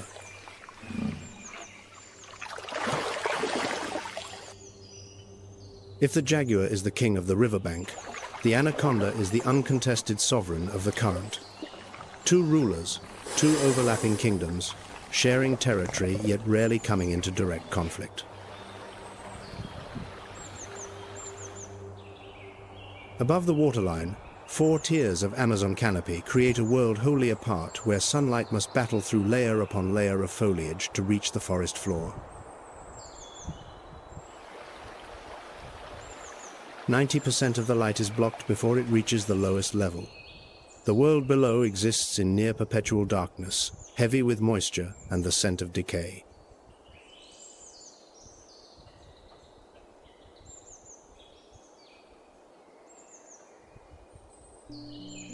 But high above, where the canopy meets the equatorial sun, life erupts in brilliant profusion.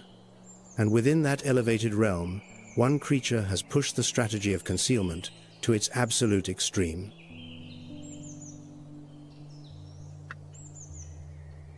The sloth, the slowest moving mammal on the planet. Average speed, 6.5 feet per minute. For comparison, a garden snail moves faster. But slowness is not a weakness. Slowness is a weapon. Predators detect prey through movement. No movement, no detection. A principle that is simple, yet devastatingly effective. The sloth has built its entire survival strategy on this single truth.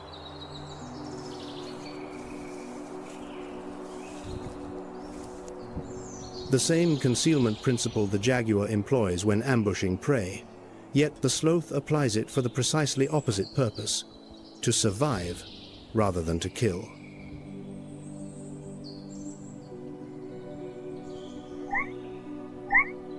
Green algae growing across its fur creates a seamless camouflage amid the canopy. Viewed from below, the sloth appears as nothing more than a motionless clump of moss.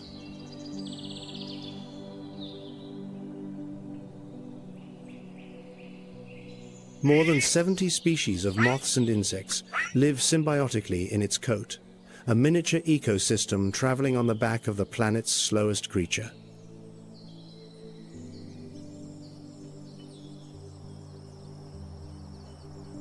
An exceptionally low metabolic rate allows the sloth to subsist on a quantity of food that would starve any other mammal. Evolution does not favor the strongest or the fastest. It favors the most adapted.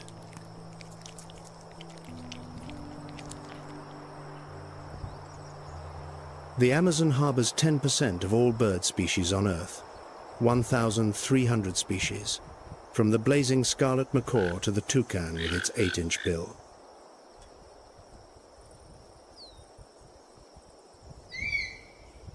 The harpy eagle, armed with talons 5 inches long, rivaling those of a grizzly bear, perches motionless in the upper canopy for hours on end, patiently awaiting a sloth or monkey to reveal itself.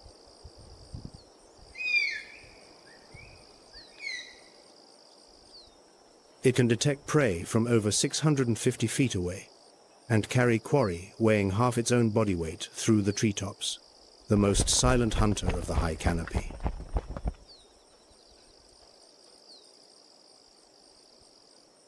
If Brazil's remarkable biodiversity captivates you, share your thoughts in the comments below. Every voice helps carry these stories further.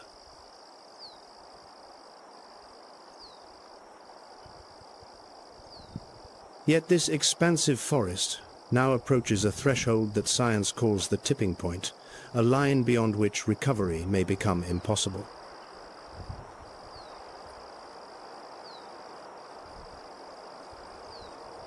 (17 to 18% of the Amazon has already been cleared.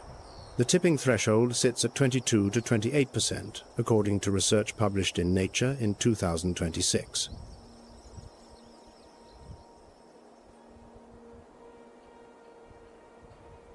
The gap between the present and the point of no return stands at just 4 to 10%, a margin so thin it could vanish within a few decades, perhaps fewer.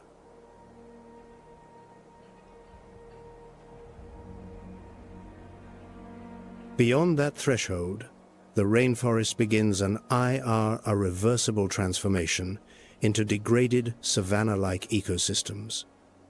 The earliest projections place this collapse in the 2040s.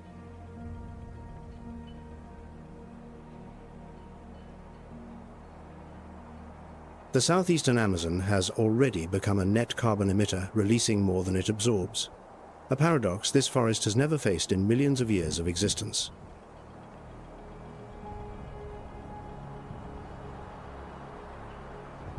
Yet amid the data, a signal of hope emerges. For 3 consecutive years, Amazon deforestation rates have declined, a fragile but unmistakable shift.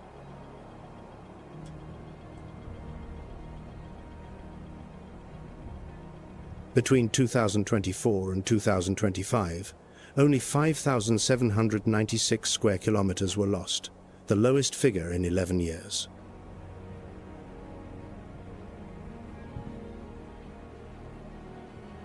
An 11% reduction from the previous monitoring cycle. The trajectory bends in the right direction, but the race against time remains far from won.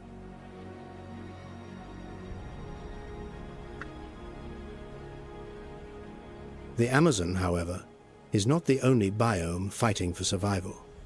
To the southeast, another forest, older, smaller, and far more ravaged, holds on by a thread.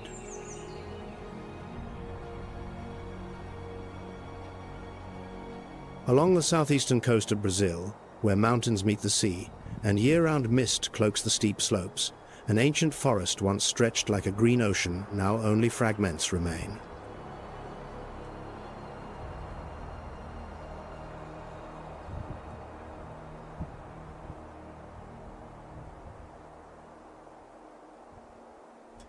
Mata Atlantica. Originally, this forest spanned 1,300,000 square kilometers, a colossal green ribbon running the entire length of Brazil's coastline from north to south.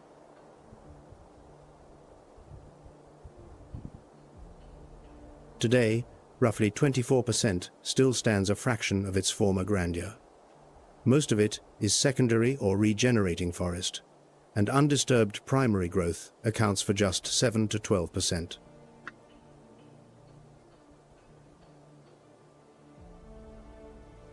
What survives, however, defies comprehension. Within these scattered remnants lies a concentration of life so dense it rivals anything the tropics can offer.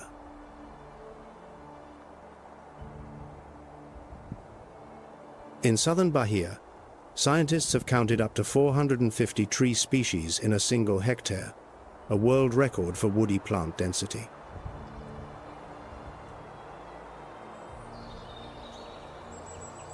One hectare of Mata Atlantica forest holds more diversity than the entire woodland area of many European nations. That biological wealth compressed into an almost inconceivably small space.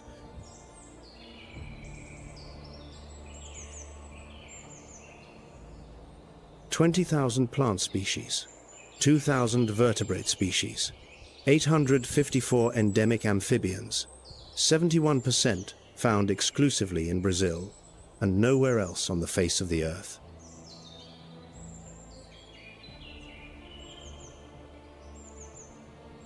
The water supply for over 70% of Brazil's population, approximately 145 million people, depends on this besieged forest.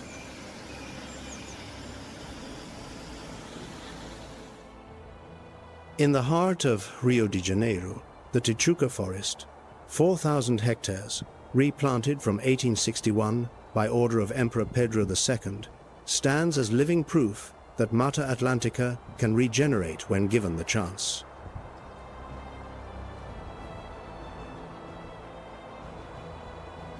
Beneath the damp canopy of Mata Atlantica, a massive creature moves in near total silence, its bulk belied by the gentleness of its tread.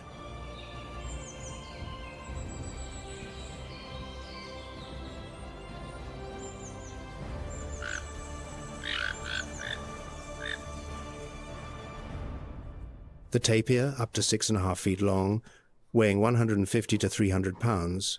The largest land mammal in South America, its short, flexible trunk sweeping through the undergrowth.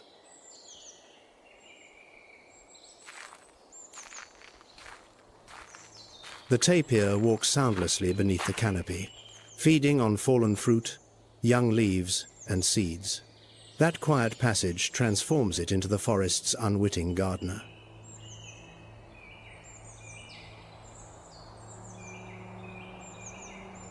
The tapir swallows seeds in one location and deposits them kilometers away, dispersing new growth across sweeping distances. It plants forest for its own predator without ever knowing.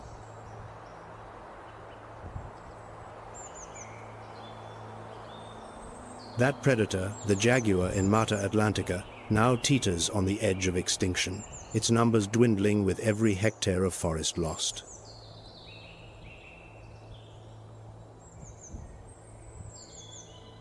Only a few dozen individuals survive in small, fragmented forest patches, genetically isolated and severed from one another by sprawling cities, highways, and industrial agriculture.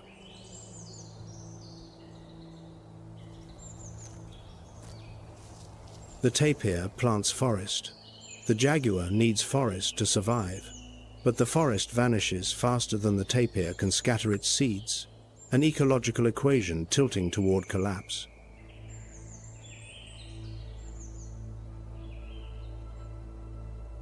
Yet amid the destruction, one story has astonished the world, a tale of near-total collapse reversed by sheer human determination.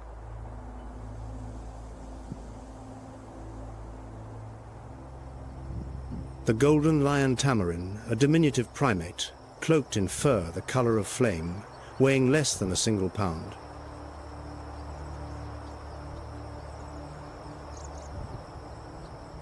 In the 1970s, the wild population collapsed to roughly 200 individuals, a genetic bottleneck so narrow that extinction appeared to be merely a matter of time.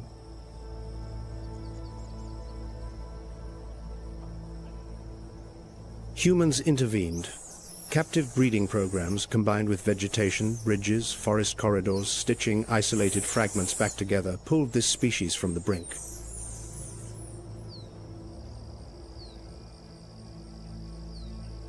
Today, the golden lion tamarin population has climbed to several thousand.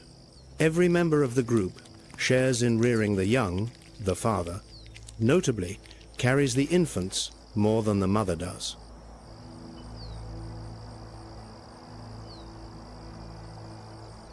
Twins are common, and the entire troop divides the responsibility of care, a cooperative social model that larger, supposedly more intelligent primates might well envy.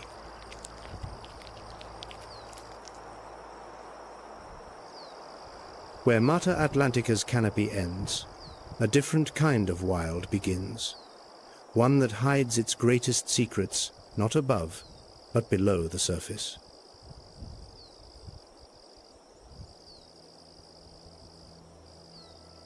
Impenetrable forest yields to sweeping grassland, dotted with gnarled, twisted trees whose thick bark has evolved to withstand fire and drought.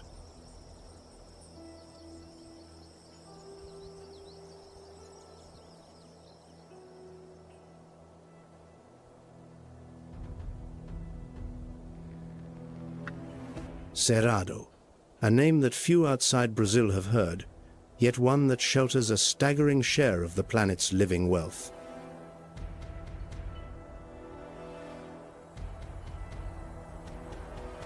Two million square kilometers, 22% of Brazil's territory. From above, it resembles the golden sweep of the African savanna. Beneath the surface, however, everything inverts.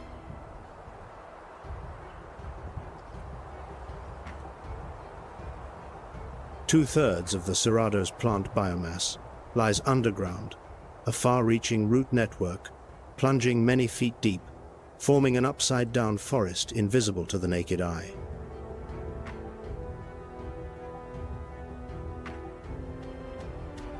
If the Amazon is the forest that can be seen from space, the Cerrado is the forest that hides beneath the surface.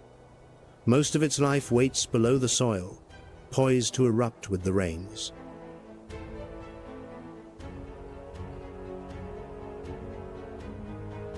The most biodiverse savanna on the planet. 5% of all species worldwide. 30% of Brazil's total biodiversity contained within an ecosystem most of the world cannot even name.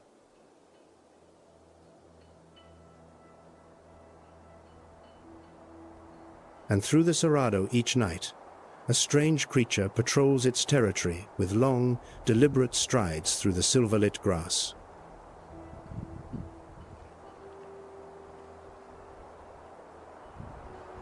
The maned wolf, South America's largest canid, resembles a fox mounted on stilts.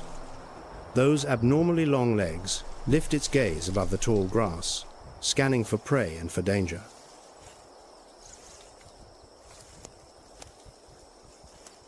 Each night, the maned wolf covers 20 kilometers, alone and silent.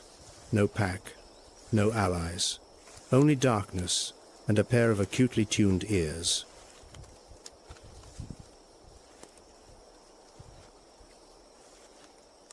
The maned wolf is the sole member of the genus Chrysocyon, sharing no close kinship with any wolf or fox, a solitary evolutionary branch adrift in the grasslands.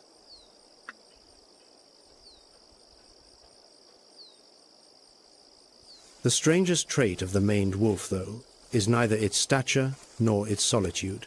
50% of its diet is fruit lobera, the so-called wolf apple, the most omnivorous canid on Earth.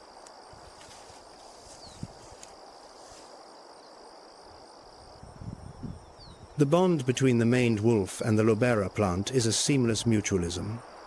The wolf eats the fruit and disperses the seeds across the Cerrado floor.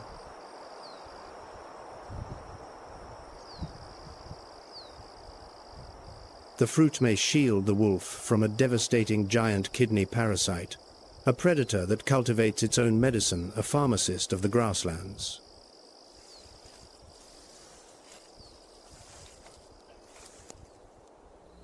Under Cerrado moonlight, the pampas deer, standing 4 feet tall, weighing 20 to 40 pounds, moves in a state of perpetual vigilance, ears rotating like twin radar dishes.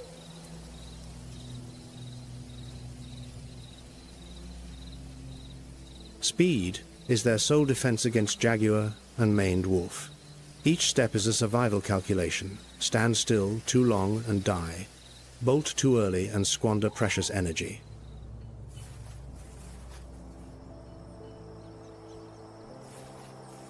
Pampas deer numbers have dropped sharply as native grasslands give way to soybean fields and cattle ranches.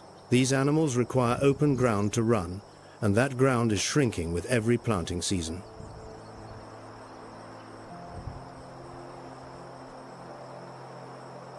The Cerrado, however, faces devastation faster than any other biome in Brazil. Its grasslands are being consumed at a pace that outstrips even the Amazon's losses.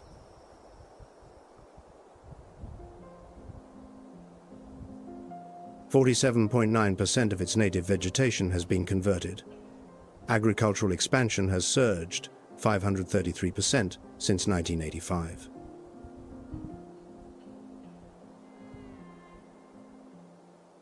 A legal loophole deepens the crisis. Brazil's forest code permits private landowners to clear up to 80% of native vegetation on their property, a provision that has accelerated the Cerrado's decline.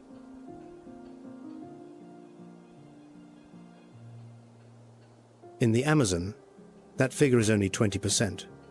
One nation, two vastly different standards of environmental protection, and the Cerrado bears the heaviest cost.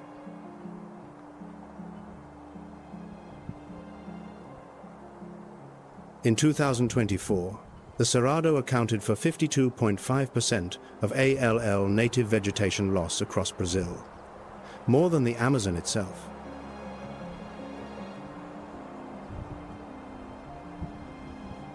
Beyond the Cerrado's grasslands, rainfall dwindles to almost nothing, and the landscape bleaches to bone white under a relentless sun.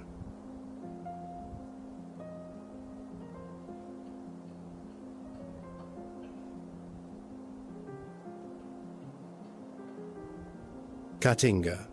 The name itself speaks of a landscape unlike any other, a place where survival is not guaranteed, but earned.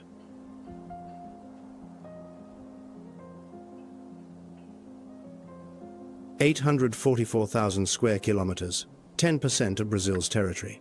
The only biome on the planet that exists exclusively within Brazilian borders.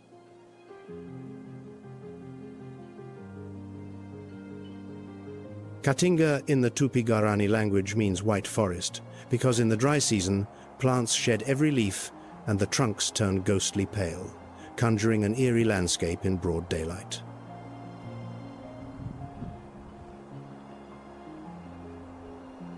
"900 vertebrate species have adapted to these harsh, semi-arid conditions where daytime temperatures can exceed 40 degrees Celsius and rain falls for only a few months each year.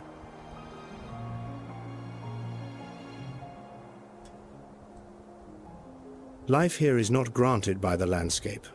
It is wrested drop by drop from the dust, earned through adaptation.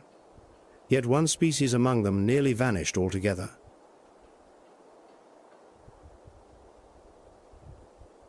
Lear's macaw, a magnificent blue macaw, utterly dependent on the licuri palm nut for survival.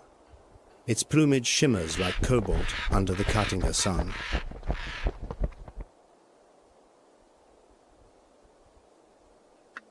In the 1980s, only about 60 individuals remained worldwide. 60. The entire species stood at the threshold of oblivion.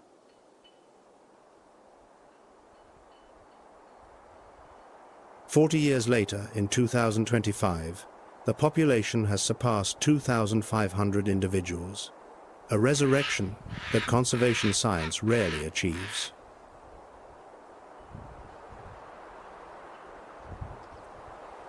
Conservation succeeded through a deceptively simple formula, compensating local farmers for crop damage and planting additional licuri palms across the arid landscape of the region.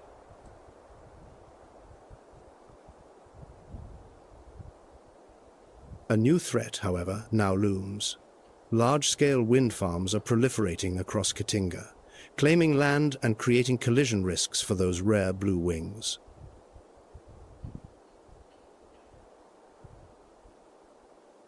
From the white desert of Caatinga, the final passage leads to the coast where the continent meets the Atlantic Ocean and a new chapter of biodiversity begins.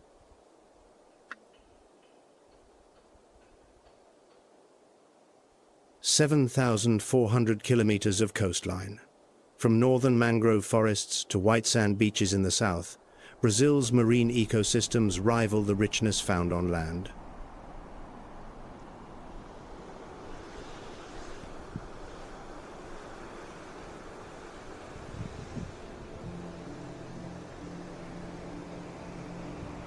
Beneath the surface, sharks, hammerhead, tiger, bull shark patrol like silent phantoms, apex predators of the open ocean, holding the entire marine food web in equilibrium.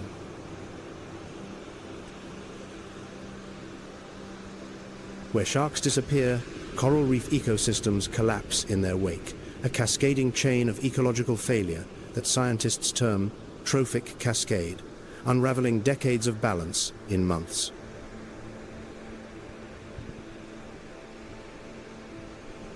And each year, from the frigid waters near Antarctica, enormous visitors arrive, crossing half the globe on a journey that has endured for millennia. The humpback whale, 14 to 18 meters long, weighing 40 tons, migrates 8,000 kilometers from feeding grounds near Antarctica to breed in Brazil's warm coastal waters.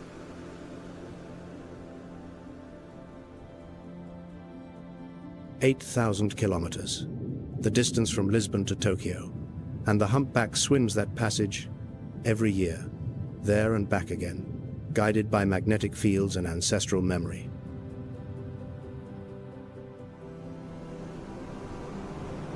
Pectoral fins stretching up to 16 feet, the longest of any whale species, trace graceful arcs through crystalline water.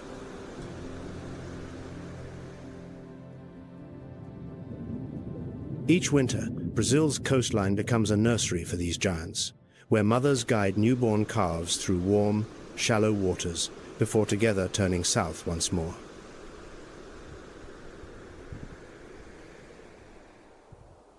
From the wetlands of Pantanal to the Amazon rainforest, from besieged Mata Atlantica to the inverted Cerrado, from the white desert of Caatinga to the deep blue Atlantic, each biome is a chapter in the story of life.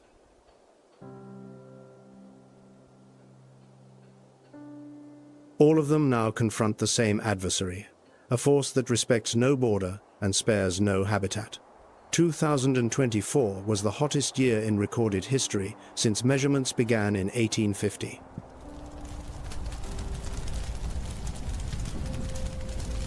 Global mean temperatures rose 1.29 degrees Celsius above the 20th century average and 1.46 degrees Celsius above pre-industrial baselines, numbers that translate into drought, wildfire, and extinction.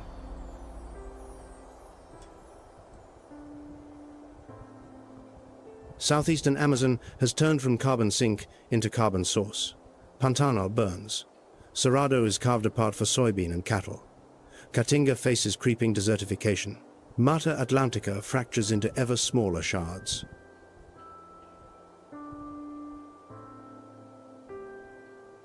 Every predator encountered across this land — jaguar, green anaconda, maned wolf, shark — faces a common enemy that cannot be ambushed, cannot be outrun, and cannot be outlasted.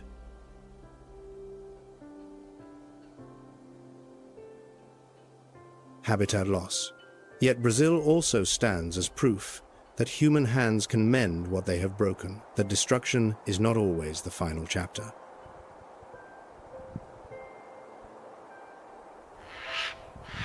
Lear's macaw, from 60 individuals to more than 2,500. A species that stared into oblivion and returned, one fledgling at a time.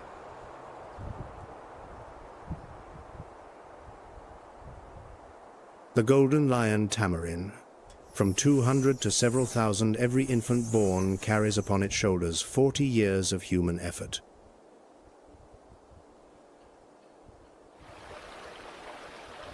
The Yacaré caiman, from the edge of extinction to 10 million individuals after the poaching ban of 1992. Evidence that the natural world stands ready to forgive if humanity agrees to stop.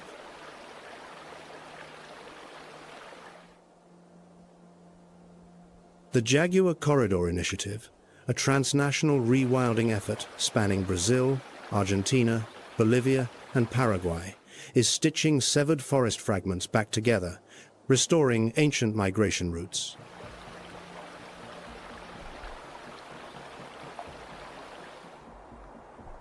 AI-powered identification technology has catalogued more than 450 individual jaguars across multiple reserves, enabling researchers to monitor population health and protect each animal.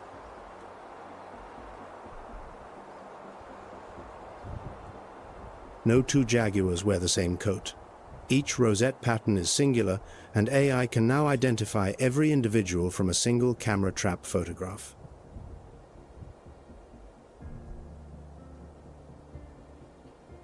For 3 consecutive years, Amazon deforestation has fallen.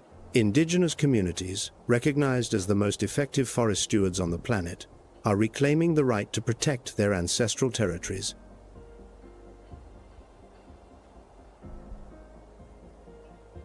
The solutions are no secret. Halt illegal deforestation, restore degraded land, enforce existing protections, and above all, respect the territories of communities that have safeguarded these forests for thousands of years.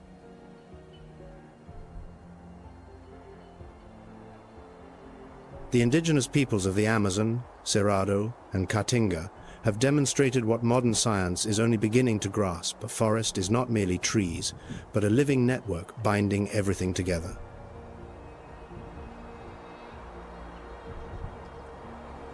Wild Brazil serves as a reminder that nature is not an inexhaustible resource, but a living system that breathes, that responds, that remembers.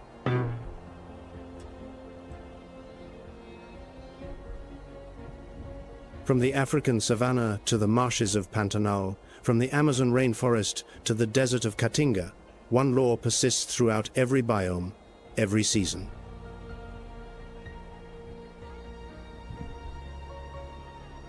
Life endures through equilibrium, a calibration refined across geological time. Break it, and the collapse is not slow. It is sudden, total, and it does not wait for permission.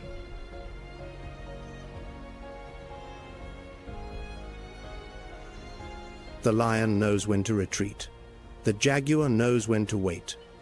The question remains whether humankind possesses the wisdom to learn the same lesson.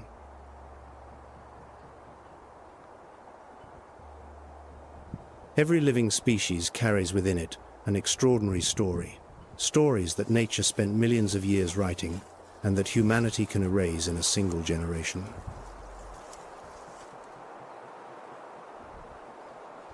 Thank you for joining us on WildVerse. The natural world still holds countless stories waiting to be told. If you haven't subscribed yet, now is the perfect time. We'll see you on the next journey.